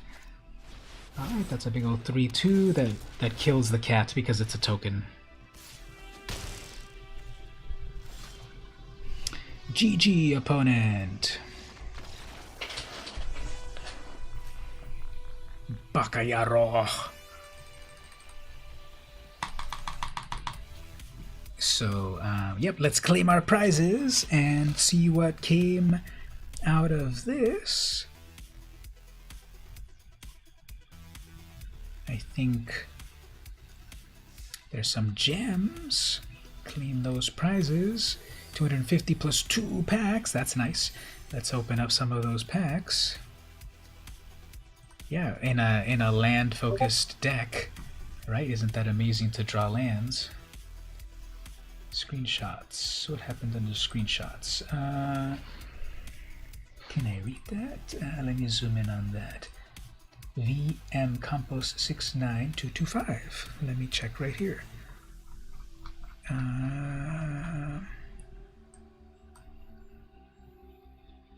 VM Campos pound 69225. Let me confirm. I'm pretty sure that's my code, right? I just showed it here, and I thought I had it memorized. 69225. VM Campos 69225.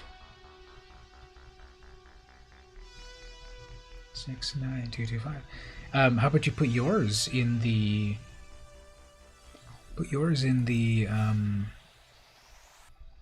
chat, and I'll connect that way. Anyway, let's open up some boosters right here. We We have 3 of Zendikar, so let's open up some Zendikar boosters.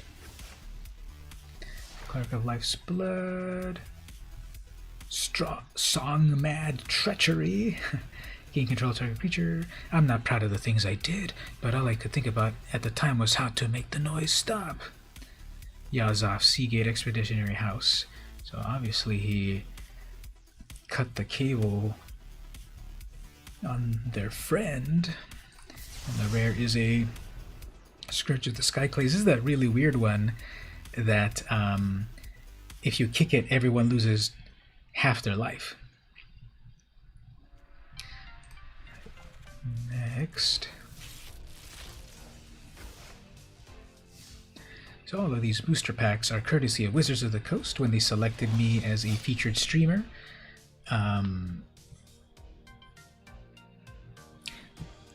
They gave me some booster packs. So Akiri, Fearless Voyager, 3 mana. Isn't she the one that got killed by Nahiri? Spoiler alert. Whenever you attack or a player... Oh yeah, this is the one that you can detach equipment to do amazing stuff. Alright, let me add you there. One moment. Let me open one more. Yeah, I'm liking these polls. Let me open one more, and then I'll add you as a friend there. Ooh, this is the one, the art that I love. Wiley Beckert. So, kill a creature... No, return a creature. And then we've got the Mythic Rare, Wild Card, nice. Okay, let me go to here, and then we go to the plus a friend, and I don't believe capitalization matters, but I'll copy it as is. Copy, paste, and send. So check your own. Check your own. It's not appearing here. Unknown error, unexpected error, request timeout. That's weird. Is like the friend request system not working at the moment? Imagine max pound 25754. That friendship system might not be working, so we'll get. Oh, there we go. Approve. There we go. Approve. I know that a couple of times when people have tried to connect and I did approve, it still comes out like a weird error, but then you cancel it for a moment and then it does behave. It's kind of weird. But let's open up some of these boosters and then play a few other things as well. Ooh, look at all those wild cards. And then here, Galia is cool. Atris. Double Hactos. What the Hactos? Okay, let's open 10 more. I could get used to this, opening so many wild cards, but this is, again, courtesy of Wizards of the Coast. There's the Kraken. Release the Kraken, and every time you draw a card, it gets bigger and bigger. So, did that approve right there? Yeah, there you are right there. We can do amazing stuff like saying, hey, right there. So you can even chat inside the game. Amazing. Nylea's Intervention. Kunaros is cool. I want to make a Kunaros Brawl deck. Maybe. And we'll do the final 10 here on Theros. Remember that old vintage set, Theros Beyond Death? Wow, more wild cards. I still can't believe it. How many mythics do I have? Just 7. Most of them I earned myself from playing regularly, but these final ones I'm earning them from the Wizards of the Coast sponsorship. So there we go.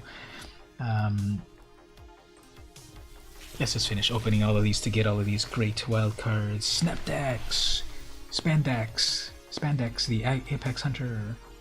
There's a Triumph. There's Lutri, so cute, so powerful, so banned. Sea Dasher, Octopus. Vadrock. So all of those mutate creatures are amazing. Oops, that was a bug. Yorion, that one definitely wrecks people. This is the saddest magic card ever right here. Offspring's Revenge. All they found in the hunter's camp were tiny paw prints and lots of blood. As you see in the back there, the grown-up cat got killed by some mean old hunter, and then the offspring's out for revenge. You know, I can't take that little cat seriously. It's got a cute little mohawk, and its little face is so cute. but apparently they found the only thing they found in the hunters' camps were paw prints, tiny paw prints, and lots of blood. That Song of Creation, people are trying to make that work so hard. Shark Typhoon, that one's destroying the metagame. And then Ikoria. Another companion. Luminous Broodmoth is amazing. Labyrinth Raptor. And now we'll move over to Core 21. Let's see what we can pull in Core 21. Okay, so I saw someone do an amazing combo with this. It's not legal in Brawl, but Runed Halo. As Runed Halo enters, choose a card name. You have protection from the chosen card name, so that means it cannot damage you. Someone did this card to me, against me, and I thought, okay, they're gonna lock down my best creature. They chose Command the Dreadhorde, which is the card that they can play to steal as many creatures as they want out of your graveyard, and you get damage, and you get damaged by the mana cost. So, Runed Halo, targeting Command the Dreadhorde, lets you play Command the Dreadhorde and steal everything out of the graveyard, both graveyards, and not get damaged at all. Now, the graveyards weren't that impressive when we were playing, but if the graveyards were full, that is an amazing combo where you can steal everything out of the graveyard and you take no damage. That is a lot of wild cards. Thanks to Wizards of the Coast for the sponsorship on Friday, and they gave me all of these booster packs. So I appreciate that, plus 10,000 gems. So I had 1,000 gems before that, and then they gave me 10,000. And then I had like one of each wild card, and then now I've got a few more. Ooh, I got another Liliana, I like that card. There's a card that you would think this is never going to work, but people play this card all the time. Fire Emancipation's amazing with my dragon deck. Triple the damage of everything that's red.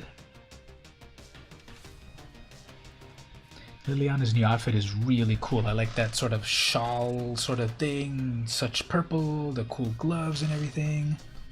You have two of those Halo cards.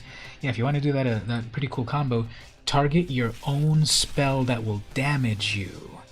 So, ooh, there's a Teferi. My first one. So, target your own card that does your own damage, and you can do some shenanigans. And now let's move over to the Zendikar cards.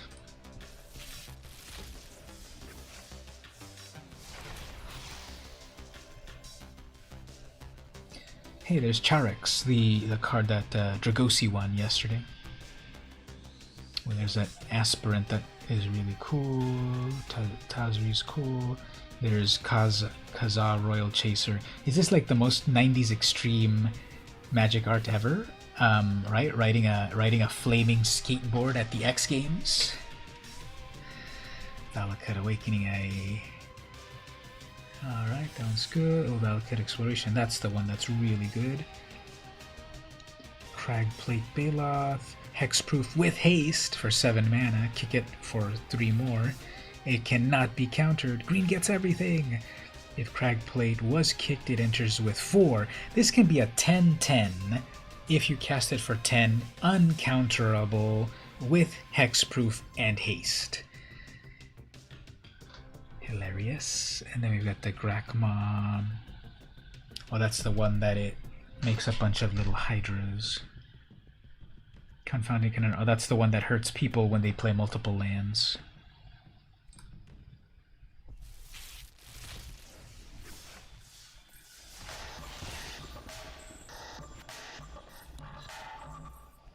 Legion Angel Flying. When it enters, you may reveal a card named Legion. Oh, you have to have multiple of these for stuff to happen. Seagate Stormcaller Mythic 2/1. When she enters, copy the next instant or sorcery with CMC 2 or less. If it was kicked instead, copy it twice. Alright, so if you pay 4, 5, 6, 7, if you pay 7 mana, you get to duplicate your next small spell. Sure. Agadima's Awakening. Command the Dreadhorde is from War of the Spark. Yep, War of the Spark. Liliana's on the card, and she's like calling all of the Eternals out of the graveyard and stuff. Nimble Trap Finder. Let's open the last 10 individually, lovingly. There's that beautiful Moss Pit skeleton. We've got the Kenyan Jerboa. I believe, out of curiosity here, Jerboa, I believe, has an alternative spelling in the real world. Jerboa. Jerboa. Oh, it is a real Jerboa. I thought this was an alternate spelling. Actually, these right here, the ones in real life, have even longer legs. Yeah, this is fake. Check out the one on Arena. The one on Arena has tiny, cute legs and big ears, but then the one in real life has huge legs.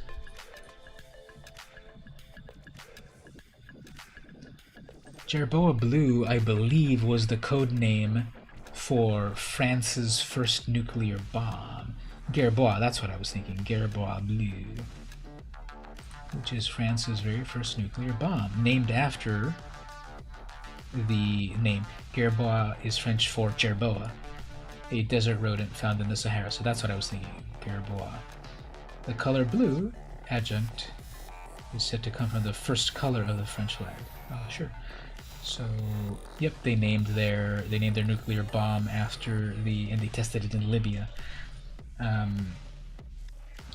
Colonization is a hell of a thing. So, oh, never mind. I'm reading. Oh yeah, they did the test there, in the middle of the desert, and this was the explosion. Anyway, so that's what I thought of right away when I saw the Jerboa. Like, hey, isn't that the name of that one nuclear bomb?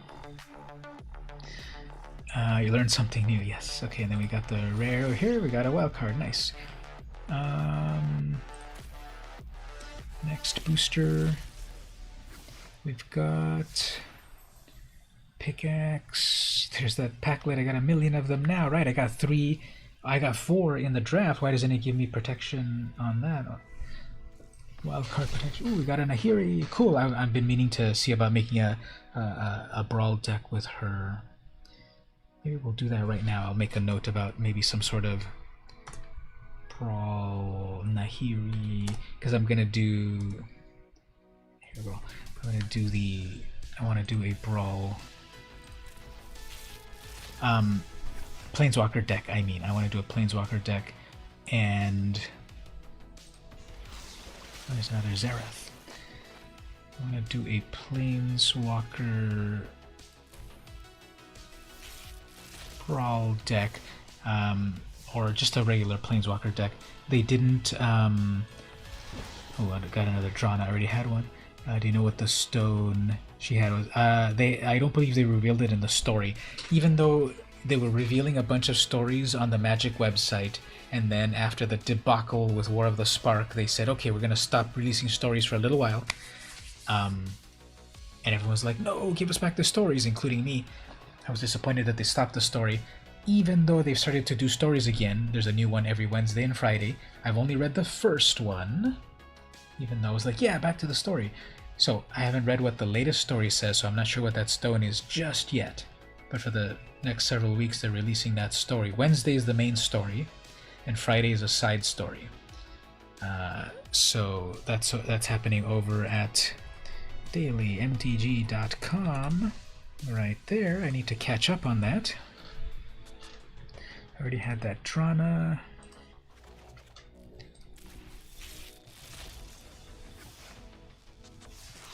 Another Pit, Rabbit Bite, Clearwater Pathway, the brand new Flip Lands. I need to remember to use those in my new decks. Yeah, in the very first story, no spoilers, but it was Nahiri plus Nissa exploring a cave together. So that's as far as I've read so far on that story.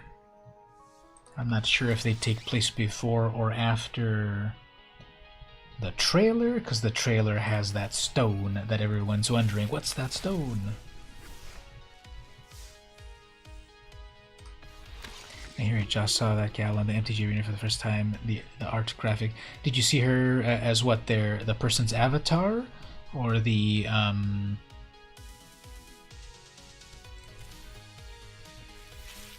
or the thing? Oh, didn't I say I was gonna look at Epsilon's deck? Let me pull that up too. Decks. And you love the stories. You own 3 books from the Time Spiral. Very nice. I would have the time to read them, definitely. I'm not sure why I just haven't found the time for it.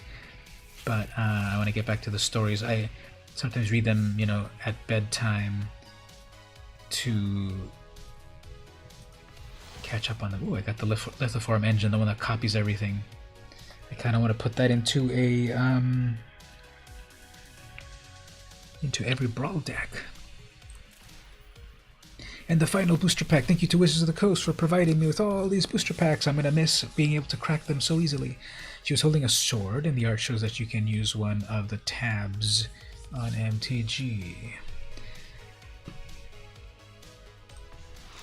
And then another pathway. Cool. Okay, so got a bunch of new cards. I have at the moment 513% vault progress. I have 13 mythics, 28 rares. What? 112 uncommons and 45 commons. Again, Wizards of the Coast. Thanks so much on that. Alright, let me copy that deck. I need to clean out my decks here. I think I'm already almost maxed out. So let me import that.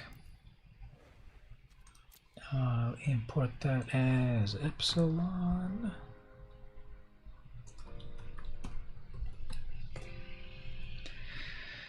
This is missing 1 uncommon, 18 rares, and 1 mythic. I don't think I'll fully be able to craft this deck.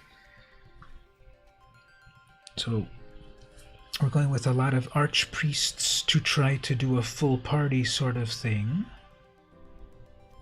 So we got a wizard to lock down their stuff from out of the hand. The aspirant, I love that one. Hallow Blade, Warrior discard to give this indestructible. In theory, I like this card, but I never get it to work right. They need to do an album for each set on Arena so you can look at the set as you get the cards. You mean like here in Arena that you can browse through it like it is an album? Because you could go over here to the filters and then just tell it only show me Zendikar. Is that what you mean by that? Yeah, you can go in here and say just only show me Eldraine, you know, collected or not, and you can browse it this way. I'd rather, of course, browse them as a real album like one of these that I have over here. Take out the card and look at it and marvel at it, but the closest thing is like this. Alright, so as I was saying, I see a lot of people kind of run this card very well, but not myself, because you have to discard. Do we have other things that works with that discard? Skyclave, so either a land, not like a real album. They need to do an album for each. But what do you mean, like that they would sell, or that they would have some sort of like pre-printed collection of whatever the set was? They used to do it like 2 years ago. Or maybe I'm not getting it. Because here, back in the old days of Dominaria, when you got the bundle, they would have this little book. They stopped these.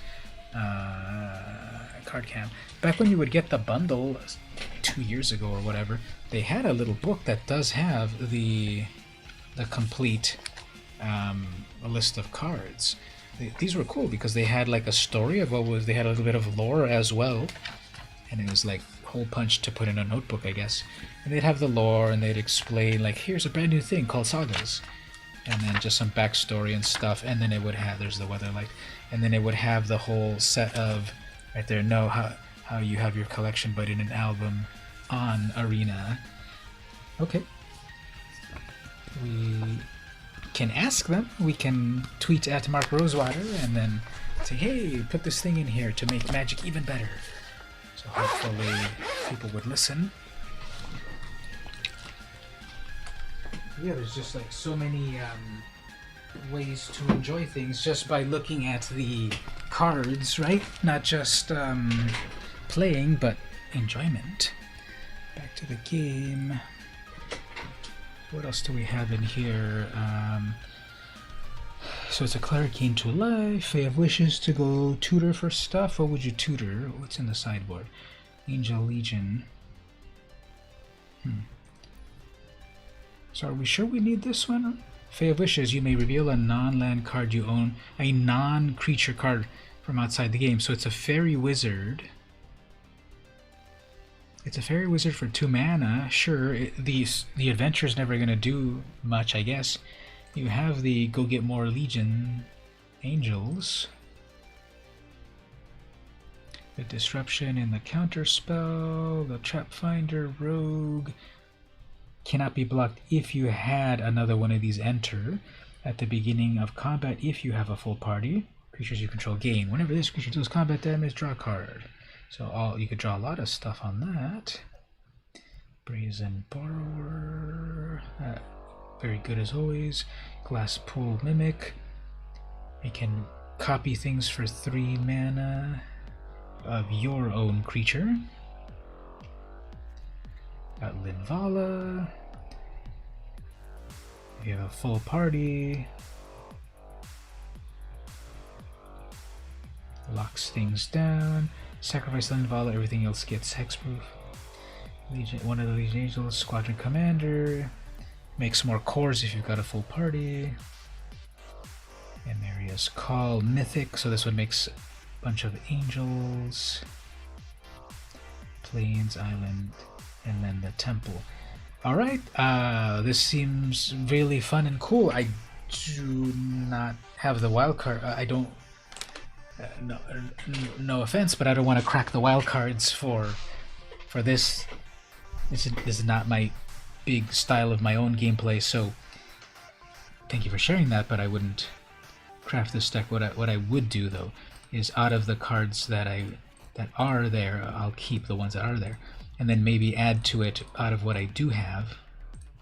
And that might be fun to try to play this deck a little bit out of cards that I do have existent. Just for fun over here. Did I ever get the Azorius? I never got the Azorius one, so we'll be ironic when we put Rakdos. So that's 44. I need to still put in.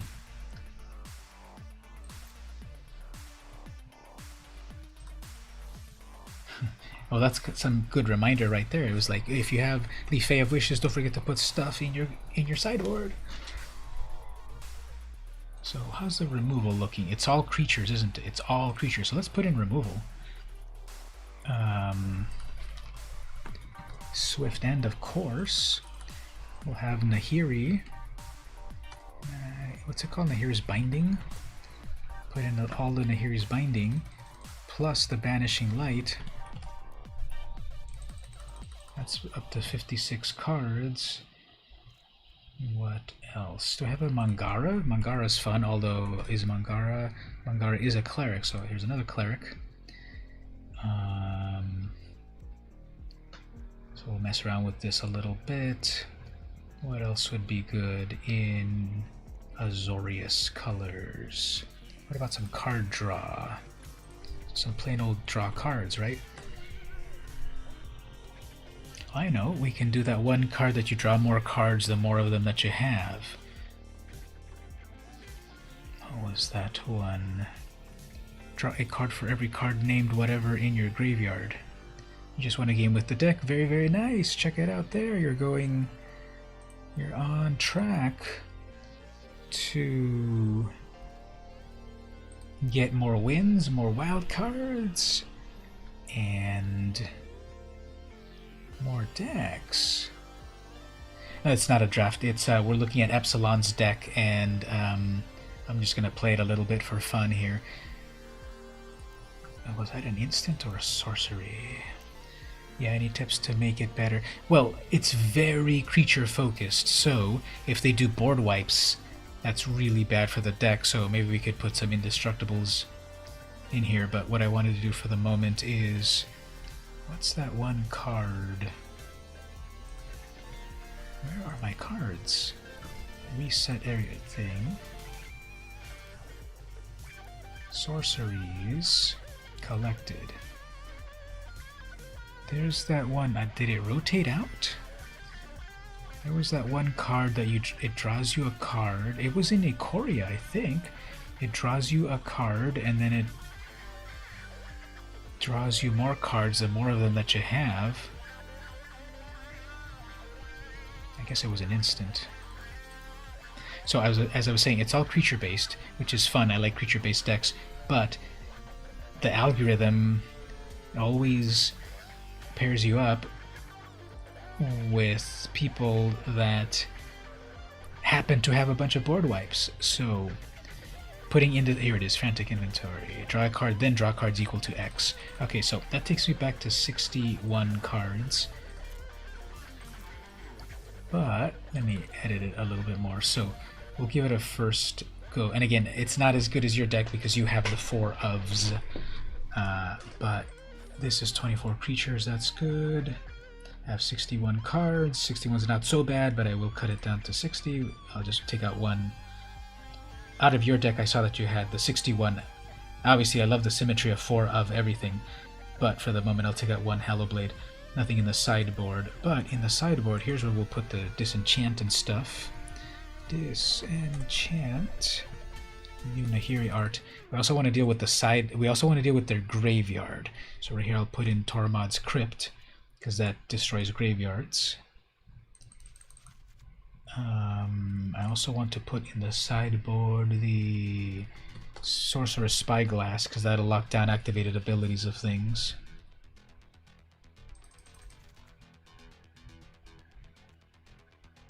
I want to play a little bit more to see what else. Nahiri's Binding is taking care of the... So definitely put Nahiri's Binding in there. That is going to enchant a creature or planeswalker, and then they cannot attack or block, and its activated abilities cannot be activated. So that'll lock down a lot of that. Though, things like Landfall still work, and so if you put Heliod's Punishment on a landfall creature, that will stop its landfall ability for 4 turns. So Heliod's Punishment is not a permanent removal of the thing, but you get 4 turns here. That locks down their landfall ability. So I'll put those in the sideboard. I think we'll do that. So Tormod's Crypt to deal with the graveyard, which is all of those escape mechanics, Uro, returning stuff with Golgari. Disenchant to destroy an artifact or enchantment. So what's all of these great artifacts and enchantments that exist, right? Ambercleave and any enchantment-based thing that continuously draws them cards. Heliod's Punishment to lock down a creature with landfall. And Sorcerer's Spyglass to look at their hand, lock down any activated ability like of a planeswalker. So if they're doing Super Friends with 10,000 planeswalkers, having only the Nahiri's Binding is not going to be enough. So also with the Spyglass, that'll stop their abilities. Plus it'll also stop a land if it has a utility ability, an activated ability, but not a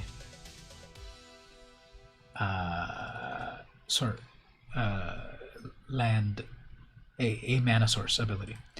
So there's a version of that. Let's take it for a spin. Actually, let me put it back into the... Again, it's not as good as yours because you just got an Alpine Houndmaster. I love that card. It lets you... It lets you do what they call Paw Blade.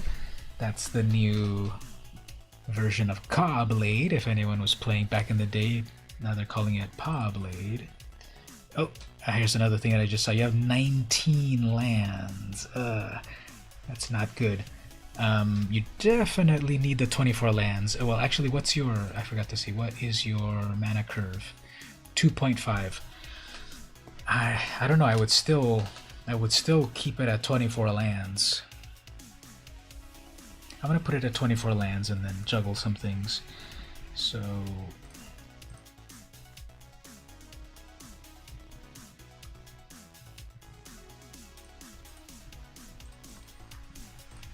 For example, yes, the Hallow Blade is cool, but I just don't trust it myself.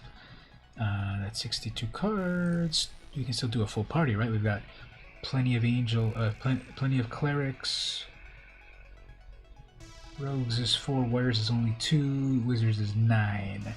Okay, maybe we can swap out a couple of wizards for more warriors to guarantee party.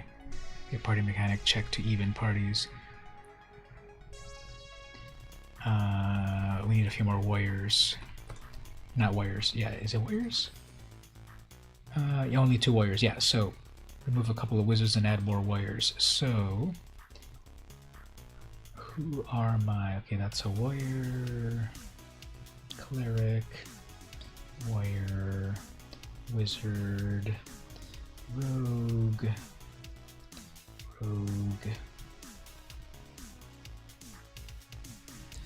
wizard. The Fae, yeah, the Fae will, now that we've got more non-creature stuff, well, everything's non-creature in the sideboard, now the Fae of Wishes can go get something. Cleric, Aspirant, Magistrate. So, Magistrate is great once you know that your opponent is doing a lot of playing from outside of the hand. This is more of a sideboard card.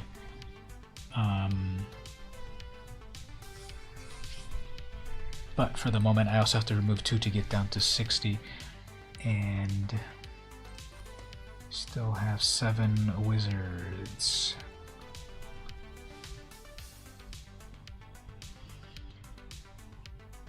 Emari is cool as a big flashy thing.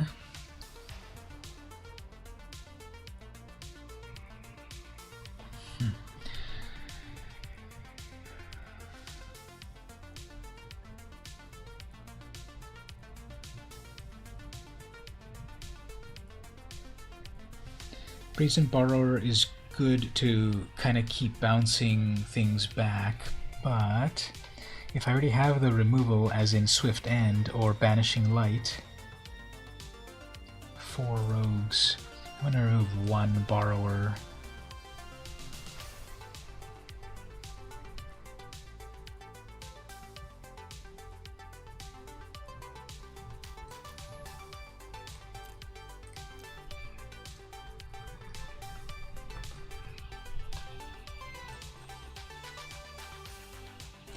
I need a few more warriors. Seagate Banneret, it's a 1 mana 1/2, and then later pay 5 to get everything +1. That'll up your warrior count as well.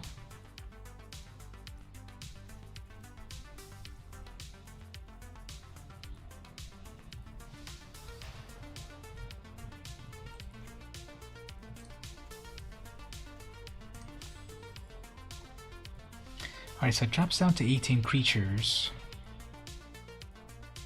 18 non-creatures. Non-creatures are instants. 1 sorcery, 8 enchantments. What are the enchantments again?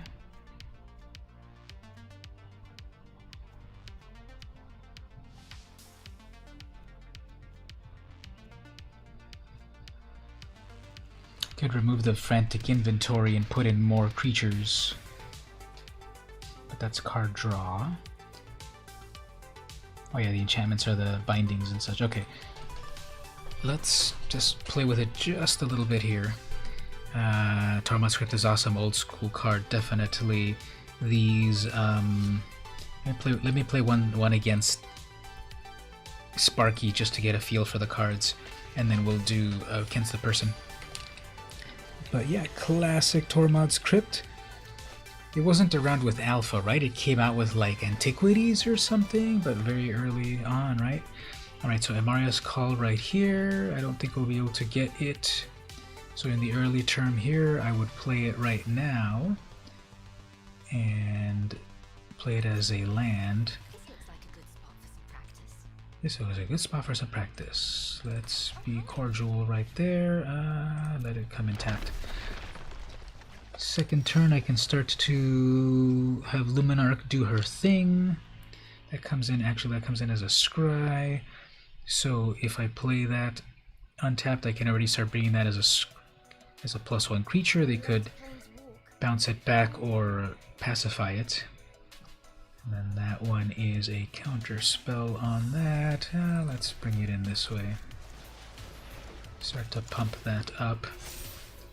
So what are they playing? Blue plus blue.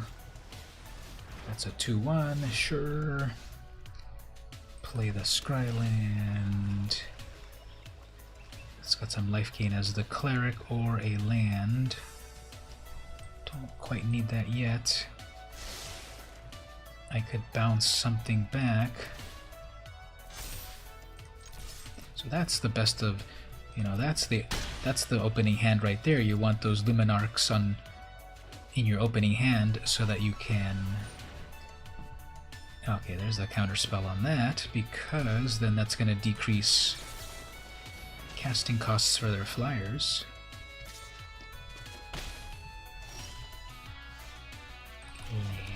And keep attacking as a 4/4.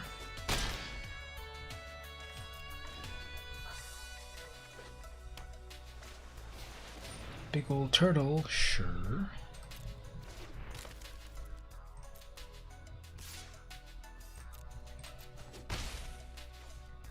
Draw a card off of that. Bounce the turtle back. I always forget that I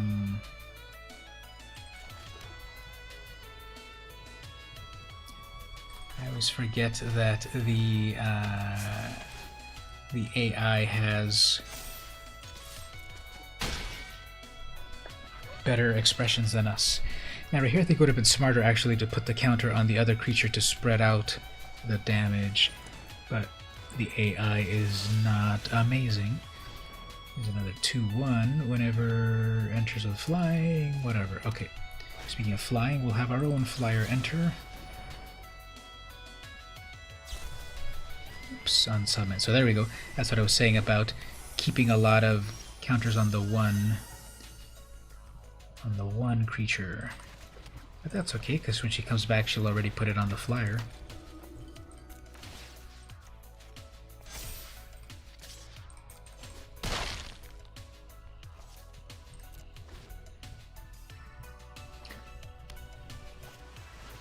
So obviously this is not a good sample of what this deck can really do, but that's tricky.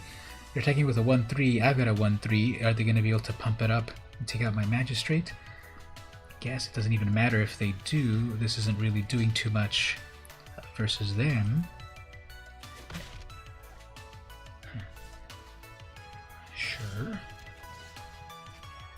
Got another bounce back. Okay, unless they can bounce back that Borrower, that's GG.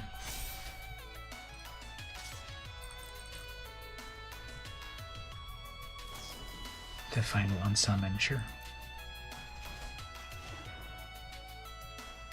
Fine, next turn I'll bring it back in, and there it is. So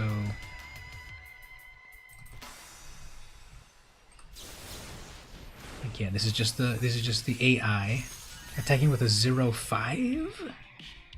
Are you sure about that?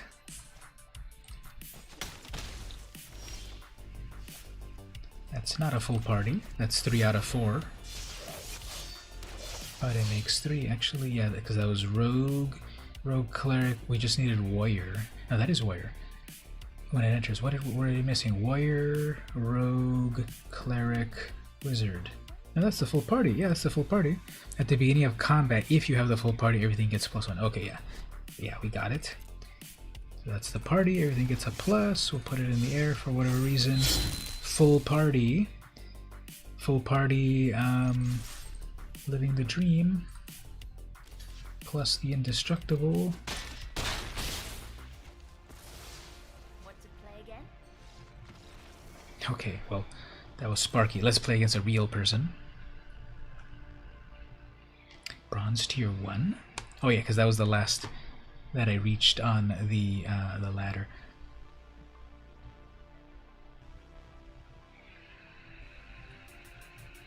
So out of curiosity, what time zone is it for everyone at the moment? We've got a few new people, right? Chaos Mage, have you visited before the stream? And I know Imagine Max is new this time.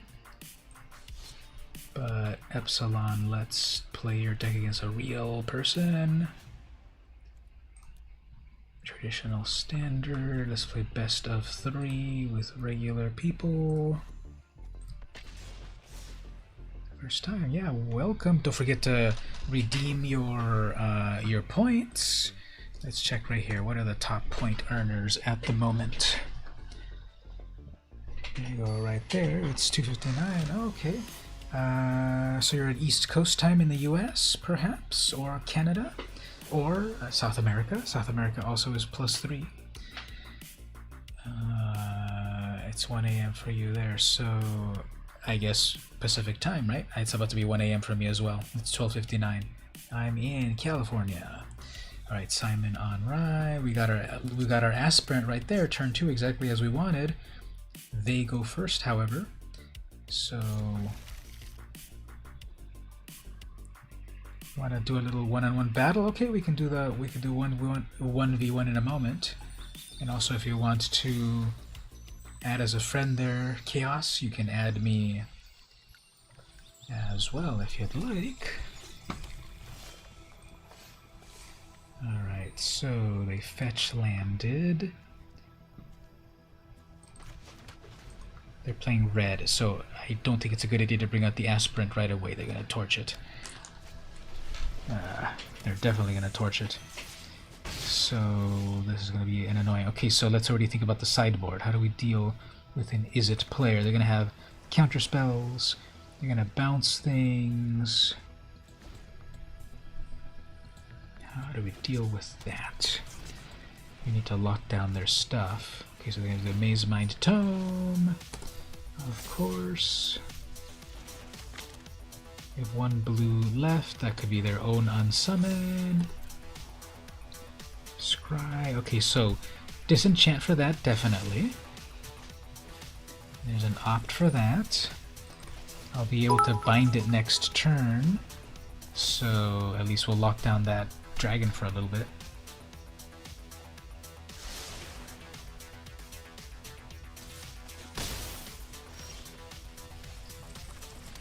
Alright, let's lock that down. Fae of Wishes. Fae of Wishes I can go get the disenchant right away, actually. Do we want to spend the whole turn to get a disenchant? Probably, right? Because they are using it effectively. And they're tapped. Okay, so most likely they just have an opt. Let's go... Yeah, it's a cool little dragon. It's like doing gang signs or something, right? Anyway, let's go Fae of Wishes to go get a disenchant. Oh, they have a negate for... They had a negate? Did they have 2 mana open? I didn't even notice that. I swear, like, sometimes the tapping of these lands is not visible, so yeah, I walked into it. Fine, I guess. It's still not going to work for us, because if I go get it right now, they have plenty of mana right now for next turn to pay it and draw anyway, so fine. Let's instead... Well, I can banish it right now. I can banish it right now, or I can banish the dragon. Yeah, I'll probably banish the dragon. And I have the aspirant. I could start to bring out the aspirant. They haven't really used any removal spells yet. I could bounce something back.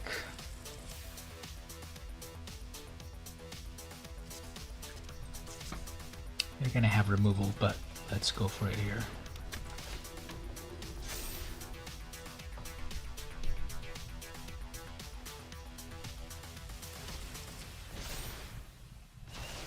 Okay. They still have Grixis colors. They have not played a land yet. They're digging with an opt. That dragon is just hanging out there as a 5/5. That's enough for a murder or a rider. Oh, Grasp of Darkness. If they hadn't top decked that land, we would have had it. Alright, so instead what we will do is, what do we want to get anything out of the sideboard? The sideboard is Disenchant, Tormod's Crypt. What else did I put in there?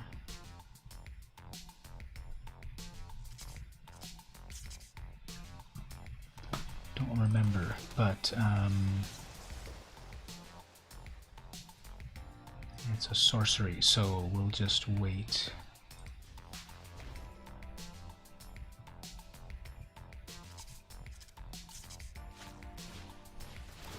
Alright, so they're really relying on getting 1 or 2 creatures out there. So we've also got Heliod's Punishment, I remember. So it was kind of a lot of like removing. We just got the Enthralling Hold card. The card for similar gets when used to so many times. Yeah, that's the one that steals creatures and stuff, right? So now you can steal them back. Yeah, they're looking at that 7/7 So Forlorn. We're gonna mutate, so return something from the graveyard. Well, if I get that out of here, it won't mutate onto it. It just comes in on the ground. Then when they bring out their when they bring that back in, then I will be able to banish light it. 1, 2, 3, 4. Let's do it like this. Can we wreck them like this? Get that Heliod's Punishment. Lock that down. That's how you do it. Get that out of the sideboard, lock that down, no mutation. For 4 turns.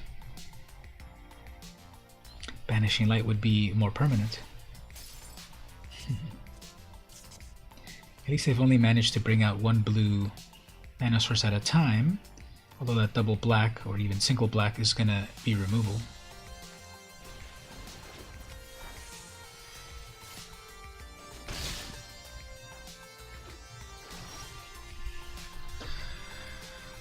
Well, kind of surprisingly, they might have run out of instants and sorceries.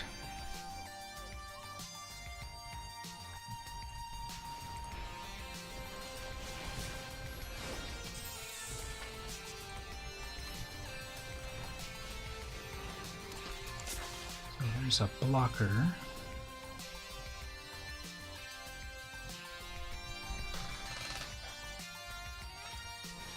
Typhoon! Fully casted! No! Well, I'll be able to bounce it back with the Bower.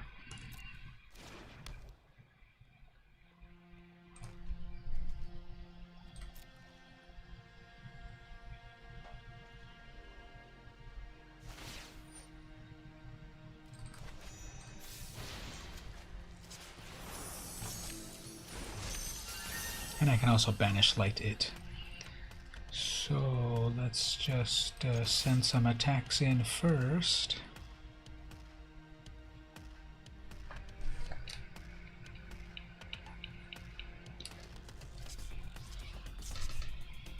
I don't have multiples of those angels, so that's not as impressive, but we can live with that for a moment. So bring in that 4/3.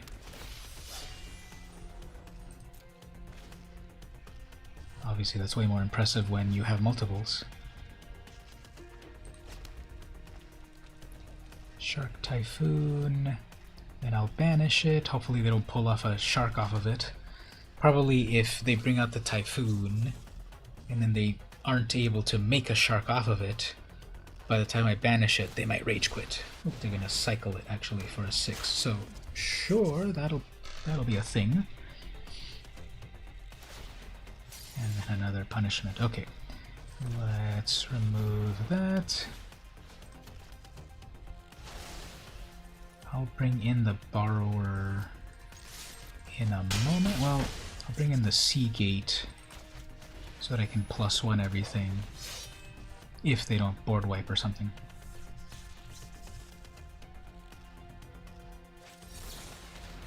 Sure. Another tap. We're gonna untap next turn. They're gonna untap next turn, but I'm gonna banish it. Right now, +1 to everything, so 2, 3, 4, 5, 6, 6 damage in total. That might be enough of a way to shock them into submitting.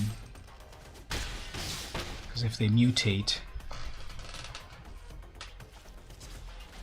Okay, opt. Digging. Their one blue source used up.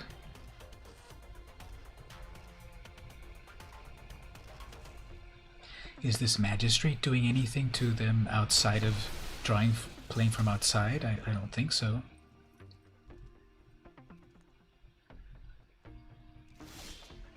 Okay, so we can banish that. Opt is a pretty classic card. Alright, so we've got the Brazen Borrower for the final. Oh, there's their final. Finally, their second blue. So I'm gonna flash in at the end of their turn one more attacker. They're passing the turn, so if they counterspell this, that's fine. Because then, if they cycle away to get a shark, I'll have 2 attackers.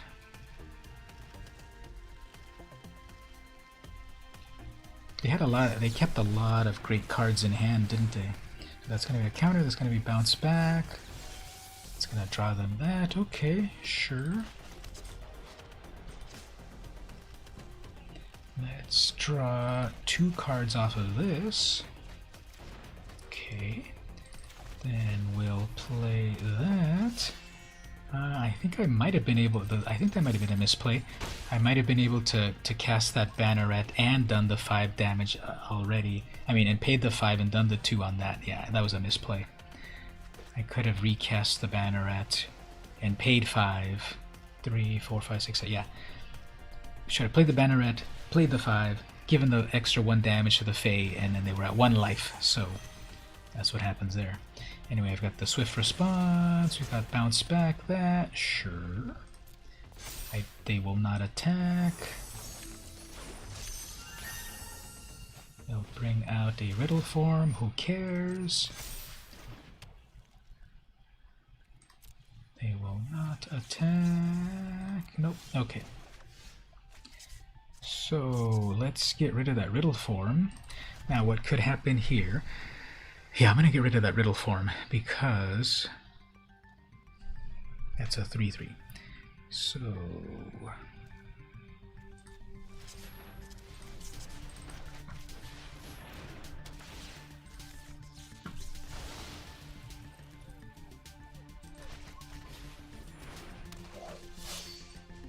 alright, next turn.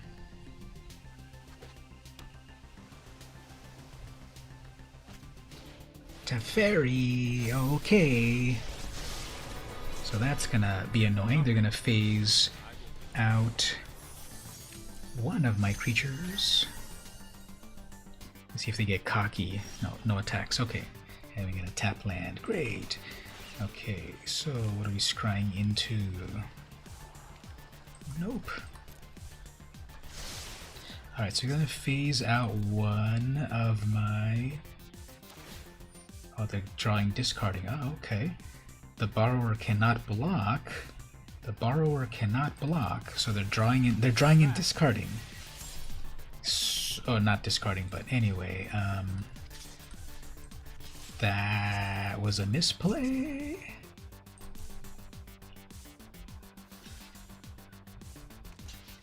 Oh, never mind. That's not a misplay. What am I even talking about?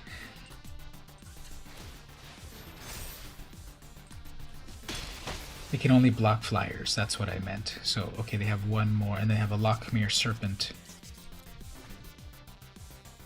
Yeah, they brought back phasing for one card on course at 21, Teferi. And it's really annoying because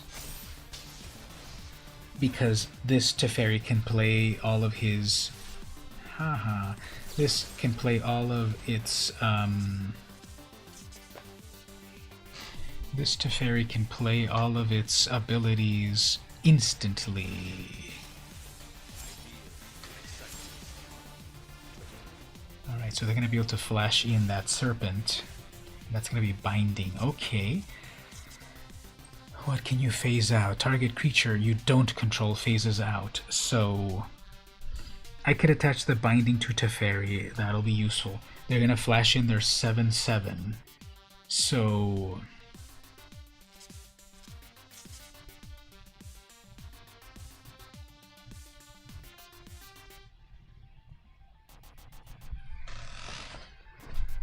that Teferi's still going to give them advantage. Draw a card, target you don't control phases out, take 2 extra turns.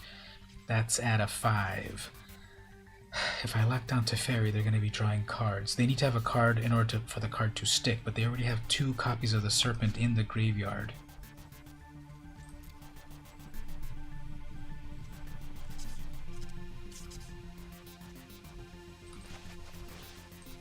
It's going to be... Okay, so Tormod's Crypt. Tormod's Crypt is going to be useful here for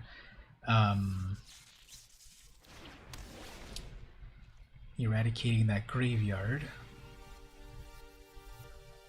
Right? The Lochmere can come back from the graveyard, right? Sacrifice an island, blah blah blah. Exile 5 cards from an opponent and return it. Okay. I'm gonna have a swift kick. What this deck might also need is the Castle Locthwain. See, at this point right here, I'm stuck on I don't have a useful card. If I had a Castle Locthwain, I'd be able, not Locthwain, the blue one, Castle Ardenvale. Whatever the blue castle is, I forget what it is. If I had the blue castle, I'd be able to scry 2 to see what's coming up. Right now I'm stuck because I don't see what's coming up. I have a disadvantage. So, definitely that's something to upgrade on this deck. Put those 2 blue put 4 copies of that blue castle in there.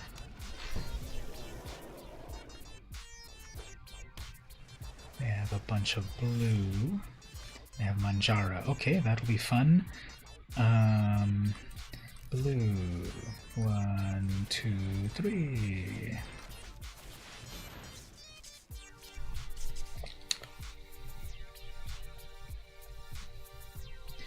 I believe it's pronounced Mangara actually, but I always thought Manjara, and that's a character that was invented way back in the day.